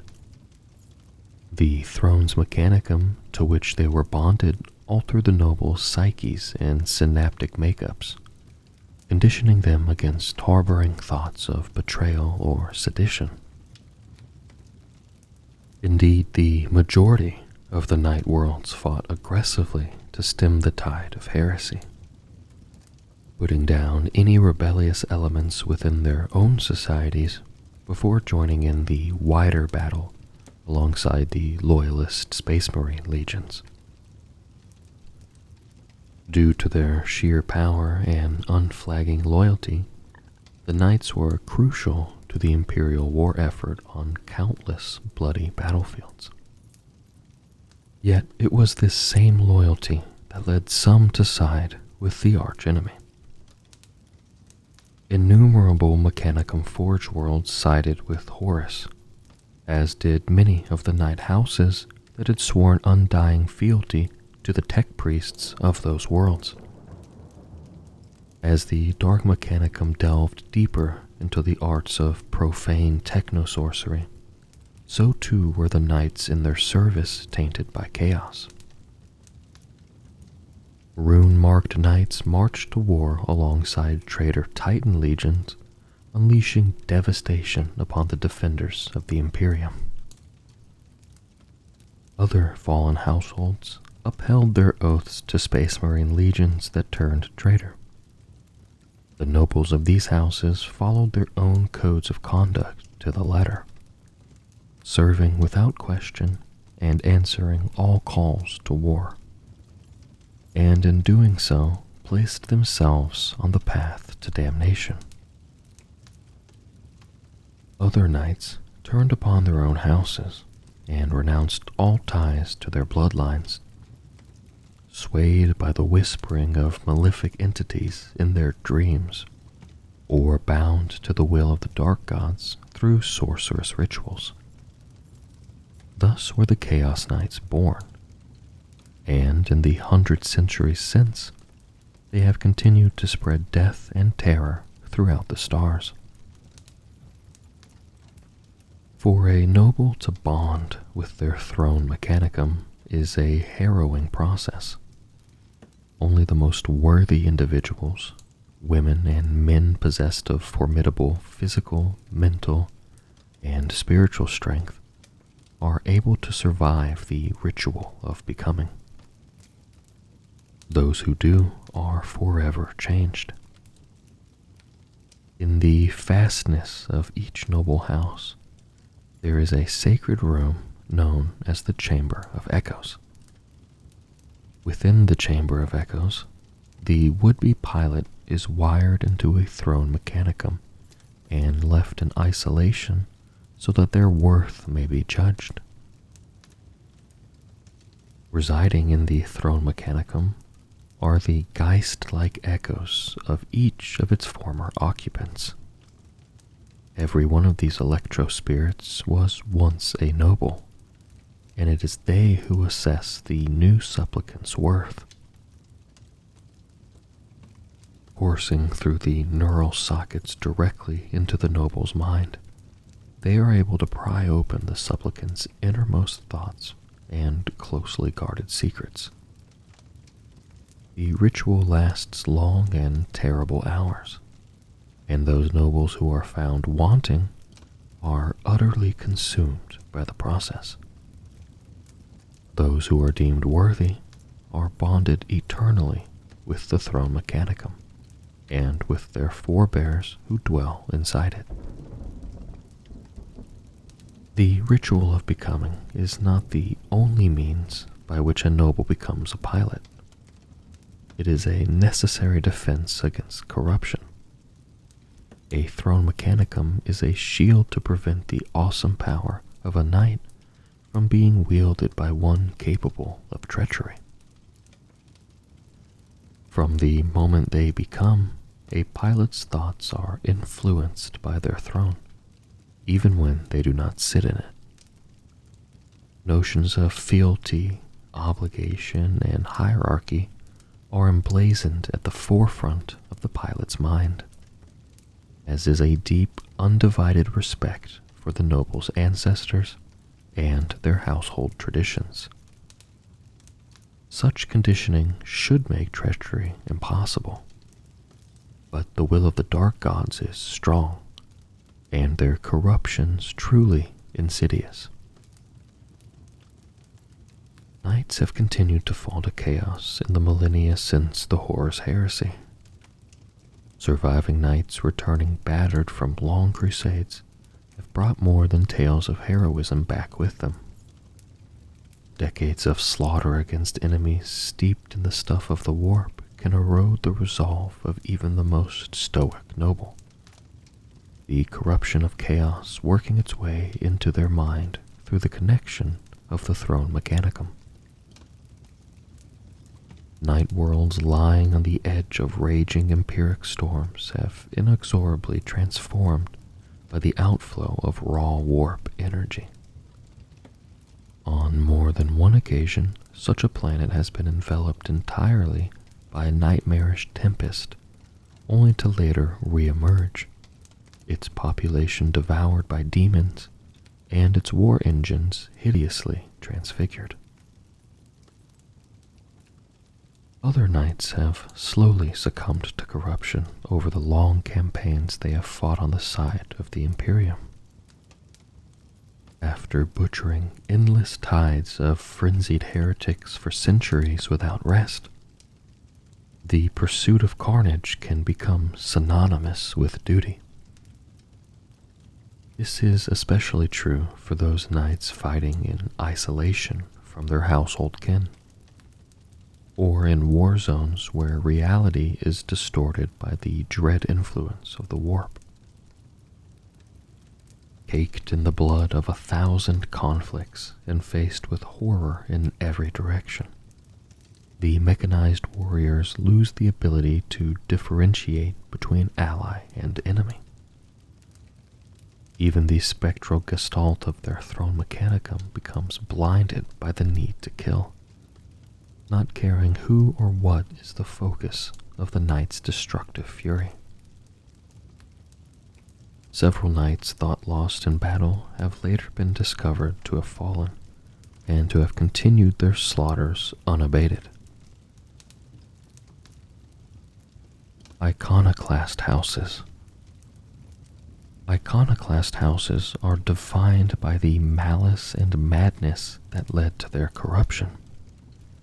In place of honor, they pursue only conquest, destroying whatever enemies stand before them to expand their tyrannical domains. Many have long histories of depravity that stretch back for thousands of years, though new iconoclast houses can be formed wherever the taint of the warp takes hold. The pilots of the first iconoclast households had already become before the Horus Heresy. The enormity of the Imperium's fracturing had devastating effects on those knight households whose allegiance lay with the traitors. As the heretical war spread across the galaxy, the ghosts within hundreds of Thrones Mechanicum howled in anguish. Their imprinted spirits were tortured by the impossibility of upholding their honor and maintaining their loyalty in the face of their traitor master's deeds of betrayal. The neural outcry was such that some nobles were driven insane by it, while others suffered gruesome cranial hemorrhages. Others still continued blindly into damnation, claimed by that most insidious trap of believing honestly that those to whom they had sworn their oaths fought for a just cause. The vast majority of turncoat nobles were subjected to immense torments. They were ceaselessly assaulted by feelings of shame and hatred, their every negative emotion amplified and echoed by the ancestral spirits of their throne's mechanicum. According to the code chivalric, failure to perform one's duties is a transgression that can only be absolved through selfless service. As such, these knights fought all the harder for their treacherous lieges. At the commands of their heretical lords, lances of Chaos Knights tore bloody paths through the Imperium's armies. Once honorable nobles led attacks to desecrate cities and enslave the populations of entire planets. Miles-high statues dedicated to the Emperor were toppled by knights' ceaseless bombardments, and in their place, profane monuments were erected to glorify the cruelties of the dark gods. These attempts to quell their self-loathing through unquestioning service only added fuel to the fire. The knights were compelled toward greater extremes of brutality and further depths of depravity, and with every debased action, the screams of their throne's mechanicum grew louder. Over time, the Chaos Knights became unrecognizable as the valiant warriors they once were. Some had transformed into incarnations of carnage. They hacked their way through the steel and flesh of their foes, seeking to drown their unrelenting anguish in oceans of blood. Others became agents of instability, their motivations and allegiances upended constantly by the hateful tempests that raged in their souls. The insanity that festered inside each Chaos Knight corroded the notions of chivalry, twisting concepts of honor and duty into new and nightmarish ideals. These fallen nobles justified the most heinous atrocities they committed, reasoning that since they had been bred to be exemplars of virtue, every action they took must therefore be virtuous. Whilst incinerating the defenders of an imperial bastion, a knight would conclude that such measures must be necessary, for otherwise their codes of virtue would not allow them to immolate their victims. By the same grotesque logic, if roasting alive 100 imperial soldiers was an act of honor, then there could be no greater honor than seeing the entire galaxy set ablaze. Since the Horus Heresy, thousands of individual knights and even whole knight households have fallen to chaos. Each an instance of treachery is a monumental blow to the Imperium. The nobles and their knight suits are not only crucial cogs in humanity's war machine, they are considered to be amongst the most unshakably loyal servants of the Emperor. The mere suggestion that a noble could forswear their vows and fight against the Imperium's servants is tantamount to blasphemy. It is whispered that the Departamento Munitorium has had imperial officers executed for heresy rather than lend credence to their claims that they have done battle with turncoat nobles. Yet the terrifying reality is that Chaos Knights bent on anarchy and slaughter march upon the Emperor's realm in ever greater numbers.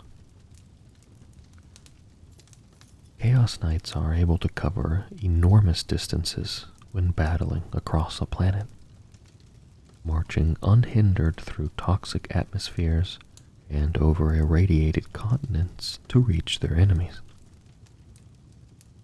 When their wars stretch beyond a single world, many of their kind use corrupted explorator craft and mass conveyance barges to transport themselves to the front lines. On the most warp-drenched battlefields, the horrific war engines have been known to storm forth from empiric tears in reality.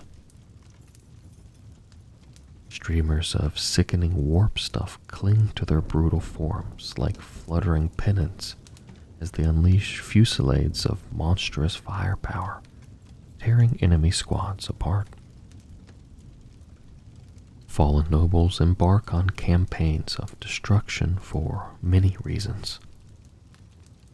Some do so to conquer territory in the name of the baleful deities they worship.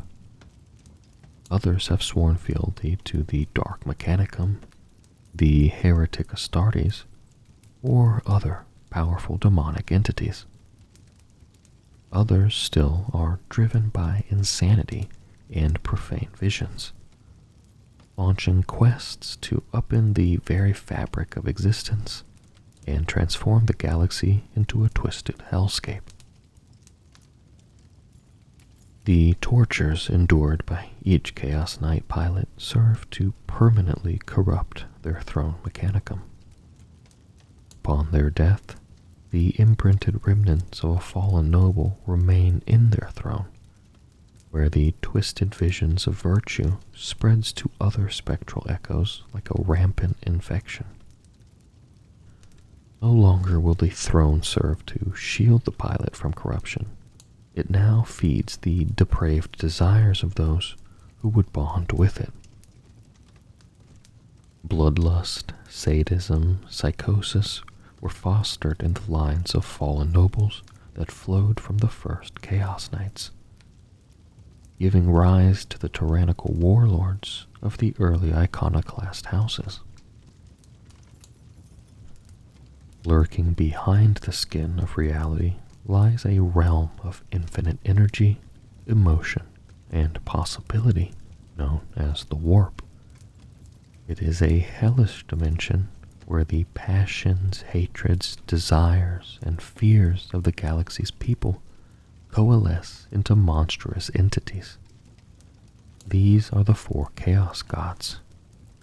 Khorne, the Blood God, patron of warriors and murderers, font of infinite rage. Tzeentch, the changer of ways, master of fate, sorcery, and mutation. Nurgle, the plague lord, the bloated and ebullient deity of disease. Slaanesh, the dark prince, the ultimate expression of hedonism, vanity, and obsession. It is from the stuff of these abhorrent beings that the demons of chaos flow, and it is to their cruel wills that those entities are enslaved, as are countless damned mortals. Lurking beyond the veil, the Chaos Gods war ceaselessly with one another, and with the denizens of real space, their demonic foot soldiers surging through wherever a warp storm or empiric breach forms. Many fallen nobles have been seduced by the poisoned promises of the Chaos Gods, just as the traitor legions were before them. In some cases, entire iconoclast or infernal houses devote themselves to a single deity.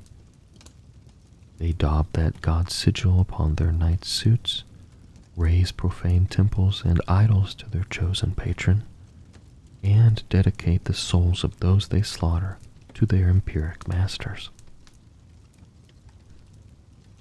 Others are pantheistic in their worship, with individual fallen nobles choosing different patron gods to the remainder of their household, or offering dark prayers to whichever deity they believe will aid them in any given moment.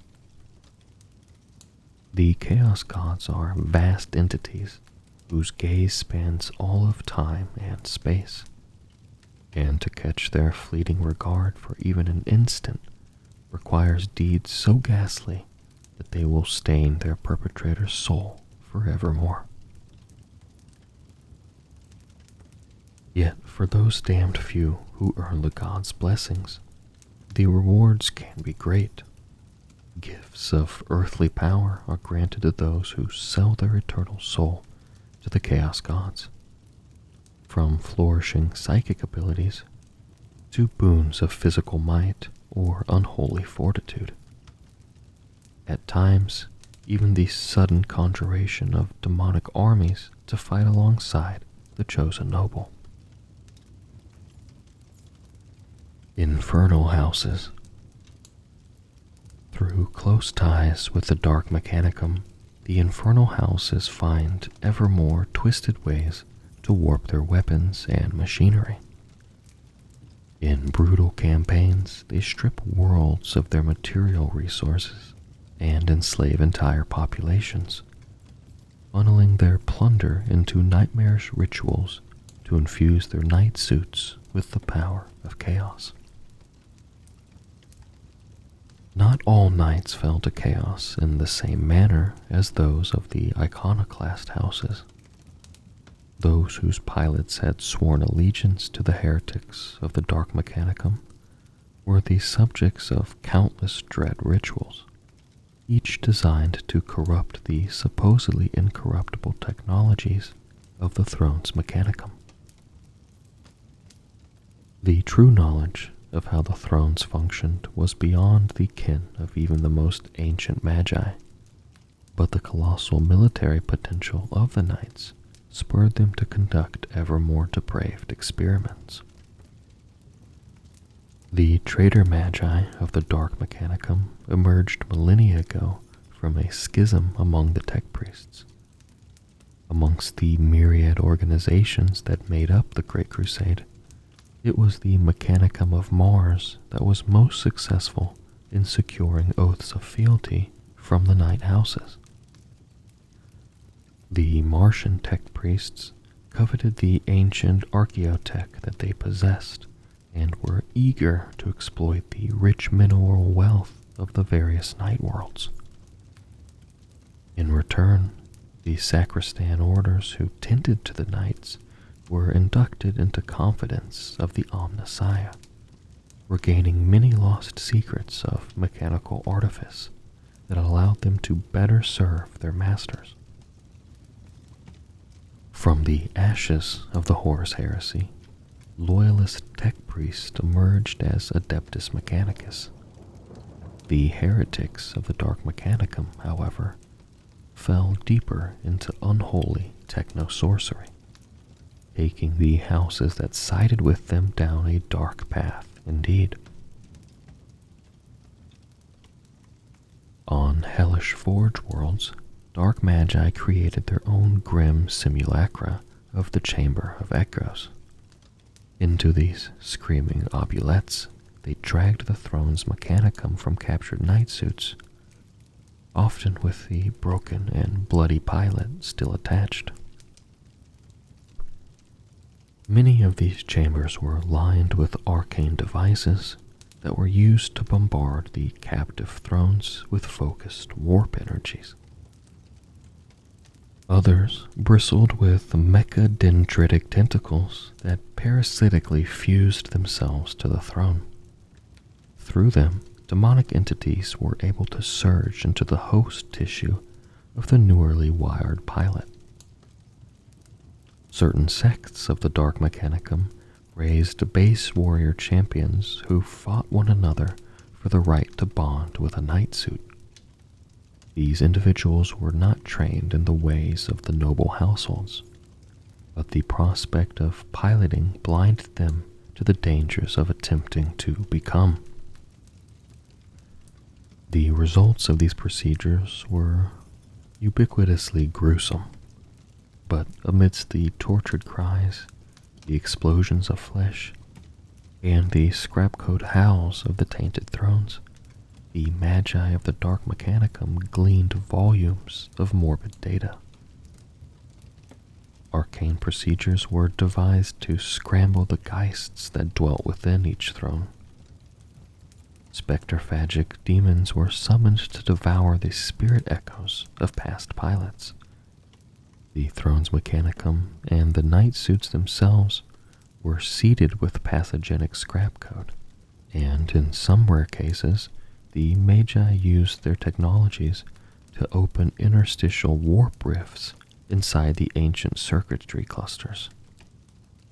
Though only a fraction of the night suits and thrones that were captured survived these torturous experiments, those that did were corrupted beyond redemption, as were any pilots unfortunate enough to survive. Through unspeakable procedures, the Dark Mechanicum bonded these fallen nobles to their tainted war engines, thus creating the progenitors of the infernal houses. Chaos corruption seeded into a Throne Mechanicum spreads into the rest of the night like rot. The night's massive actuators, the hissing capacitors of its baleful weapons, and its red-hot reactor core are bent to the insane will of the pilot and the spectral inhabitants of the throne. No longer does the war engine march with bold and purposeful strides, with every colossal movement being the result of generations of discipline and training within the night households. Instead, the Chaos Knights lope forward with predatory haste, eager to drink in the deaths of its next band of foes. Gone is the imperative desire to protect its allies, to form the immovable center of a defensive line, or the unstoppable point of a combined charge. The Chaos Knight's machine spirit cares nothing for those alongside whom it fights. Whether they live or die is of little concern, so long as it can engage in rampant slaughter. If a loyalist knight is akin to its noble's valiant steed, Chaos Knights are closer to rabid warhounds. A fallen pilot fights constantly to retain dominance over their hate-filled war engine and force it to obey their will. It is a fight from which not all fallen nobles emerge victorious. Drooling blood or acidic oils, ocular lenses burning with murder lust, and holes wreathed in miasmal fumes or cracking hellfires. It is clear to all who look upon Chaos Knights that whatever nobility resided within these deranged war engines, it has long soured into hate and madness. Dreadblades. Not all fallen nobles offer fealty or suffer bonded servitude to a dread household. Dreadblades call no one master. These lone knights are perhaps the most dangerous, for their obsessions, insanities, and whims are given free rein.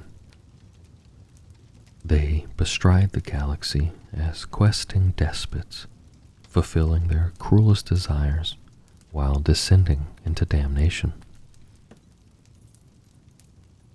The horrors that cause a knight to become a dreadblade are as varied as the currents of chaos themselves. Some fallen nobles are led onto this path of damnation through illusion and trickery. Others find themselves exiled as a result of their growing insanity or some grievous contravention of their house's twisted codes of honor. Others still choose a violent solitude of their own volition as a means to pursue revenge and to fulfill their sworn oaths of murder. Regardless of the underlying reason, a fallen noble who turns their back on the Imperium and their household is forever outcast. Yet this only makes them more deadly. Freed from the bonds of fealty and subservience, there's nothing to stop a Dreadblade from pursuing their own nightmarish devices. They may travel from war zone to slake their iron steeds' lust for carnage, or hunt down and destroy all in the galaxy who have offended their twisted dignity. A great many Dreadblades hail from houses that are still loyal to the Imperium and the Omnissiah. During the Horus Heresy, when the rest of their households sided with the Loyalists, individual knights felt honor-bound to maintain their fealty to the traitors. Countless such schisms occurred across the galaxy, and though many of the rebelling knights were permanently silenced in titanic duels, others disappeared into the stars, only to re-emerge alongside the armies of the War Master. Many more loyal nobles have fallen in the millennia since. Some were driven insane by the debilitating touch of fell Xenos weaponry or sorcery. Others were compelled towards an existence of indiscriminate slaughter by corrosive nanophages eating into their throne, made susceptible to demonic influence by empiric energies. Others still become embittered by their treatment at the hands of former brothers and sister lords, ravaged by hardships endured in a life of exile beyond their house, until, at last, the wound to their honor becomes so great that they take up the mantle of Dreadblade. Other knights who become Dreadblades are those captured in battle, their allies wiped out, and their suits damaged to the point that they can no longer fight. A horrific fate awaits these warriors. Their minds and souls are gradually eroded through the use of sorcerous torture and demonic rituals. Notions of loyalty and honor are replaced with the depraved ideals of their captors and a screaming desire for carnage. The dread households of chaos themselves have also spawned numerous lone destroyers. Some of these traitor lineages have met their doom in battle, or were besieged within their keeps over the millennia, whether by Imperial, Xenos, or rival heretics, and only individual survivors have escaped their house's fall. Splinterheart of House Yeren, the Skinflare of House Porvix, and Prince Ricard Vor Kinnerix, ruler of his line, are known to have escaped the destruction of their world and house. They and others roam the most dangerous warp channels of the galaxy, preying upon isolated outposts and selling their immense power to traitors, heretics, and apostates. None in their number care about the diabolical deeds they now commit, or who falls beneath their blades. There are then those Dreadblades who, over the course of long, bloody campaigns, have lost the ability to perceive the path of righteousness. Surrounded by so much slaughter, their only notions of honor are tied to the killing strike of their blade or the obliterative blast of their battle cannon. Many such Dreadblades are completely unaware that they have fallen from grace, their single-mindedness blinding them to the atrocities that they so wantonly commit. Dynastic strife within dread households can also result in the banishment of knights, or in them abandoning their former kin. Savage power struggles fought between rival heirs to a specific lineage's crown are waged not only through assassination, political maneuvering, and attempted coups, but also in open combat between individual knights. Failure in such bouts often means death. For those that escape, a lifetime of hatred, bitterness, and the need for revenge awaits them as they forge their path anew and alone. Wars can easily break out between different lines of a house as competing factions vie for control of the entire dynasty. Such conflicts are common, but usually swiftly and brutally put down by the house's ruler. They may be started due to simple greed, the ruler's perceived weakness, or the desire for personal power and glory to win greater favor with the dark gods.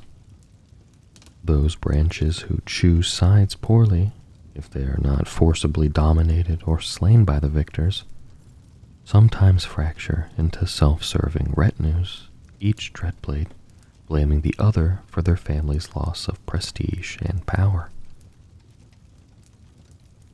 Wars may be ignited by clashes of ideology, fueled by cults growing among the fallen nobles, dedicated to one of the dark gods, or by outside forces seeking influence among the Chaos Knights and seeding distrust and revolt between them. At Orvesta, rival groups within House Thurnagus each sought to broker alliances that would advantage the whole house, and bring no small amount of prestige to themselves. The Iron Warriors Traitor Legion and the Dark Mechanicum of Bula IV each sought to undermine the other's treaties with the Thurnagus Knights. Nobles were murdered, envoy knights butchered and scrapped, and a civil war that threatened Thurnagus' existence spiraled out of control. Eventually, the Dam Regis Lyda Thuringia ruthlessly crushed both competing factions within her court, sickened by their underhanded ways that had nearly torn her bloodline apart. Those she caught were ritually executed, while any conspirators who escaped were declared outcast and forbidden from ever re-entering the subsector on pain of death. Over time, marching upon the path of the Dreadblades leads these fallen nobles and their Chaos Knights to become some of the strangest and most warped of all their kind. Some are wreathed in supernatural phenomena, their carapaces dancing with dark flame, or surrounded by clouds of cackling demonic attendants. Others listen too closely to the whispers that infest their throne mechanicum, learning to wield unclean sorcery at the expense of their sanity, or becoming consumed by an obsessive need to dominate. Others still grow folds of sinew or great barbed tusk, becoming lurching horrors that meld warped flesh with twisted machinery. Chronicles of Terror. Lone Dreadblades have posed a significant threat to Imperial forces for thousands of years. Whether striking frontier settlements or haunting dangerous wastes alone, fighting beneath another's banner or leading entire armies of their own, these warriors are often impossible to predict. Loosed from the oversight of a dread household's court and the shackle of permanence that a homeworld represents, Dreadblades plague the galaxy as roving, nightmarish abominations. Tales of individual Dreadblades and the ruinous paths they carve across the stars have evolved over time into myths and cautionary stories. Many benighted regions of the Imperium are home to dark legends of such shadowy monstrosities. They are whispered around guttering electro-lanterns by frontier miners, told by rot-gut-fueled guards in the dark watches of the night, or spread by rogue traders to warn off potential rivals from prime trade routes. The ecclesiarchy dismissed these rumors as the wanderings of enfeebled minds lacking the surety of faith. Even some bombastic inquisitors scoff at such tales, seeing them as born out of local megafauna or xenos attacks. Yet many such stories are all too true, the product of nightmarish attacks by masterless Chaos Knights. Lone Dreadblades may have been abandoned upon a feral world, unable to leave and surrounded by a shrinking cabal of fawning idolaters. In such cases, the fallen noble's only release from their company may be its rapacious attacks on terrified townships that see it as a demonic beast. Some haunt lesser-used trade routes, preying upon luckless merchants, with so many stable warp routes made impassable by the emergence of the Great Rift. Passages and channels once viewed as too dangerous or cursed are being braved by the desperate or the foolhardy who realize only too late that they've entered a Dreadblade's hunting ground. Even bereft of their lordly peers, a fallen noble on the path of the Dreadblade is not alone. They are attended by a body of arcane idolaters who maintain the knight's panoply and weapons. Such cabal of techno-sorcerous artisans may have been cast out alongside the Chaos Knight, eternally tied to the noble's fate, for better or worse. Some idolaters willingly pledge themselves to a lone Dreadblade, seeing the opportunity to rise in the noble's favor, and in the warrior's unfettered state, the chance to acquire knowledge and power denied to them by more senior cults of their former house. Equally, not all Dreadblades fight alone. Some gravitate towards similarly dispossessed or forgotten Chaos Knights, drawn together by some instinctive need for hierarchy, or perhaps unknowingly directed by the will of the Dark Gods. Roving bands of Dreadblades are a blight upon the galaxy, capable of crushing entire armies beneath their stride. Still, other lone Chaos Knights fall in league with the Heretic Astartes, cults of demon worshippers, or rebellious armies of turncoats. Among these traitors, the Dreadblade fights as a sickeningly powerful mercenary, often uncaring of their allies' cause, yet eager to unleash their fury. The natural superiority and callous martial pride of a fallen noble alone can dominate weaker wills with ease. Coupled with the power of the corrupted knight suit, some amass legions of cowed militarum traitoris soldiery or fervent chaos cultist worshippers. These devotees see the Dreadblade as their monstrous king, anointed by the power of the gods of chaos, and worthy of any foul obeisance it commands. Triumvirate of Torment. Scrawled images of the three Chaos Knights, known as the Triumvirate of Torment, have appeared among pre-warp human and Xenos civilizations throughout the St. Merides Strait. The Night Abominant Threst Talagor leads them, eldritch energies twisting in the mantle of shadow that gathers about it.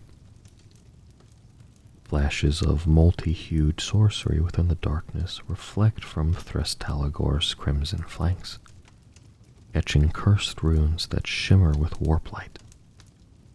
The fallen noble at its core, Grigor Carolus, is fused with his throne mechanicum. His flesh is stretched and melded with machinery and unpleasant growth. Upon Threst Talagor's carapace, three psychers hang impaled on rusting spikes, tormented by wraith-like terror shades. Carolus feeds on their essence, letting it wind around his electrosurge and soak into Thrastalagor's fabric. The unknown fallen noble within Talon of Ruin communicates only with snarls and metallic growls blasted from the Night Rampager's emitters. Not even Carolus' sorcery has been able to determine whether there remains a human occupant upon the Chaos Knight's throne. Talons of Ruin's fractured tilting shield and dinted pauldrons bear faded imagery from several ancient houses, but its silent idolaters, missing tongues or with their mouths stitched together or welded over, are unable to tell the reason. The third of their cohort is the most voluble. Its armor is lacquered in lurid colors and emitters blaring with deafening tributes to murder. Regent of Nostria is a night desecrator whose heraldry is sinuous sigils and writhing figures, openly displays its pilot's worship of Slanesh, the chaos god of excess.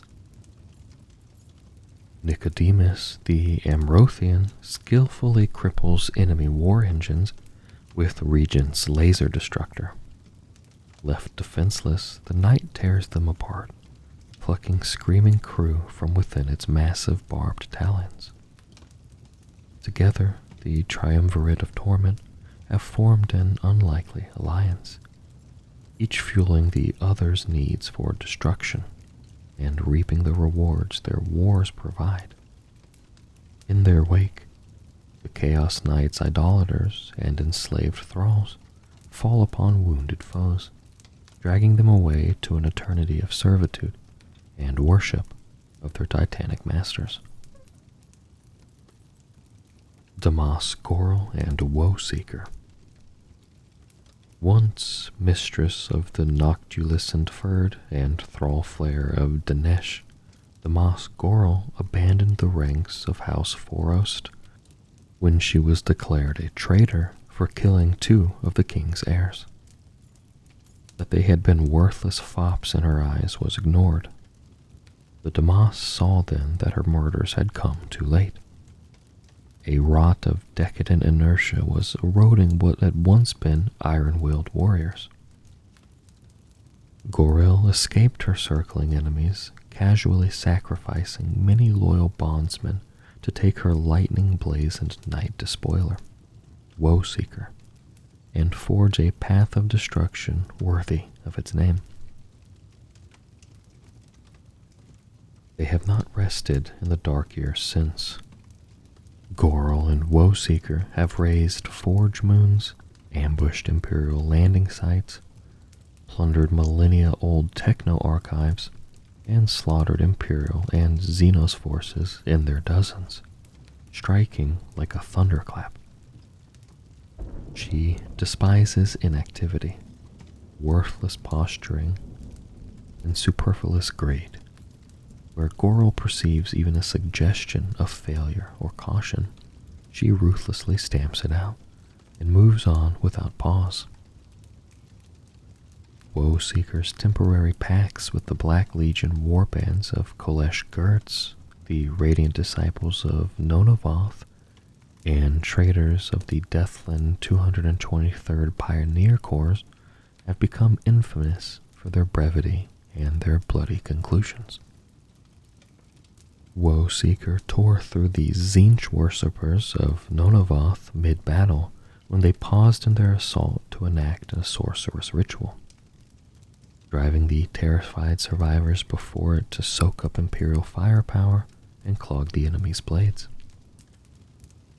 It contemptuously crushed Warlord Gertz beneath one massive foot during the warrior's elaborate shouted challenge to his salamander's opponent, before obliterating the Imperial commander with a battle cannon shell and leading the remaining Black Legion to tear open the gates of Fundus Bragantis.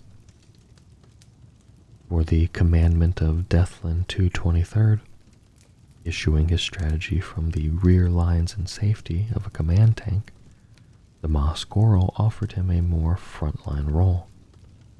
Hefting the Commandant's tank in one giant gauntlet, she hurled it into the enemy's midst where it detonated like an oversized grenade. Woeseeker strode through the gap the explosion had torn open in the foe's defense, cannons already firing as Goro watched for the next lapse from those around her. Hope's Shroud. In M36, the former Freeblade known as Hope's Shroud pledged its loyalty to the Ecclesiarch Gorge Vandire. In the name of faith, it massacred soldiers who fought to depose the tyrannical High Lord, and was even sent to eliminate its master's greatest detractor, Sebastian Thor. But before Hope's Shroud could carry out its charge, Thor brought his armies to Terra. Vandire was eventually slain by members of his own bodyguard, the warriors who would go on to found the Adeptus Sororitas. Upon learning that its liege had been murdered and named a traitor, the fallen noble and knight turned to hatred and weapons against all those who followed the Imperial Creed. Hope Shroud's pilot rejected the Imperial faith and instead embraced with greater fervor the creed of those the Imperium deemed heretics. Allying with heretical warbands to aid them in their vendetta, the noble and knight sought out the most faithful servants of the Emperor so that they could slaughter in Vandire's name. Litany of Destruction. The Living Litany, a Freeblade knight who was the epitome of the questing champion. Driven by honor, this warrior traveled across battlefields, driving back Xenos and heretical foes alike. None know the truth behind the Living Litany's fall and its transformation into the monster known as the Litany of Destruction. Some say that a freak warp storm enveloped the pilot and his war machine during the battle for Creneva Hexus. Others claim that the knight was exposed to a biomechanical contagion by agents of the Dark Gods. Some simply contend that the Litany of Destruction's lust for slaughter and devastation has become so all-encompassing that the allegiance of its victims has ceased to matter. Whatever the truth, where once litanies' vox arrays blared sermons of worship in High Gothic, they now howl deranged diatribes as the war machine enters the field of combat. Dread Pageantry. Chaos Knights display on their chases the icons that denote their allegiance. Some bear the markings of their fallen households, and others the defaced remnants of imperial symbols, and others still the profane daubings of their worshippers. Together with personal arms and trophies of vile deeds, these form a knight's dark heraldry. Each dread household is identified by both its traditional colors and its icon.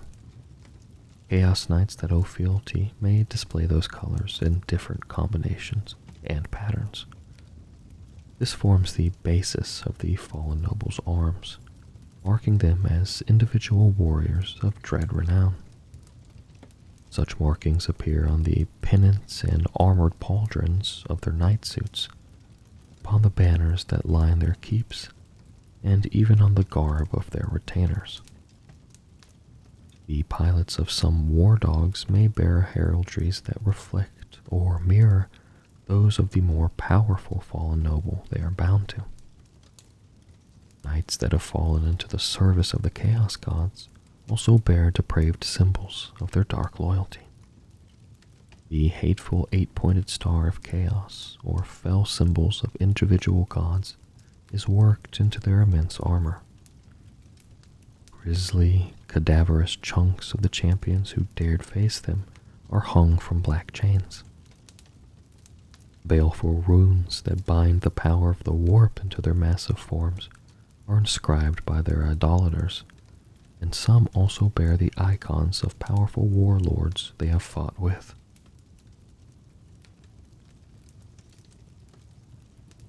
The Death Guard are the greatest champions of the plague god Grandfather Nurgle, his favored spreaders of his bounteous gifts. Look upon them and see the signs. Pus seeping from festering wounds that never heal. Miasmic smogs of corrosive, stinking gas hanging thickly in the air wherever Nurgle's chosen tread. The wriggling, lamprey-mouthed tick leeches that clamp on to their rotting flesh. The droning billions of plague flies swarm the battlefields they stalk, and the ships in which they course through the stars. See them stride through their foes' defenses, impervious to incoming fire. Hear them gurgle and retch their praises to the Lord of Decay as they hack heavy, envenomed blades through those that stand against them. Breathe deep of the lung-clogging pollutants pumped from their flesh-fueled power packs. See how their enemies recoil in their mere presence, writhing, vomiting, hacking, coughing, screaming, contorting. See how the foe's flesh is liquefied by the toxic ooze in which the Death Guard drench them. See how their armor bubbles and melts. How eagerly they are followed by ragged mortal masses, desperate for but a sliver of their gifts. How blessed are they who have bound to their will the malady-infested demon engines that hunger so much for the flesh of mortals, and to feast on rot and decay and mud and maggots. Truly, they are the great corruptors most blessed. Nurgle's Legion. From their earliest days, those with the gene seed of Mortarion were renowned for their endurance and self-reliance. And those few with access to the most secret Terran archives know of the brutal victories won by the Death Guard during the Great Crusade. But none could have predicted the grisly fate and terrible fall that awaited this once loyal legion of the Emperor. After reunification with Mortarion, the Death Guard fought tirelessly in the Great Crusade, pursuing what they saw as the liberation of mankind with incredible fervor. They never paused, taking resupply and reinforcements on the move. They never razed fortresses or left garrisons in their wake. They only destroyed and slew. The Death Guard were perfect infantrymen, deadly in boarding actions, trench warfare, and storming enemy bastions.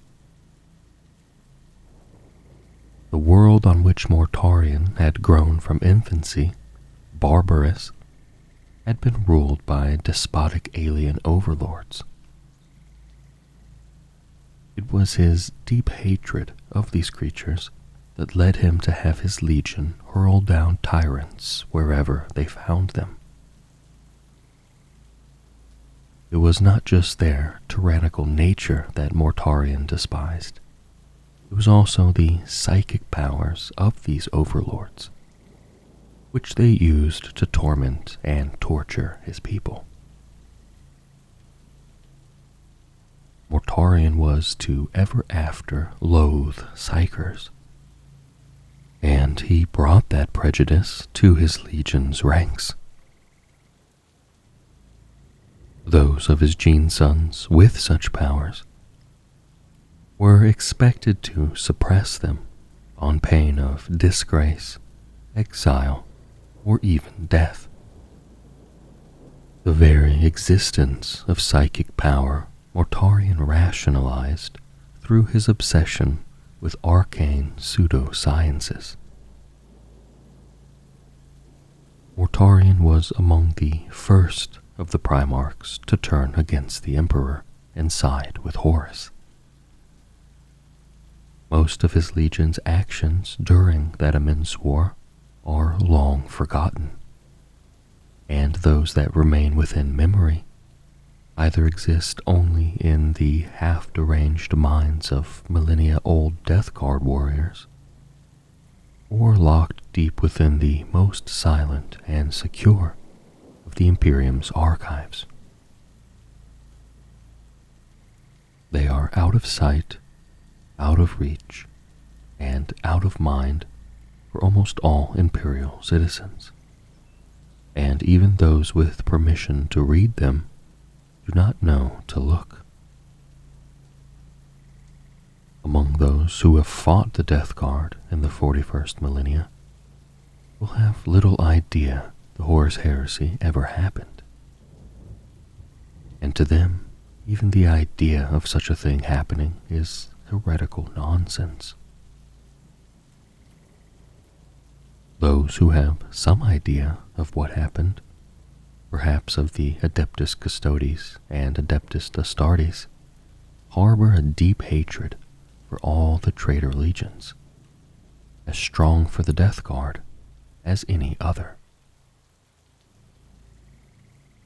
The Death Guard were destined to play a role in the siege of Terra, the final battle of Horus's rebellion that set the galaxy itself aflame. But their eventual part was not the one they had imagined.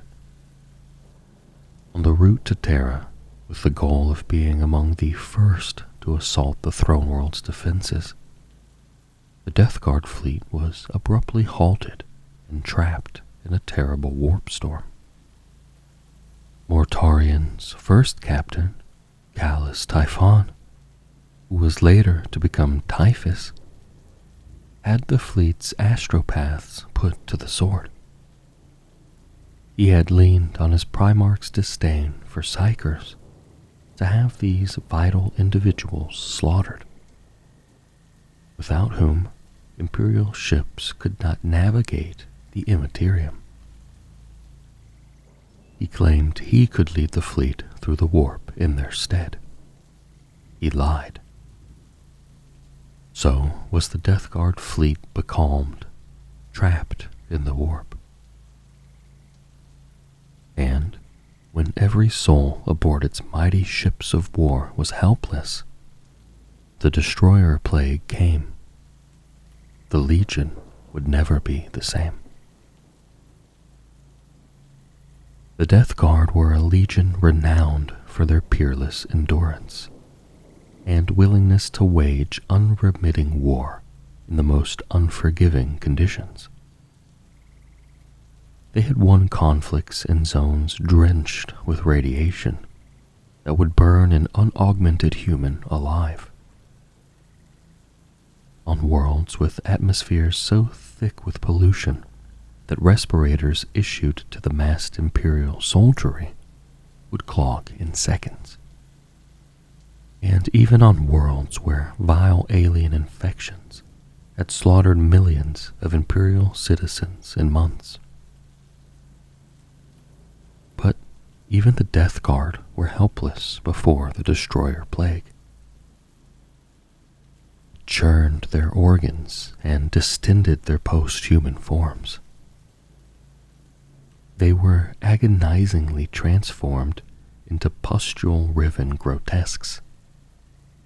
Any semblance of the stoic warriors they had been was scoured away by the disease and replaced with claws, spikes, tentacles, and bloated flab.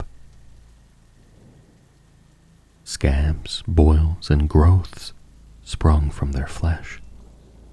Their armor burst due to their bodies' rapid expansions, and its white plate turned the colors of rot and decay and corruption. It was forever stained. Even the Death Guard's weapons were affected, becoming encrusted with rust and oozing pus and other foul effluvia. The warriors of the Legion grew more and more sick, but could not die no matter what pain, misery, and humiliation they suffered in the clutches of the Destroyer Plague. Mortarion suffered worse than any other. What humiliation, pain, horror, and dread befell Mortarion at that time, none will ever know but he. Such was the agony, however, that he broke. He begged for deliverance from his suffering, offering his soul and those of all his gene sons. Nurgle, the father of disease, answered his desperate prayers and claimed the Death Guard. Though saved from the ravages of the Destroyer Plague, they were left physically changed forever. Even their battle tanks, kept in the ship's holds, became putrid vessels of decay and disease, as if the plague god had claimed even their machine spirits for his own. Some of the Death Guard embraced their transformation, praising the deity that granted them his favor, and believing that they had proven themselves worthy of his patronage. Some were driven mad, becoming a full deranged glee or morose misery. Others hated the changes that had befallen them, seeing it as a weakness, perhaps even feeling a tinge of regret for the acts of treachery they had committed to bring them this terrible moment. Regardless, all were now servants of Nurgle forever. Mortarion. Mortarion is the master of the Death Guard and the demon Primarch of Nurgle. He is the dread liberator of Barbarous and the Pale King. He has crushed his enemies for 10,000 years, and his shadow looms large over the galaxy. Mortarion is fear, death, and plague made manifest. This ancient and festering monster wears the Barbaran plate, Baroque armor of his own design. He drones across the battlefield on huge, groaning wings. With a bitter malice, he wields silence, a fearsome, powerful scythe, and lantern, an energy pistol of mysterious Xenos origin. The toxic miasma is so thick about him, many of his enemies choked death on it. Accompanying him, always, are flocks of chittering demon mites and droning flies. He is the very thing of nightmares, but was not always this horrifying being. As with the other 19 Primarchs created by the Emperor, Mortarion was ripped from Terra in his incubation and scattered to a faraway planet. It was his terrible misfortune to land on Barbarous, a barren, mountainous world riven by flesh-searing pollution that grew with deadly intensity the higher one climbed. Its human population was physically stunted, scattered, and technologically underdeveloped. Worse, they were prey and playthings to the monstrous Xenos overlords who held the world in dominion. These creatures were necromantic horrors, versed in the arts of undeath, and led enormous armies of stolen humans transformed into walking dead and mutant flesh hulks by fell sorcery. Mortarion was adopted by the most powerful of these overlords, and under the tutelage of his alien father, he learned all he could of war and technology. For years he studied in a keep as high in the polluted atmosphere as his enhanced physiology would allow. For many more years, he led the Overlord's armies in war against the helpless humans in the world's valleys.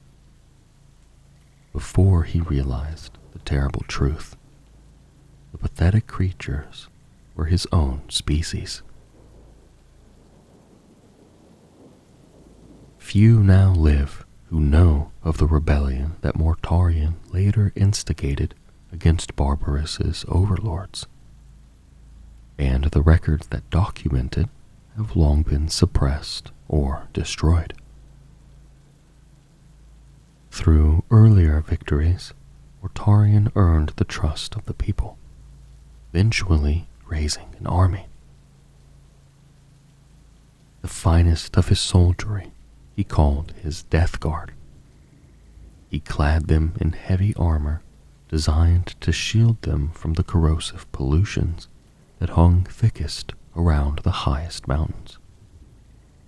One by one, he slew the vile and petty despots that claimed Barbaros and oppressed its people.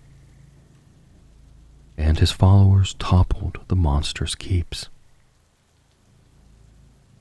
It was during Mortarion's final battle that the Emperor finally arrived to reclaim his long-lost son.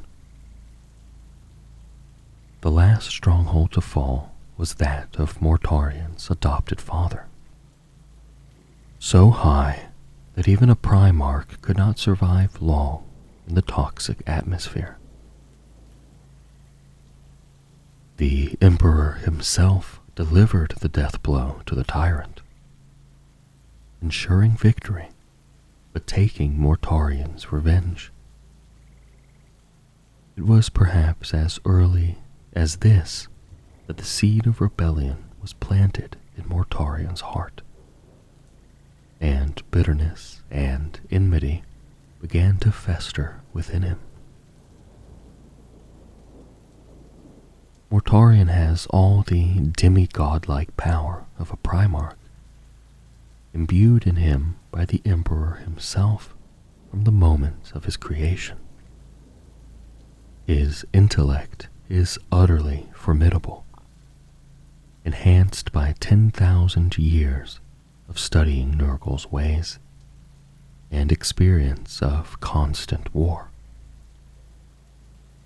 He was always renowned for his incredible abilities as a general of infantry, and he retains this news to this day.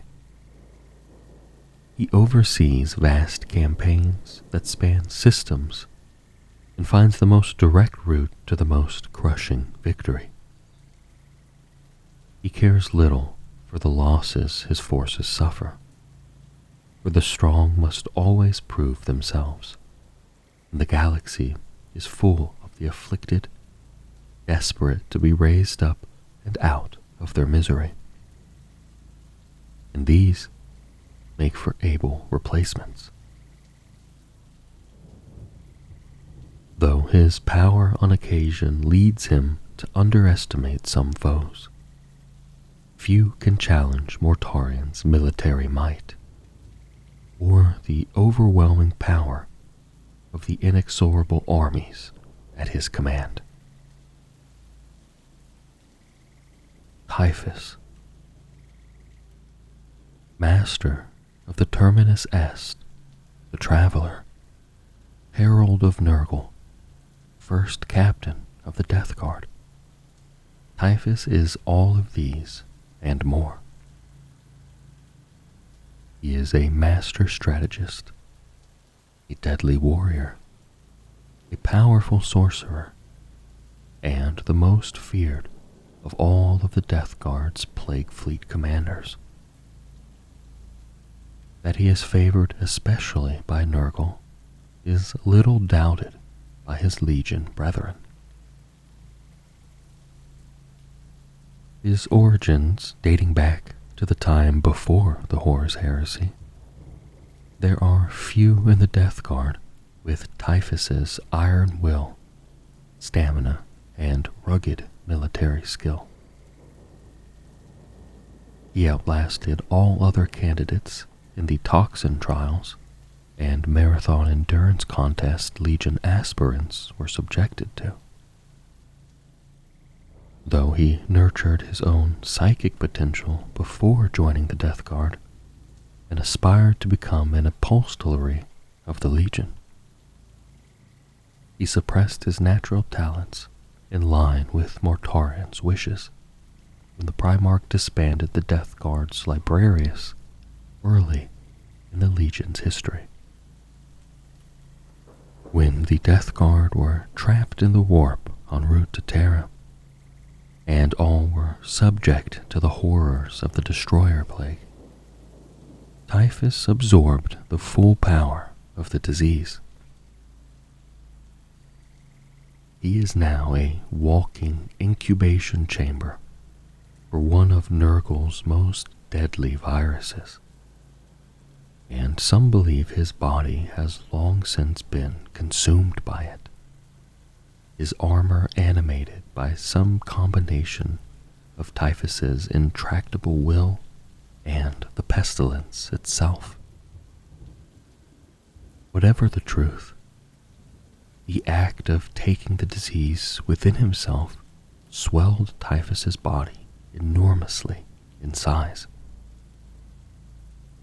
His armor was fused shut, and pestilential funnels sprouted from his frame, spewing out a hideous, choking miasma. Typhus became host of the Destroyer Hive in that moment. Now, to even stand in his presence is to be subject to agonizing maladies, predatory viruses, and lung-rotting infections inflicted by the horrible plague insects that inhabit the Destroyer Hive. After the Legion's retreat into the Eye of Terror, Mortarion began forming the Plague Planet into a hideous new Barbarous. Typhus dismissed the act as sentimental and was disgusted, believing the Death Guard should be spreading Nurgle's gifts throughout the galaxy, not brooding in the Eye of Terror. Taking the Terminus Est and a host of warriors with him, he pushed out into the galaxy. Despite never allowing subordination in his ranks, Mortarion did not pursue his first captain. Mortarion and Typhus worked together on occasion, though only if such an act is mutually beneficial. It says much of Typhus's strength of character that he can attain this kind of relationship with a being as powerful as a Primarch. Many speculate as to why Mortarion permitted Typhus to leave. Some argue it was because the Demon Primarch knew Nurgle's work would be done. Others because he did not want to risk his Legion being torn apart in civil war. Some have other, more sinister ideas, but none know for certain. over 10,000 years, typhus has brought Nurgle's rot and the Destroyer Hive to countless worlds. 7 times 7 times 7 tallymen have dedicated their lives to counting all the billions slain in his wars.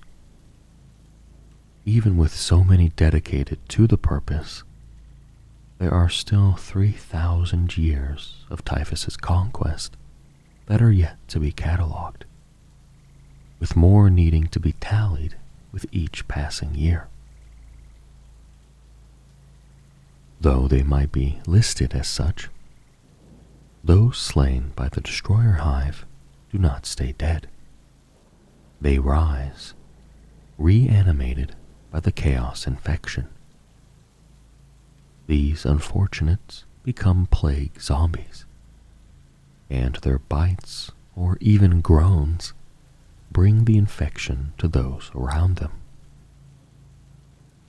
Since the emergence of the Great Rift, empiric energies have mutated the zombie virus to form myriad hideous strains. Many new types of plague zombie now torment the Imperium, including rot shamblers and foul creepers, though leering poxwalkers are by far the most common. Their ambling hordes having swamped countless industrial conurbations, hive cities, and even whole worlds. Legion structure. In the wake of the Horus Heresy and the scouring that followed, the Death Guard remained remarkably intact, maintaining a coherence many of their fellow traitor legions could not in that time of anarchy. Thanks to Mortarian's firm hand, the Legion retained its core structure in the millennia that followed, right through to the 41st millennium. Mortarian has maintained much of the structure the Death Guard had during the time of the Great Crusade and Horus Heresy. His Legion still has 7 companies, though they are now called Plague Companies, each comprising many thousands of Death Guard warriors. The lords and demon princes that command each of these huge formations can call upon their own plague fleets, numbering scores of capital ships and escorts, vast armories of battle tanks, fighting vehicles, and super heavy assets, menageries of foul demon engines, squadrons of gunships, and armies of mortal followers, millions or billions in number. They are supported by all manner of specialist Death Guard champions, including foul Blightspawn, noxious Brightbringers, plague surgeons, sorcerers, biologous putrefiers, and tallymen.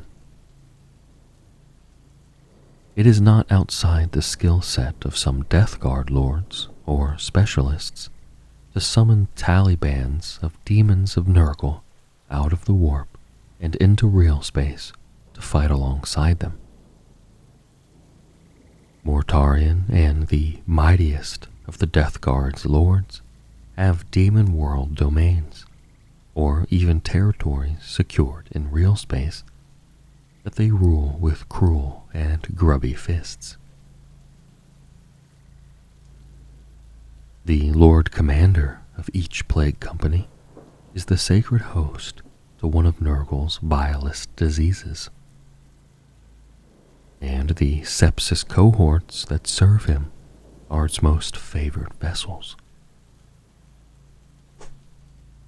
For all the Death Guard's nominal cohesion, The nature of galactic war means that the warriors of the Legion are scattered across thousands of war zones in different war bands at the whims of their lords, champions, and others. These forces, though they can vary enormously in size and composition, are all known as Vectoriums.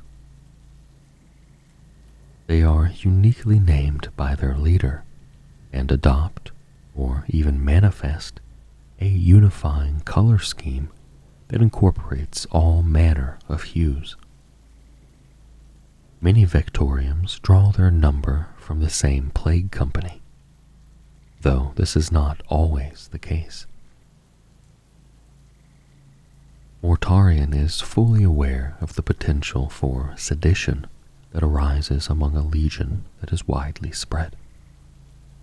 As one who turned against his own liege, he knows this better than most others. Thus does he dispatch warriors of the Death Shroud to watch over his lords. They shield the favored, remove the dangerous, and persuade those who might consider treachery that it is not the path they wish to tread. Known also as the Pale Harvestmen, the Scythes of Nurgle, the Eyes of Mortarion, those that reap, and many other titles. They were once Mortarion's personal bodyguard.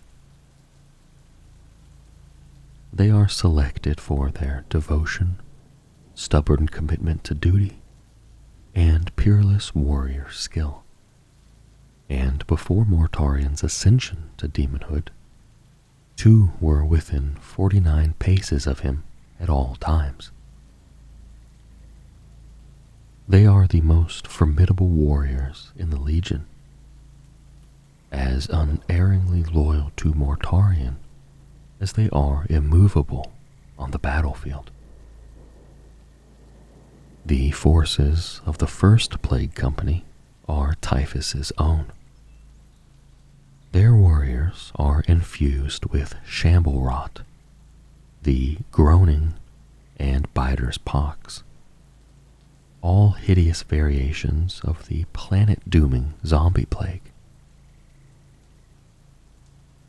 The Second Plague Company is known for its colossal formations of corrosion-encrusted battle tanks, and its warriors and vehicles bear the Ferric Blight, an affliction that models their armor with living rust that swarms the enemy. The Third Plague Company are experts in devising cruelly ingenious siege defenses for their enemies to hopelessly dash themselves against. Their brothers carry the Gloaming Bloat, a plague of fever sweats that coats their armor and causes them to speak in wet gurgles. The Fourth Plague Company are known for their numerous sorcerers who defy Mortarion's distaste for witchcraft. They are led by the Gestalt demon called the Eater of Lives and carry the Eater Plague, which is also known as Drizzleflesh, Hawk Chewer, and the Endless Gift. The bowels of the Fifth Plague Company's fortresses and vessels are filled with chained demon engines eager to be unleashed. It is the duty of the Sixth Plague Company to garrison the plague fleets and acquire more ships for their armadas. A great many Blight Lord Terminators serve in their ranks, all riddled with the parasite known as the Droning. The Seventh Plague Company are dark alchemists and plague brewers supreme, blessed with the crawling pustulence a contagion also known as boil blight, lumpen splatter, or Nurgle's fruit. There are many ways by which a warrior can join the Death Guard. Some are renegades from the Imperium, each with their own reason for giving their allegiance to Mortarion and Nurgle. Many of the Death Guard have been directly recruited by the Vectoriums since the ending of the Horus Heresy. With the Legion retaining much of its integrity and fleet assets, it has not lost the critical infrastructure required to create more Plague Marines. Worlds ravaged by toxins and contagions are scoured by the Death Guard, who take thousands of potential aspirants from the ragged survivors. The Plague Surgeons also make much effort to acquire the gene seed of fallen Death Guard warriors, as well as that of loyalist Space Marines they have slain. In the aftermath of the Great Rift's emergence, many Space Marine chapters were forced to leave their fortress monasteries poorly defended to wage countless wars, and heretic Astartes of all stripes struck in their absence, claiming what treasures lay within, or occupying them for themselves. These factors, combined with the Legion's supernatural resilience, have resulted in the Death Guard's numbers vastly increasing since the Siege of Terra. Few are aware, but Mortarion's goals for his Legion, since long before Horus turned against the Emperor, was for each of its companies to have 70,000 warriors. He has lost none of his ambition in 10,000 years. Plague Specialists. As the Space Marine Legions had specialist roles dedicated to certain battlefield, administrative, logistical, and strategic tasks, so do the Death Guard have their own warriors dedicated to specific roles. Each is a hideously diseased individual with his own dark desires, horrific duties, and putrid methods by which he helps the spread of Nurgle's many wonderfully baleful gifts. Many of the earliest Plague Surgeons were once apothecaries, responsible for healing wounded battle brothers or bringing peace to those who could not recover. The Death Guard of the 41st millennium are so resilient they shrug off many of the wounds they sustain, and they can only be slain by the most devastating of weapon impacts. Thus, they have little need for traditional combat medics. Instead, tending to their fellow legionaries, the Plague Surgeons instead care for the diseases their brothers carry within their malformed bodies. A Plague Surgeon's body is also an incubator for countless strains of malady, phage, and disease, whether that be for boil surge, gangrene goop, the festering, rot lung, or scores of others. They offer their flesh and blood willingly to serve as nurseries for these contagions, and as a result, their very touch is virulently infectious, and each of their breaths abounds with toxic spores. Though no longer battlefield apothecaries, Plague Surgeons still carry the tools of their former trade, including diseased pocked reductors. As a result, They not only extract the mulch-like progenoids of their Death Guard brethren, but take special glee in taking those of fallen Loyalist Space Marines. Whilst some of this is used to make new Death Guard, the rest is used for other unspoken, sickening purposes. Noxious Blightbringers come to battle bearing monstrous hell-forged bells, the warped tolling of which heralds the coming of the sons of Mortarion and the doom of their enemies. Every doleful ring sends splinters of madness into the enemy and leeches their mortality, all whilst lending an unnatural vigor to the Death Guard warriors that is at odds with their heaving bulks. The great bells noxious Blightbringers carry are known as toxins of misery, and are awarded by Mortarion himself only to the most corrupt and cruel of his sons. These Death Guard become living cankers who live only to spread misery and infection. They seek to force themselves amongst the enemy to crush their spirit utterly. Whilst every plague company has their own noxious Blightbringers, none have more than the third, who favor brutal meat-grinder battles and grueling sieges. The dolorous toll of toxins of misery emits entropic shock waves of despair, and defenders break all the quicker beneath their relentless chiming.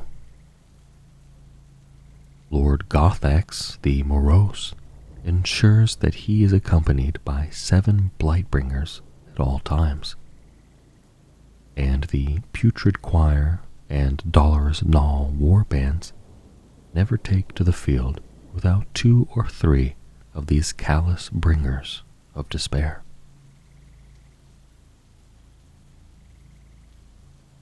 Foul Blightspawn were originally warriors who most enjoyed watching the torturous suffering of those afflicted by Nurgle's plagues. Over time, their malignant cruelty manifests itself in grotesque physical deformities. Their flesh bulges with excess meat, pus, and bloating gas. Their eyes dribble from their sockets as black slime. Their mouths became fanged snouts. The stench that hovers thickly around them is so pungent, even plague marines balk at it. Through strange, empiric means, Nurgle's secrets sprout in their minds, making them totally absorbed with the practice of alchemy and the concocting of sickness. Those this has happened to are dispatched to the plague planet's disease factory by their lords and masters, where mechanical mixing churns are forced into their guts and incubatums are roughly sutured into their armor. They then learn to use Nurgle's secrets from the older Blightspawn within rotting laboratories, amongst vats overflowing with sickly liquids and test subjects pickled in infectious fluids.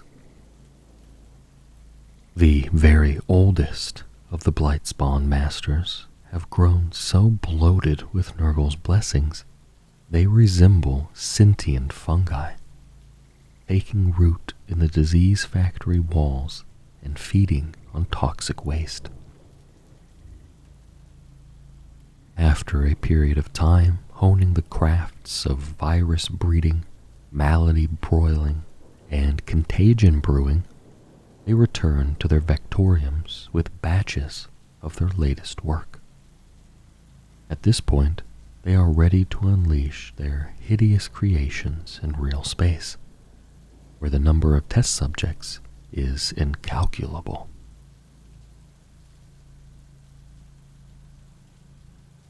When foul blightspawn bring their vile concoctions back to their warbands, the biologous putrefiers ferment and distill these creations to perfect potency, brewing even deadlier plagues and diseases and blending them into the Vectorium's arsenal. Putrefiers are avid learners who croak, gurgle, and wheeze their observations to the malformed slaves and demonic scribes who fill tomes of rotting parchments with their conclusions and measurements. A putrefier's ability to absorb information is staggering. They have lidless, milky eyes called oculopes beneath their skin that can see through armor and flesh to take in every nuance of a disease's effect on the infected. Little gives biologous putrefiers more pleasure than to test their contagions in battle.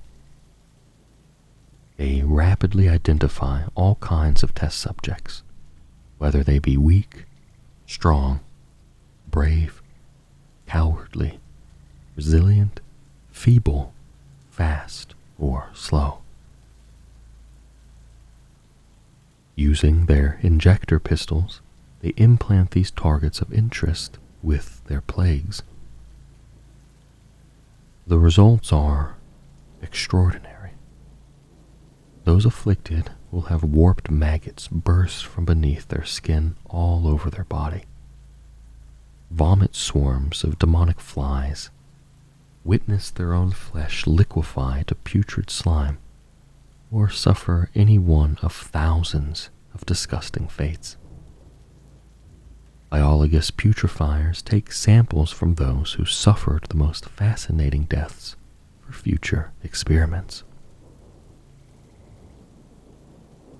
The blessed number of Nurgle is 7, known also as the integer infectum, the digit of disease, the toxorhythma, and the numerus virulentus. Mortarion is obsessed with it, as are many in his legion. With fervent repetition, ritual conjunction, and symbolic adherence, they channel the energies of their sacred numeral to beseech the Plague Lord's blessings. The tallymen are the preachers of this sevenfold doctrine. They are demagogues, priests, metaphysical scribes, quartermasters, and zealots. Their sermons are a purgatorial drone of counting, which they boom with their stentorian voices. As their name would suggest, the tallymen count. They count woes, shells expended, wounds inflicted, fleeing foes, victories achieved, losses suffered, and every other battlefield factoid. Always do they tally the number 7, and in doing so, they receive Nurgle's boon. As they chant, empiric power seeps into the souls of the death guard around them, congealing seeping wounds and strengthening rotting muscles. Outside of battle, tallymen are cloistered and secretive.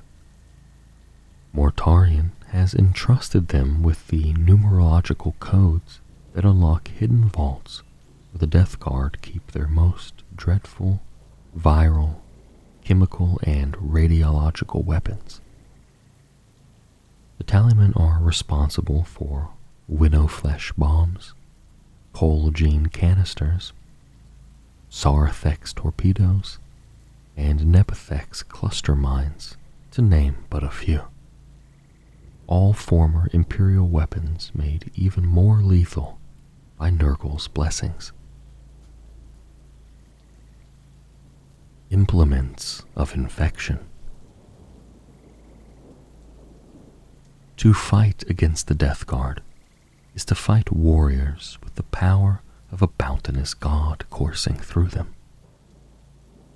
They bear the vilest of Nurgle's gifts, and with impunity unleash them upon their enemies, causing agonizing deaths and hideous injuries in an onslaught of all-consuming contagions and rapacious viruses, all of which can come from any number of vectors.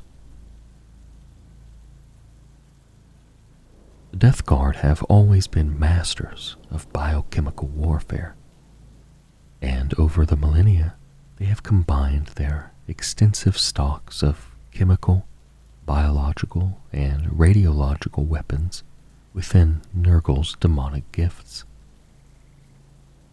They have an insatiable desire to brew ever more inventive diseases and maladies to unleash upon their enemies in the name of their disgusting patron.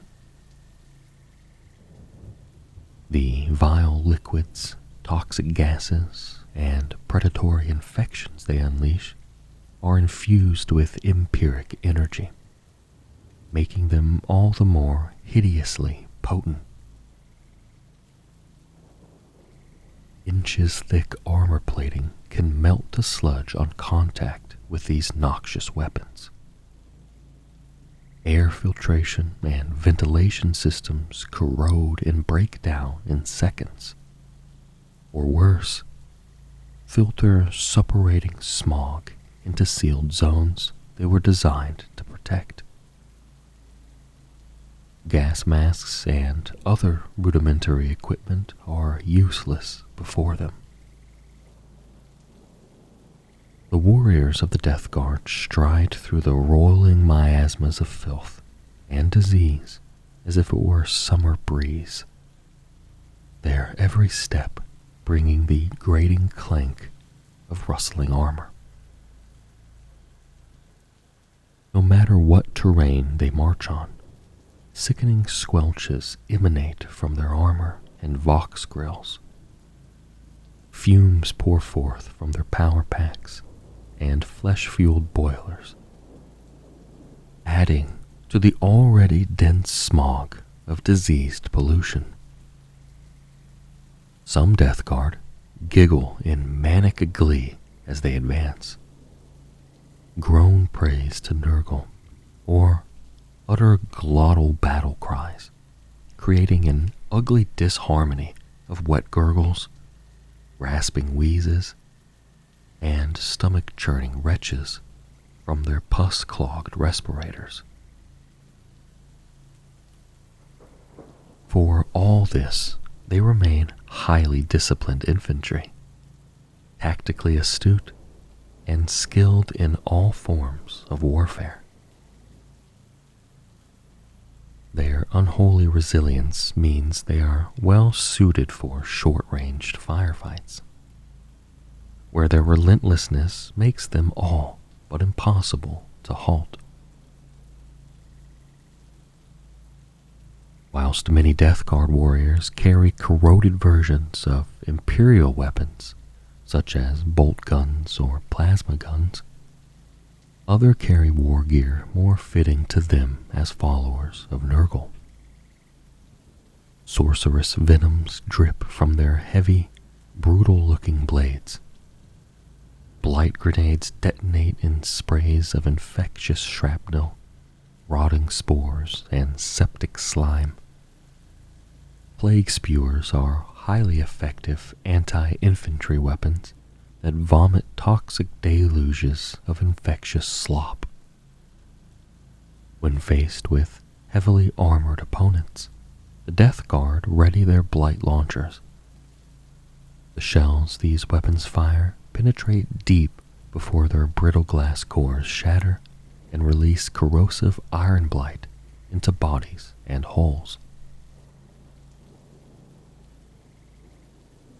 Whilst devastating infantry assaults have always been the bedrock of the Death Guard's way of war, Mortarion has always equipped his legion with the necessary armored assets to secure victory. Predator battle tanks and land raiders power through the swarms of flies and dense gloom, their pulsating, mutated hulls glistening wetly. Ravenous maws, writhing tentacles, and clusters of swiveling eyes protrude from their armored flanks. Inside, crew and vehicle often fuse together, becoming a single foul organism bent on inflicting slaughter. Demon engines are killing machines designed not to be powered by plasma or promethium, but by the empiric energies of a demon forcibly bound within a metal shell.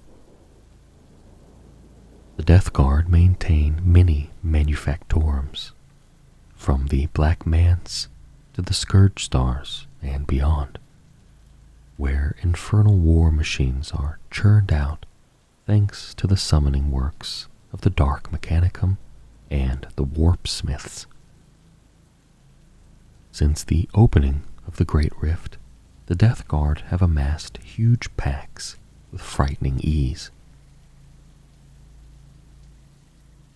Plague-burst crawlers grind inexorably behind the Death Guard advance. These slug-like artillery tanks are equipped with plague-burst mortars, which they use to saturate target locations with their shells.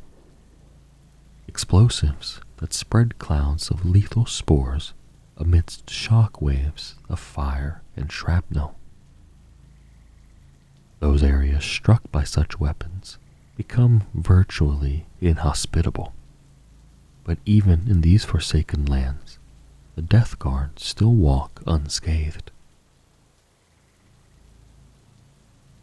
Crustacean-like defilers were first designed on Abaddon the Despoiler's orders, the War Master later handing over the Hexamechanica scrolls detailing their creation at Mortarion's demand. Those fielded by the Death Guard are stinking, pustule-riven monstrosities, and are accompanied by swarms of flies wherever they clatter. Ever-hungry, mephitic blight haulers trundle over the battlefield on trios of articulated track units. Like ravenous wolves, they hunger for flesh, hunting their quarry and encircling them before making the kill. Strong, rusting armor and thick blubber grant them unnatural durability, and their foul stink causes enemies to retch and heave. Though capable of hunting alone, they readily form packs of 3, known as trilobes. Foated bloat drones labor through the air on buzzing turbines, capable of navigating dense terrain.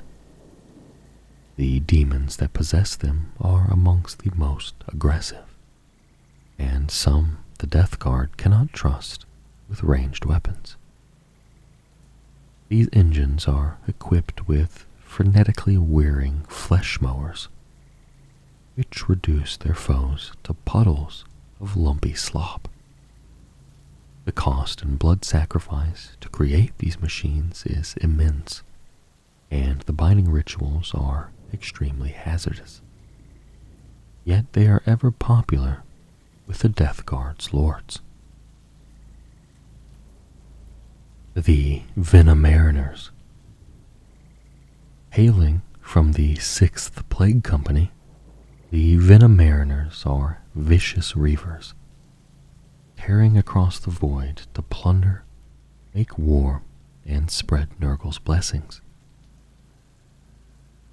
They are expert marauders and void fighters specialize in crushing raids and ferocious boarding actions, and have plagued vast swaths of Imperial space for millennia. The Venom Mariners are led by the warlord Gluthar Skirvathrax, who followed Mortarion into treachery at the outset of the Horror's heresy. Even then, he was known for his skill in ship-to-ship conflict, and over the millennia, he has honed these talents even further, blending his deep knowledge of space warfare with the capabilities offered to him by Nurgle's gifts. Since Mortarion's return to the galaxy at large, Skirvathrax has ceaselessly prowled the void in his flagship, the Everbleed. Once a proud strike cruiser of the Death Guard, it has since been made unrecognizable. It has been bloated to twice its original size.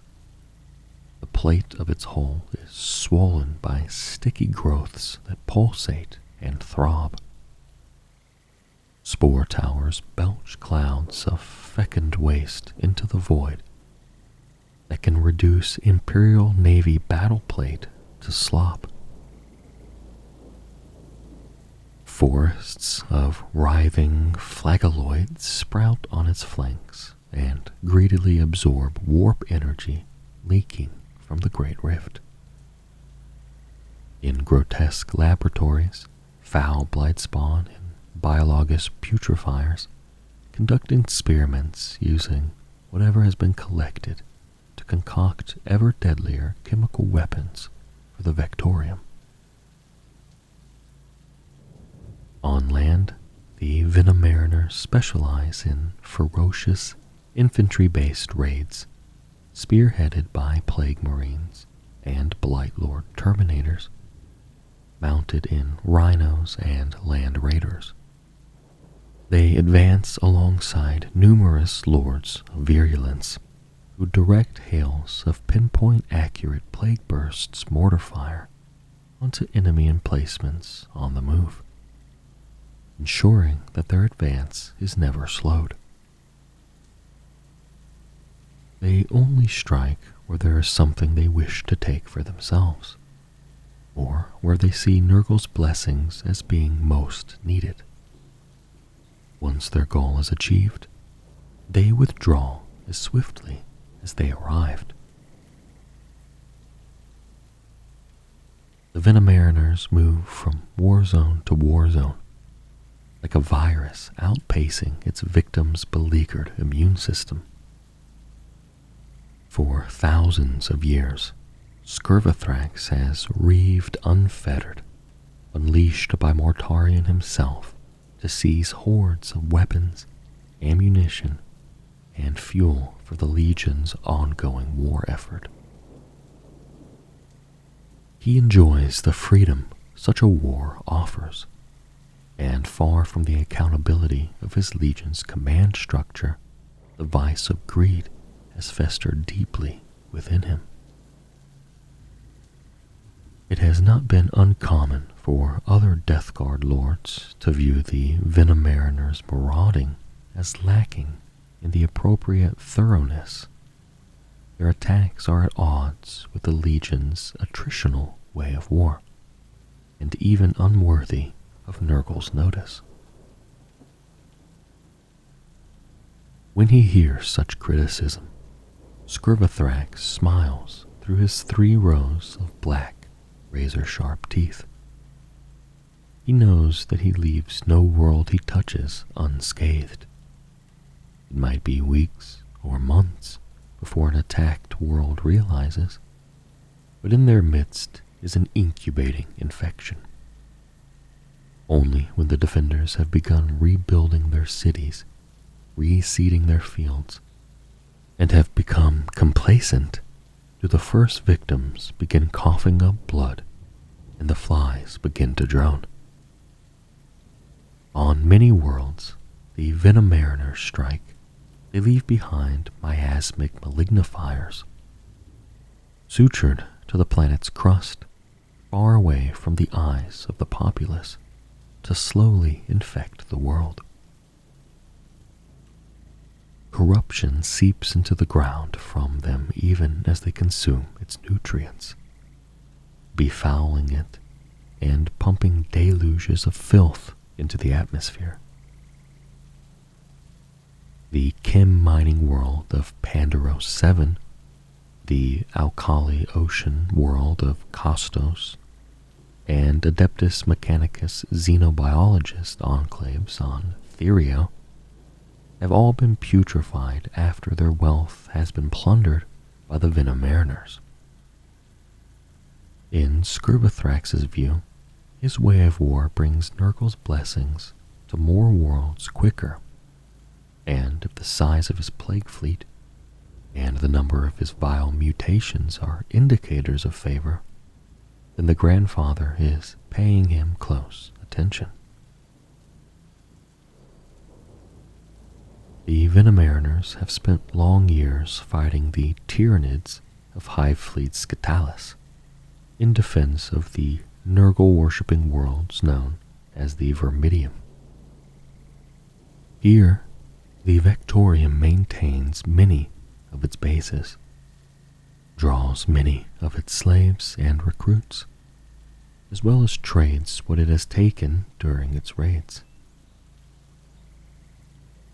Vermidium is favored by a number of Plague Fleet captains that know of this enclave.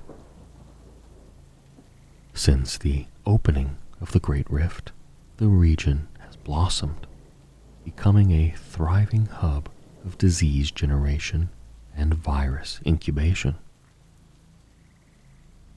Foul Blightspawn and Biologus putrefiers exchange discoveries and lore to generate the most hideous of contagions before returning to the stars to spread them amongst both the willing and those ignorant of their need for Nurgle's embrace.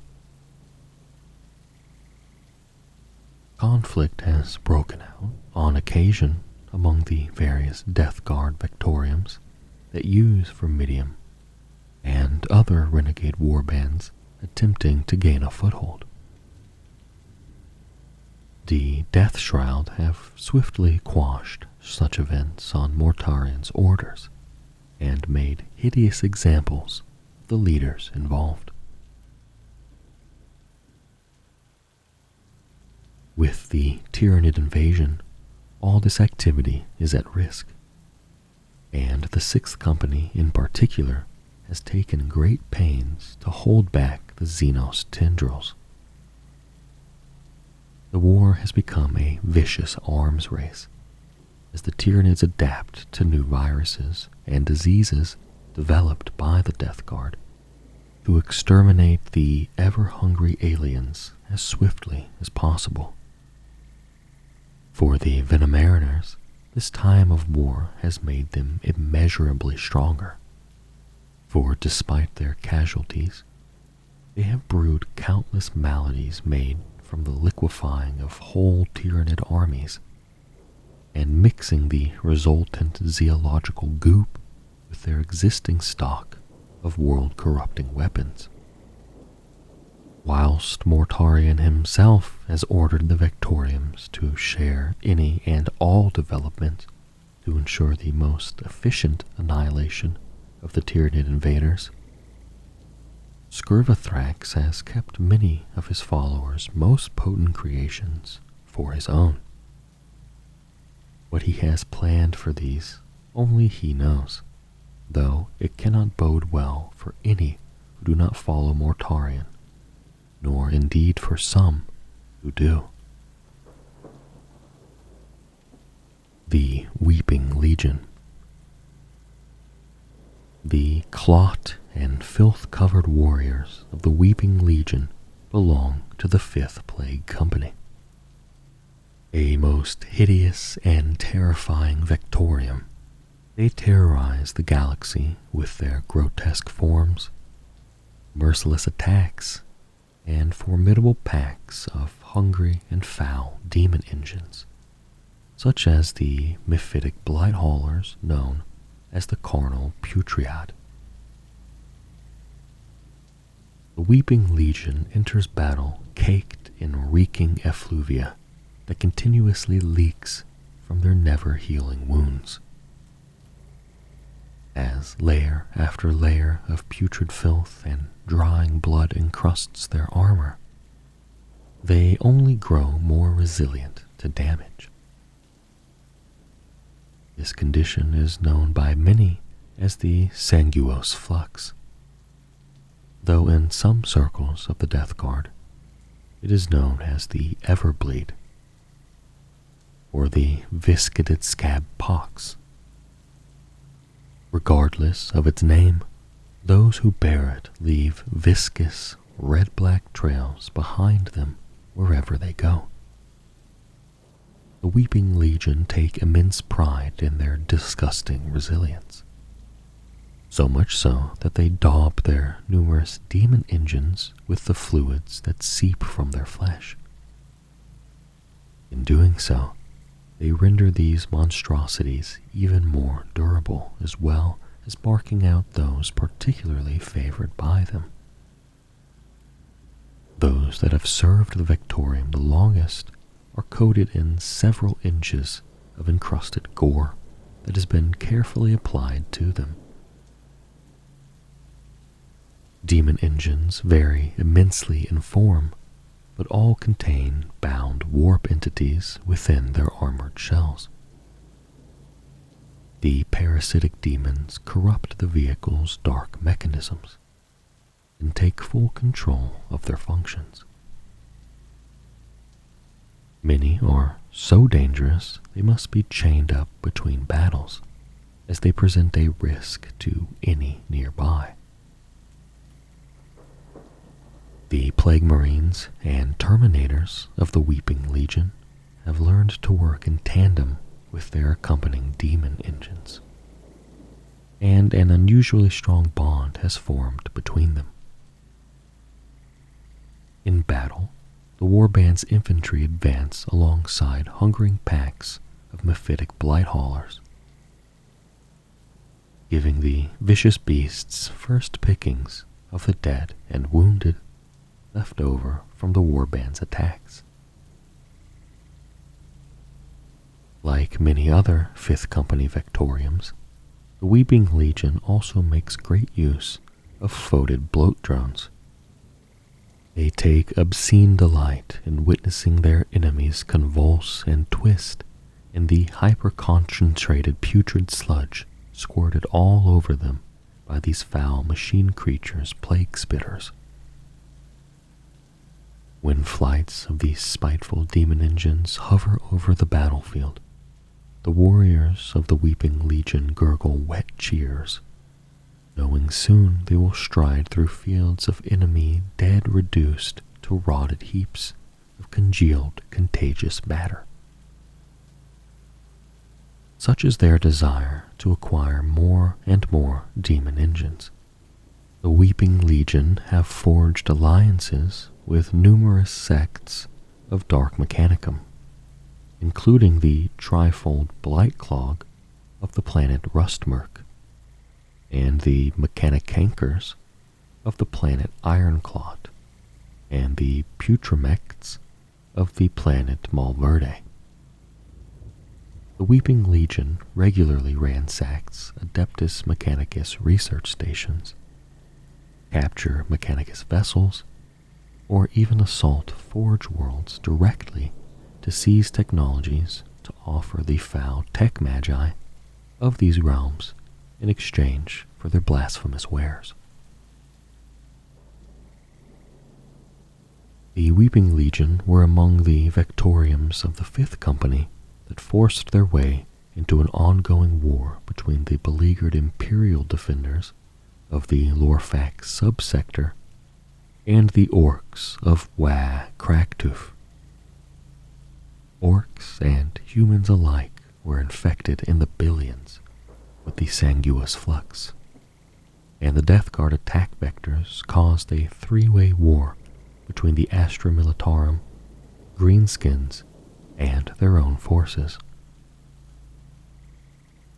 The Weeping Legion led the spearhead into the Panfor cluster, accumulating victory after victory against the weakened greenskins and humans, taking countless thousands of slaves and dozens of imperial ships for their own.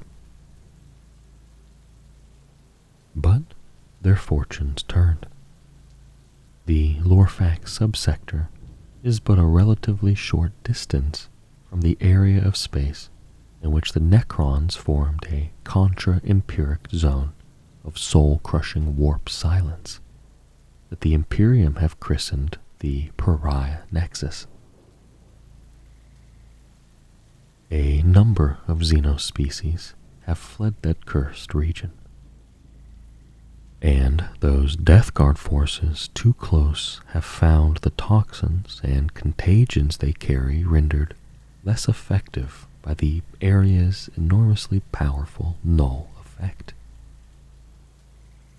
Now the Panfor cluster is not only inflamed with warring forces of the Death Guard, the Orcs, the Imperium, but with those of the fleeing Concord Equilibrium of the Manatade, the Coleopteran Givux, Dinhir Warflox, and the disease-ridden Nuclavir.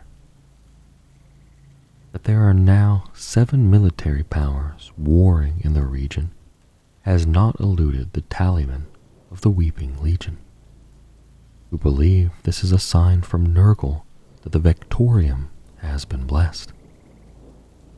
What is certainly true is that the biomatter of so many different species has yielded an impossible variety of gruesome contagions, virulent toxins, and fecund infections never before seen. A true tyrant, Vethoriac Seepspread commands the Weeping Legion with a fist of rusted iron. He keeps 3 trios of mephitic blight haulers as pets, all 9 kept in a semi-starved state, so that when he needs to make an example of his foes and rivals, the demon engines are ravenous for flesh. On the Plague Planet, he maintains a huge dungeon called the Cyclopean within the fortress of the 5th Plague Company. It is home to thousands of bubo-covered slaves that slither, shamble, and crawl about their duties, whether that be constantly applying vitae to the fortress walls to make them stronger, or feeding prisoners and other unfortunate victims to the Vectorium's demon engines. In laboratories racked with decay and dark, twisted versions of apothecarians that reek of diseased mulch, plague surgeons, biologus putrefiers, and foul blightspawn work to brew ever more powerful infections and viral weaponry. When plying the stars to wage war, Vethoriac does so from the command throne of his flagship, the Inexorable Giftbringer, a name that has been the harbinger of long, agonizing doom for many unfortunate worlds. It begins with the slightest flaw, be it the subtle whisper stoking ambition, the frenzied fury of battle, the despair of inescapable entropy, or the desire for change. All it takes is a single chink in the armor of reality, a vulnerable mind, a tainted soul, to unleash all the legions of the wary. To fight these supernatural terrors is to do battle with one's own darkest nature. Demons wrought from despair, obsession, fury, and cunning stalk through manifesting storms of misery and infernos of lust. Malevolent entities shudder in and out of reality, shrugging off hails of gunfire as though the shots had never been loosed. Heartbeat by frantic heartbeat, they close in from all sides. Those who stand and fight face a nightmarish battle against creatures that cannot truly be slain, and that delight in tormenting their victims and breaking their minds. Those who flee fare no better. There is no escaping such tireless malevolence. Even death is no release. For to die at the talons of the demons of chaos is to feel one's soul torn free and plunged into eternal torment. To pierce the veil. Composed as they are of the stuff of the warp, demons cannot enter, nor even exist, in real space at will. The tangibility of mortal reality and the temporal and physical laws that govern it are anathema to their chaotic nature. Yet there are many ways for malevolent entities to break through the veil that separates the warp from real space, or for unwary pawns to invite them in.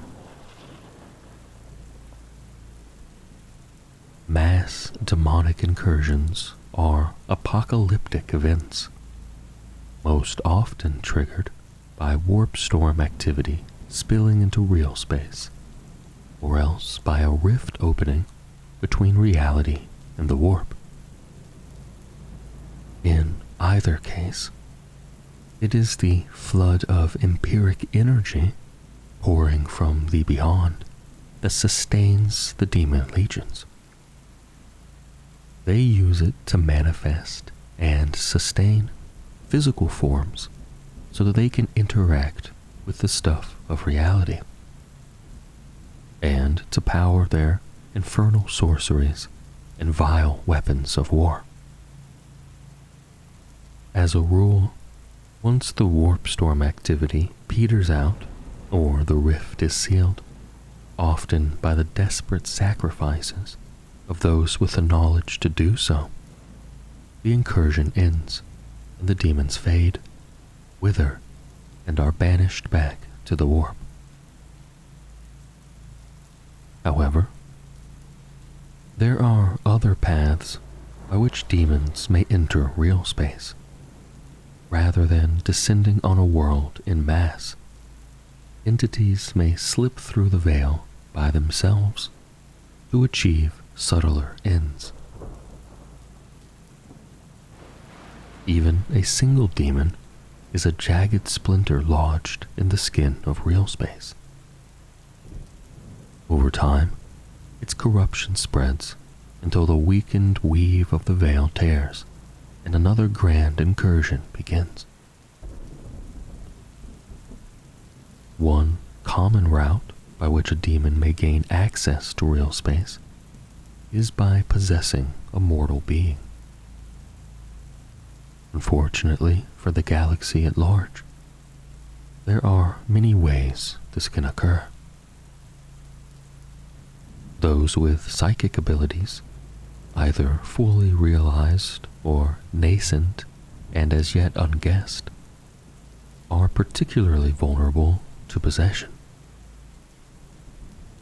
Their souls form shimmering beacons in the warp that draw demonic entities to them like sharks scenting blood.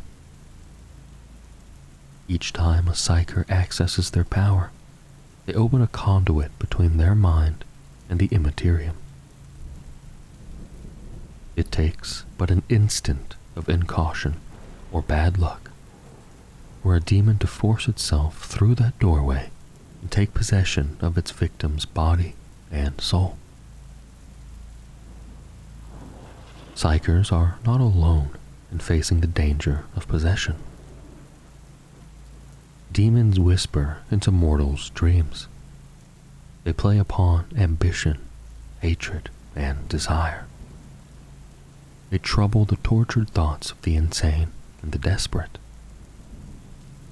offering respite in return for living flesh.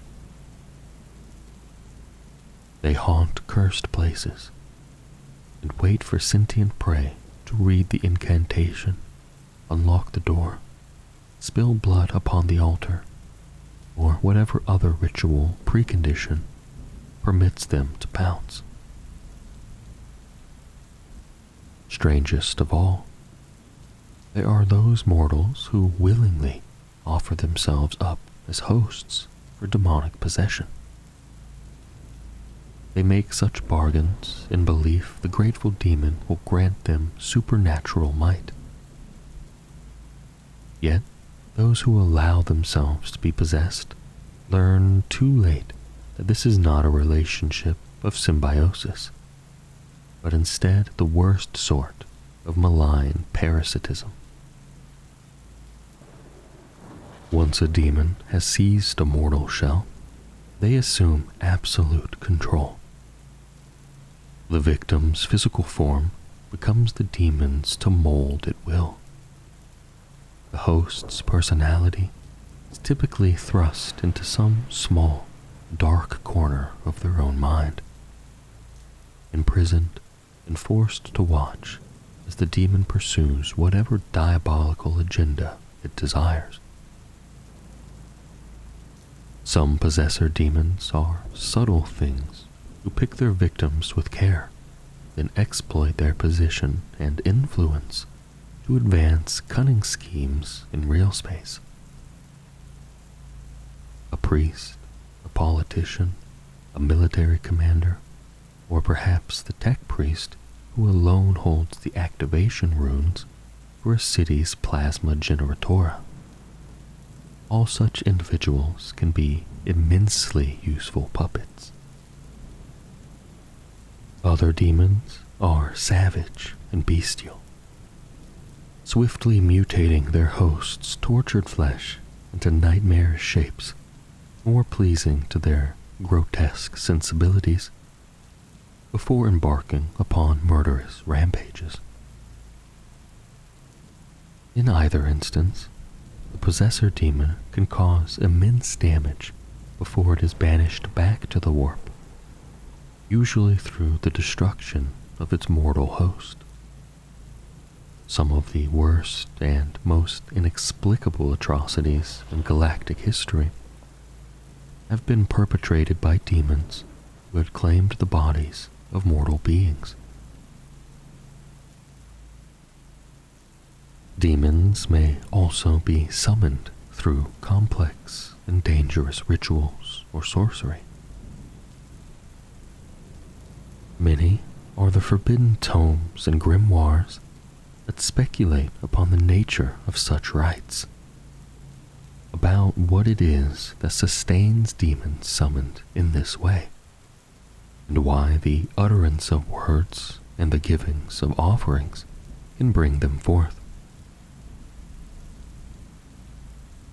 Dikael the Loathed suggested in his Apocrypha that it was the sheer belief of those working the ritual, coupled with the evocation of a demon's true name, that drew the entities from the warp into real space. Damares the thrice accursed wrote in the Chronicles of Damnation that even the least demon is a sort of demigod, capable of taking the tiniest fragment of reality and crafting itself a physical avatar. The Maleficum Abjurum, much prized by the inner circles of the imperial ecclesiarchy, preaches that malign entities manifest only thanks to the inherent corruption and impiety of the heretic. There are those organizations and eldritch beings in the galaxy who possess greater understanding of the nature of demonic summoning. But knowledge is power in an age of ignorance and is not shared lightly. For most who summon demons, or must battle those that others have summoned, it is enough to know that the creatures manifest from the raw stuff of the warp and possess all the inherent supernatural strengths and weaknesses that entails. Demons summoned by cabals of cultists or sorcerers may further be constrained to do the bidding of the ones who summoned them, though it is a tremendously difficult and uncertain process. There are those amongst the Dark Mechanicum and the Heretic Astartes who have even mastered the ability to channel the essence of a summoned demon into a war engine or ward-engraved artifact. Binding a demon into such a physical object effectively imprisons it within that one fixed fragment of reality. It further forces the demon to imbue its prison with that power, be it the infernal furnace that drives a Baroque demon engine to war, or the coruscating arcs of corrupt energy that render demonic blades, hammers, guns, and grimoires so deadly. Demons do not take well to enforced captivity. To them, mortals are ephemeral playthings to be used, tortured, and discarded on a whim. To instead be conjured and compelled by such fleeting and limited beings is the gravest insult. From the moment they are summoned, a trammeled demon will bend all its considerable powers to the act of escape. Some rage and fight, burning out warding rooms, ripping free of hexagrammic chains, and smashing their prisons asunder before falling upon their hapless would-be jailers. Others are more subtle, seeking to corrupt those who would wield the blade in which they are trapped, or who read from the pages of the tome to which they have been bound. Promises of power, plaintive appeals for mercy, dire threats of retribution. A demon will employ whatever ruse is most in its nature to escape its imprisonment.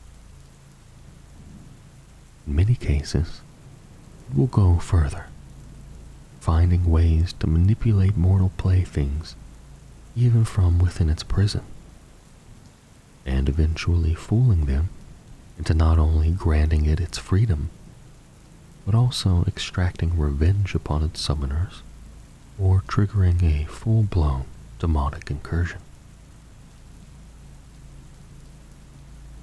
Demons summoned to the battlefield by devoted worshippers or the diabolists of the Heretic Astartes bear less rancor towards their summoners. They have had the door thrown wide to admit them, and are rarely under any gaius to serve the ones who conjured them. Demons unleashed in this way may form the vanguard for a much greater incursion. Unless confronted by those with the lore and power to properly combat the infernal hosts, these demonic cohorts will soon work their foul magics upon reality and force the fault line wider so that more of their ilk can pour through. More than one populous hive world or precious forge complex has been swallowed by the warp after downtrodden cultists summoned demons into its depths. Meanwhile, a handful of entities summoned into extremis to act as allies in battle have on tragic number of occasions succeeded in plunging both their summoners and their foes into the abyss. The war unending. Those humans who know something of chaos speak of the Long War, the conflict that has raged between loyalists and chaos-worshipping traitors since the dark days of the Horus heresy. Yet those of still greater insight understand there is a more fundamental battle being fought, a war for spiritual sanctity and humanity's survival, in which even the most elite warriors and draconian measures are barely sufficient to hold damnation at bay. Locked away in rune-sealed and secret vaults lie records that tell of the Imperium's darkest hour, when War Master Horus fell to the temptations of the Dark Gods. His corruption began a civil war that brought humanity to its knees, unleashed traitor hordes and demonic legions upon countless worlds, and saw the ruinous powers come as close to victory over real space as they have in aeons. This apocalyptic conflict also saw the Emperor consigned to the life-preserving technologies of the Golden Throne. This, more than anything else, impressed upon the surviving imperial leadership that the threat of the chaos demanded naught but the most drastic measures to combat. Both the Inquisitorial Ordo Malleus and the Grey Knights chapter knew their genesis in that dark time.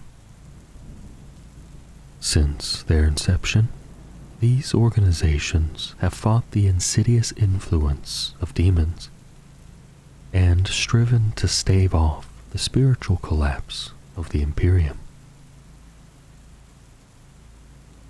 Yet, theirs is a war whose costs long ago spiraled too high to tally, and in which there is scant hope of final victory. The Ordo Malleus is amongst the greatest of the holy ordos of the Inquisition, that shadowy body that fights hidden wars against the greatest threats to mankind. Its inquisitors, who often go by the title of Demon Hunter, wield absolute authority to requisition armies, go where they please, access forbidden lore, and employ any weapon they believe will bring them victory over their foes. The Grey Knights, meanwhile, are an entire chapter of Space Marines trained and equipped to battle demons. Silver-clad psychic Templars all, they are entrusted with arcane lore and incredible weaponry that allows them to take the fight to the diabolic and the infernal. Both organizations appear mighty when their assets and abilities are considered in isolation. Indeed, with the resources, intelligence, and near absolute authority they wield, the Ordo Malleus and Grey Knights are amongst mankind's most potent agents in the war against the dark denizens of the Immaterium. Yet, when set against the eternal malevolence and infinite power of the demon legions, it soon becomes clear how finite a shield even these mighty forces are. Every day, across the vast span of the Emperor's realm, amidst the uncountable masses of humanity, demonic forces are at work. Whispers and promises from beyond the veil thread themselves through the pliant minds of the vulnerable, the jaded, and the despairing. Human populations and rogue psychers turn against the Imperium at the urging of supernatural corruptors. Full-blown demonic incursions erupt upon worlds that appeared loyal right up until the day of their own personal apocalypse. Warp storms rage, infernal legions spill from their depths to slaughter their way across the stars. In the face of such an omnipresent threat, the Ordo Malleus and Grey Knights must strive to counter those dangers they deem greatest.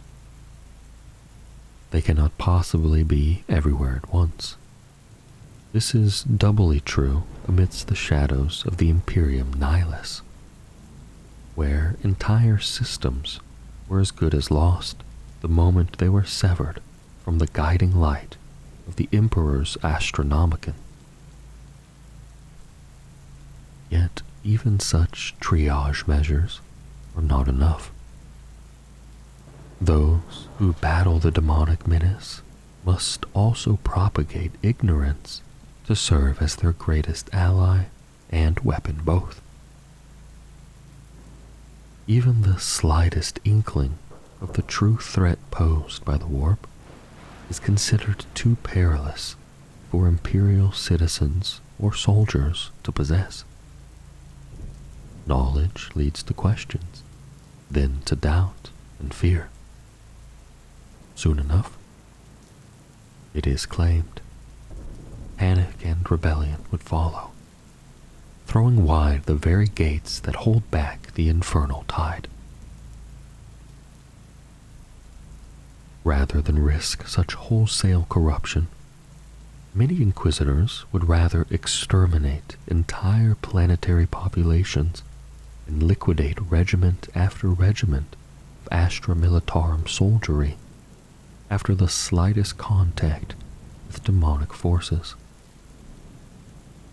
Even space marines are not beyond such purges. However, they are so precious to the embattled Imperium that, where possible, intensive psycho-reindoctrination is used to scour knowledge of demons from their minds and reconsecrate their souls. So it is that much of humanity believe the heretical worshippers of the dark gods to be deluded lunatics, and any manifestations of their patently false beliefs to be chance mutation or the work of Xenos or witches. While the murder of trillions of citizens is surely a sign of desperation, such methods have helped the Inquisition to keep humanity blinkered against the true demonic threat for countless millennia. Yet even here, the corrupting influence of chaos can be seen. Though ignorance may serve as a shield, it also leaves the vast majority of mankind singularly unprepared to recognize or defend themselves against demonic influence. Secrecy and inexplicable acts of genocide further serve to sow mistrust and acrimony amongst the disparate imperial organizations, not to mention seeing countless souls condemned to death where they might otherwise have lived.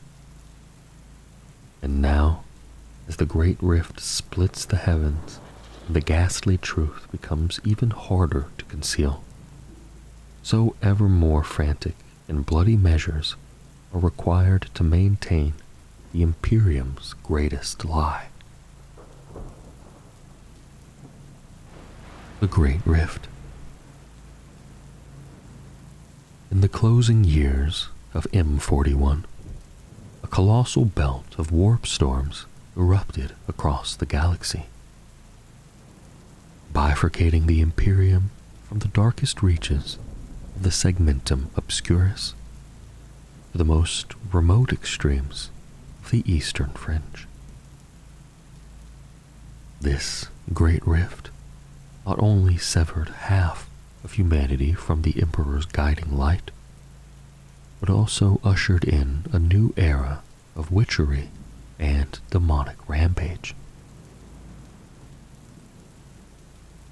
There are many varied theories regarding the origins of the Great Rift. Fragments of rumor suggest everything from the fall of the Cadian Gate, the fracture of Craftworld Bielton, the manifestation in real space of the planet of the sorcerers,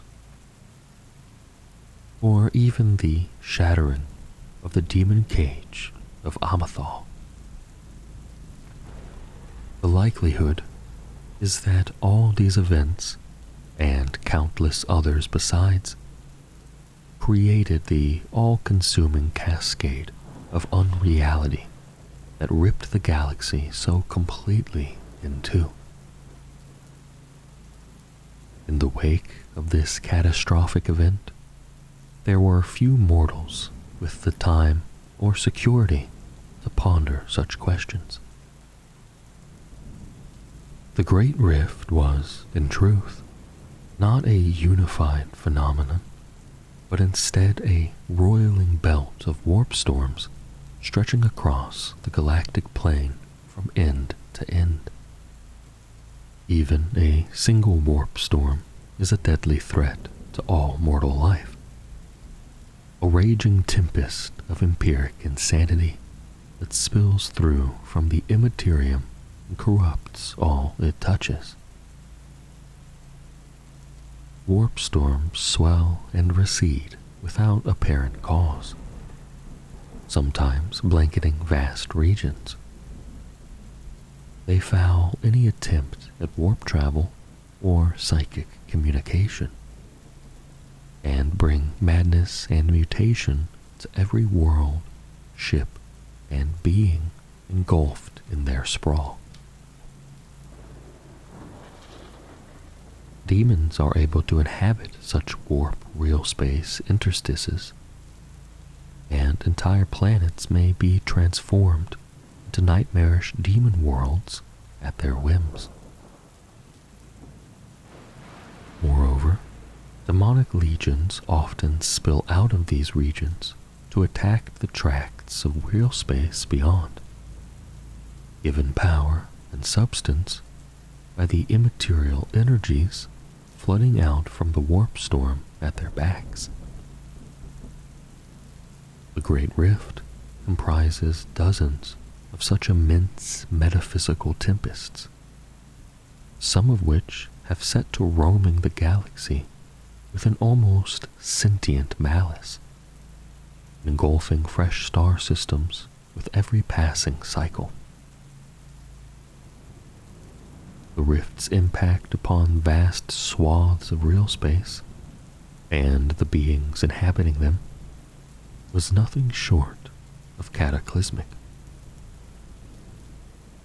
When the rift first erupted into being, shock waves of warp energy rolled across the galaxy to its furthest reaches. They plunged worlds into shadow and madness. Demons manifested in great hosts upon planets that had never known the touch of heresy. Plagues of mutation ran rife through almost every sentient species. The spontaneous development of psychic powers chief amongst their effects. As uncounted souls wrestled to control supernatural abilities for which they were wholly unprepared, so the demons of the warp indulged in a gleeful orgy of possession, corruption, and spiritual predation. The sheer upswell and background warp energies flowing through the void allowed demonic armies to surge into real space in previously impossible numbers. Amongst the most perilous of these were the 8 legions of the Blood Crusade, each of which rampaged across the stars, bringing slaughter in the name of Khorne. It was during this dark hour that the Blood God's demons assailed Holy Terra itself, launching a brief but exceptionally savage siege that was only repulsed at great cost by some of humanity's mightiest heroes. The demons of Nurgle, meanwhile, fell upon the Scourge Stars in shambling masses, and there claimed a realm in real space for the Plague God.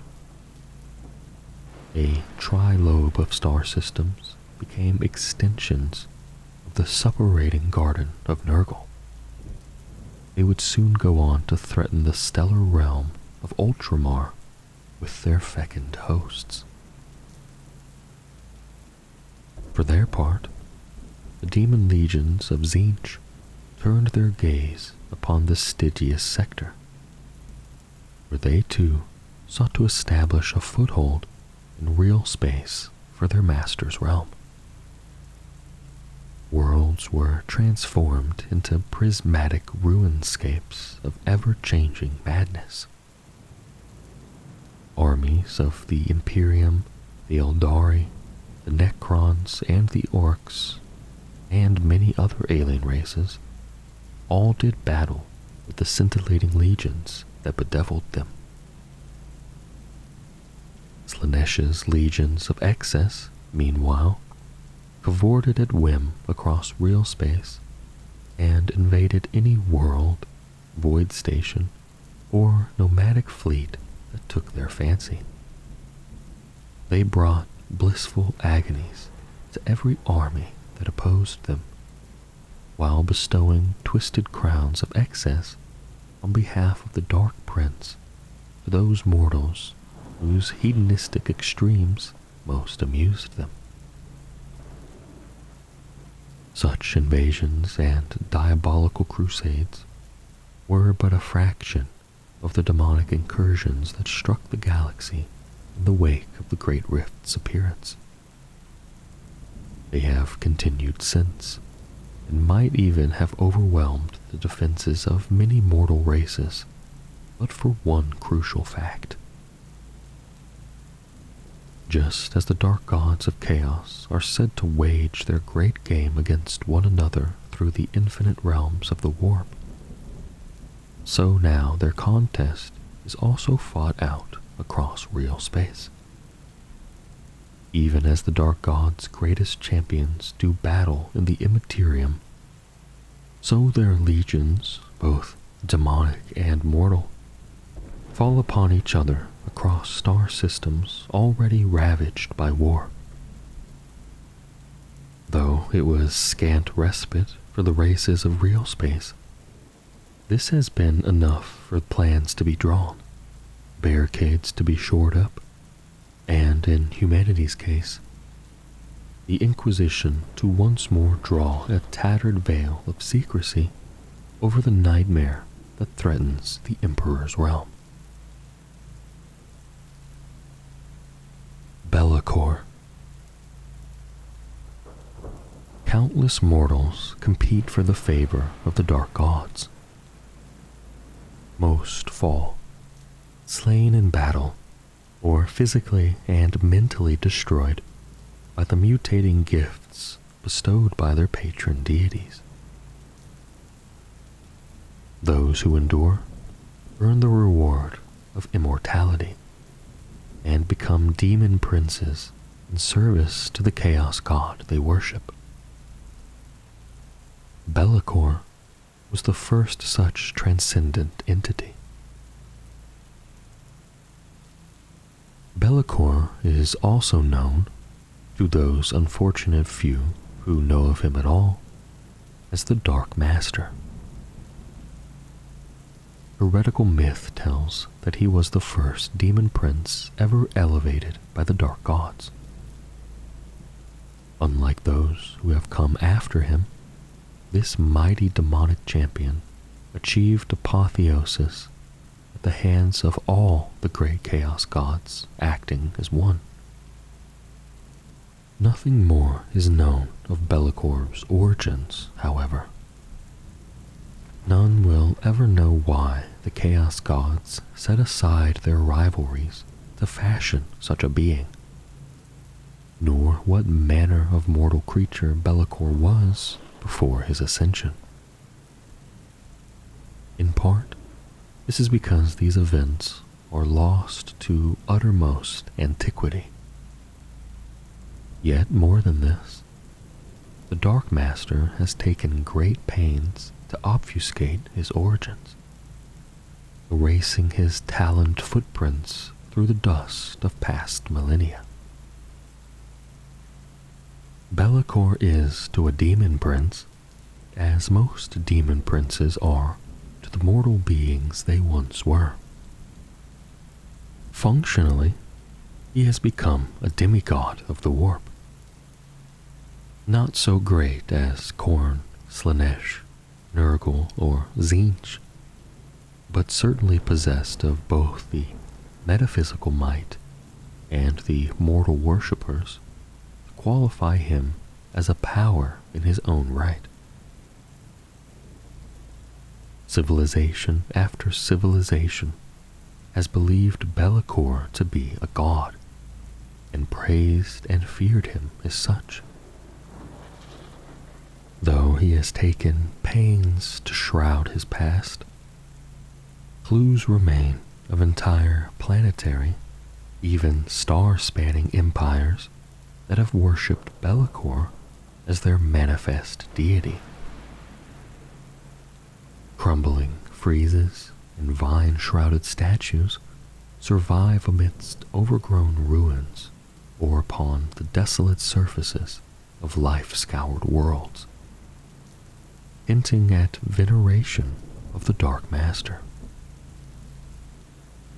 Such desolate echoes all suggest the same conclusion. The worship of Be'lakor ended with the whole-scale destruction of his faithful. One after another, the Dark Master has laid claim to civilizations primitive and advanced alike, has established himself as their shadowy and sinister god, and has then driven his terrified followers to venerate and serve him unto their own destruction. Those seeking some grand motive for Be'lakor's ruinous passage through the eons and his cruel use of mortals would be disappointed. The truth is that he is a jealous and colossally narcissistic being, as well as being merciless and cruel. Be'lakor believes that as the first chosen of the Chaos Gods, he should be their greatest champion. That mortals, such as Abaddon the Despoiler, continue to enjoy the great god's favor in his stead enrages him, and leads him to plot endlessly for his own advancement, while at the same time taking his wrath out on all those who fall beneath his shadow. It pleases Be'lakor to receive the adoration of fawning mortal masses. It pleases him to drink deep of their fear, and to feel how their zealous terror flows into the warp and empowers his eternal form from beyond the veil.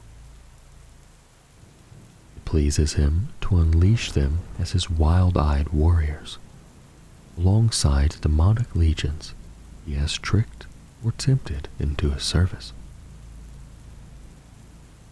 When he becomes bored, It also pleases Be'lakor to destroy that which he has made, plunging entire civilizations into apocalyptic civil wars before moving on in search of his next victims. Be'lakor employs proxies and pawns to enact each new scheme. Yet this is not for want of his own martial and sorcerous might. When roused to wrath, the Dark Master can slaughter entire hosts of foes. Like unto a god made manifest, Be'lakor wields the energies of the warp to alter reality at will. He conjures unholy shadows, plunges entire continents into sudden unnatural night, and sows dissension, mistrust, and terror through the hearts and minds of mortal foes. His terrifying blade of shadows exists in real space only when Be'lakor wills it to, allowing him to drive its ephemeral form through layers of armor and crackling force fields before restoring it to physical form deep within the bodies of his victims. Be'lakor is possessed of boundless cunning, too, both as a schemer and a grand battlefield strategist. Whether he desires mortal disciples or demonic legions to fight for him, he is almost always able to strike the right bargains and offer the correct blandishments or threats to secure the forces that he requires. During the War of Slime and Rust, the Dark Master extended his influence to steal away the planet Colossi, seat of the noble house Raven, and relocated deep into the benighted Imperium Nihilus. At a stroke, Be'lakor gained a night-shrouded demon world to rule, and from which his disciples could strike out at the worlds of the Imperium Sanctus. Not only do his forces include those knights Be'lakor was able to spirit away and corrupt, and who now call themselves House Korvax, but also hosts of renegade Astartes, mortal cultists, and demons of all four of the great Chaos Gods. What pacts the Dark Master forged with the generals of these infernal legions, what rivalries he has exploited, and what desires he has manipulated may never be known. However he achieved it, Be'lakor gained the allegiance of a combined mortal and demonic host of vast numbers and power.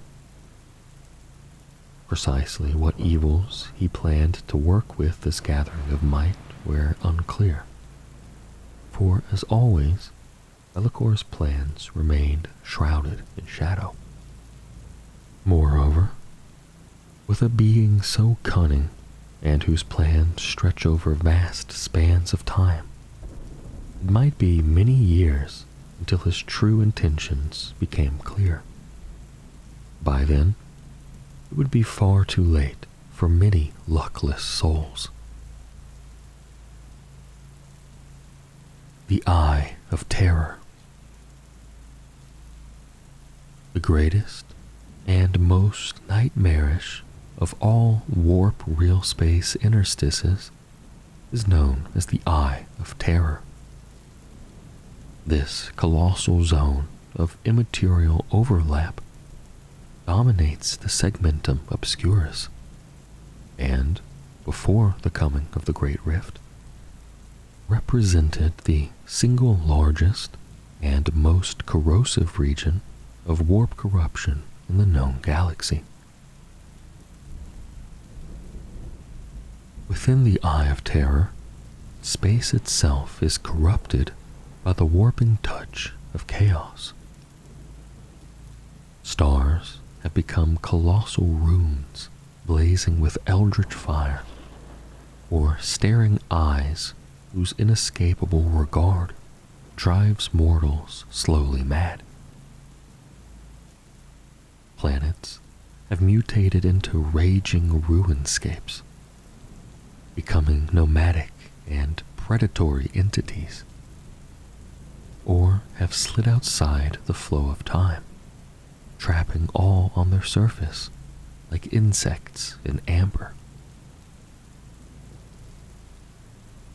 Typically, of the inconstant nature of the warp, corruption does not saturate all those systems within the Eye of Terror equally. Relative geography and fundamental physics mean less and less the deeper one travels into this bizarre region. However, there are zones, particularly within the fringes of the storm, still broadly governed by natural laws. Even here, though, mutation and sorcery hold sway.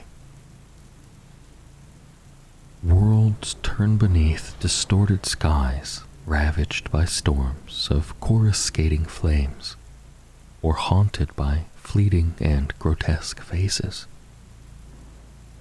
Mountain ranges transmogrify into skyscraping skulls from whose cavernous eye sockets pour waterfalls of molten blood.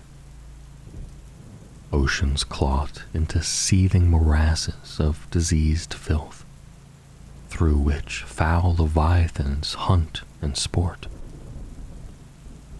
Forests grow into masses of fleshy extrusions dense with scintillating cilia, whose touch brings blissful oblivion before draining their comatose victims dry. On these deformed worlds, once elegant cities become endless mazes that coil impossibly around libraries crammed with sentient grimoires and hunched demonic scholars.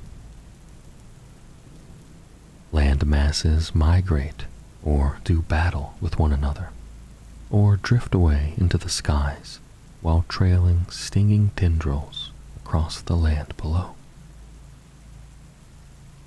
One world may become a hellscape where brazen demon forge towers over plains of blackened skulls. Another may run like melted tallow until it becomes an ever-shifting morass to trap the unwary. There are worlds that seem idyllic until one realizes that every species of flora and fauna has become an exaggerated predatory horror, rendered all the more nightmarish by their outward beauty. Mortal beings dwell on many of these habitable worlds within the Eye of Terror, albeit not always by choice. Primitive tribes and mutant cults raise gruesome idols to placate their demonic deities, their champions battling one another in the faint hope of attracting the eye of the dark gods. Enclaves of piratical raiders, both human and Xenos, risk madness and corruption to hide out amidst the wheeling bale stars and carnivorous asteroids. Many do this because they know that only the most desperate and dogged pursuers will risk tracking them to such dangerous lairs. These tribes and gangs must find ways to survive the attentions of the demonic entities that hunt them like prey, or rule over them as monstrous overlords. Even for those mortals who maintain this perilous balance, there can be no sane or happy existence within the Eye of Terror. All living beings instinctively sense the wrongness of the warp-tainted reality all around them, their minds and souls inevitably rebel. Greater and more powerful heretics, however, are able to maintain enduring strongholds within the more stable reaches of the warp interstice. Chief amongst these are the Heretic Astartes.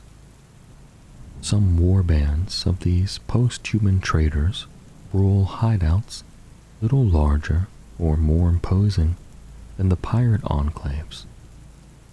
However, trader legions such as the Death Guard, the Iron Warriors, or the dreaded Black Legion control vast swaths of tainted territory and strings of worlds within the Eye of Terror. The diabolical tech magi of the Dark Mechanicum also control facilities within the Storm. Infernal forge complexes and unnatural weapons research shrines of horrific aspect and power. The Magi readily exploit the cessation of natural physical laws to raise colossal structures and planet-sized forges that would collapse under their own insane vastness and complexity outside the Eye of Terror. They channel the energies of the warp through runic lenses, entrap demons drawn from the tides of the Empyrean, and fashion weapons that would shatter the sanity of any other mortal minds. In the depths of the Eye of Terror are stranger and more primal regions where real space has been wholly subsumed into the madness of the warp. Here lie true demon worlds, where greater warp entities lay claim to planets and luckless flora and fauna, before refashioning them however they see fit. Upon such worlds, the demons of chaos rule like malicious gods. They meld and unmake reality at whim, channeling the unfettered power of the warp to do so. Air becomes solid stone, becomes raging fire, becomes gibbering flesh and liquid sorrow and carnivorous deceit. Worlds unravel into Mobius spirals over which demon legions wage sanity-blasting wars. Moons become vile steeds for demon overlords, driving titanic proboscises into neighboring planets and spinning cocoons of dreams and nightmares about their celestial prey. Worlds come and go like Geist ships, dragging trillions of screaming souls in and out of the warp with them. Amidst these zones of madness, demon legions make their lairs. Some sail the warp tide aboard fleets of infernal ships. These may be mortal void craft, stolen or possessed, or vessels of fashioned warp energy in the form of ironclad warships, rotting hulks, spinning disks of crystal and flame, or opulent void-born pleasure fortresses. Such demon fleets have been known to emerge from the Eye of Terror to reave the systems about its fringes, spreading terror and despair before vanishing again on the tides of the warp. Other demon warlords raise strongholds upon worlds transformed by their desires. From Stygian forges, the temples of wild delirium, rotting marshland fortresses to clockwork city engines of infinite complexity. These fastnesses teem with demon hosts.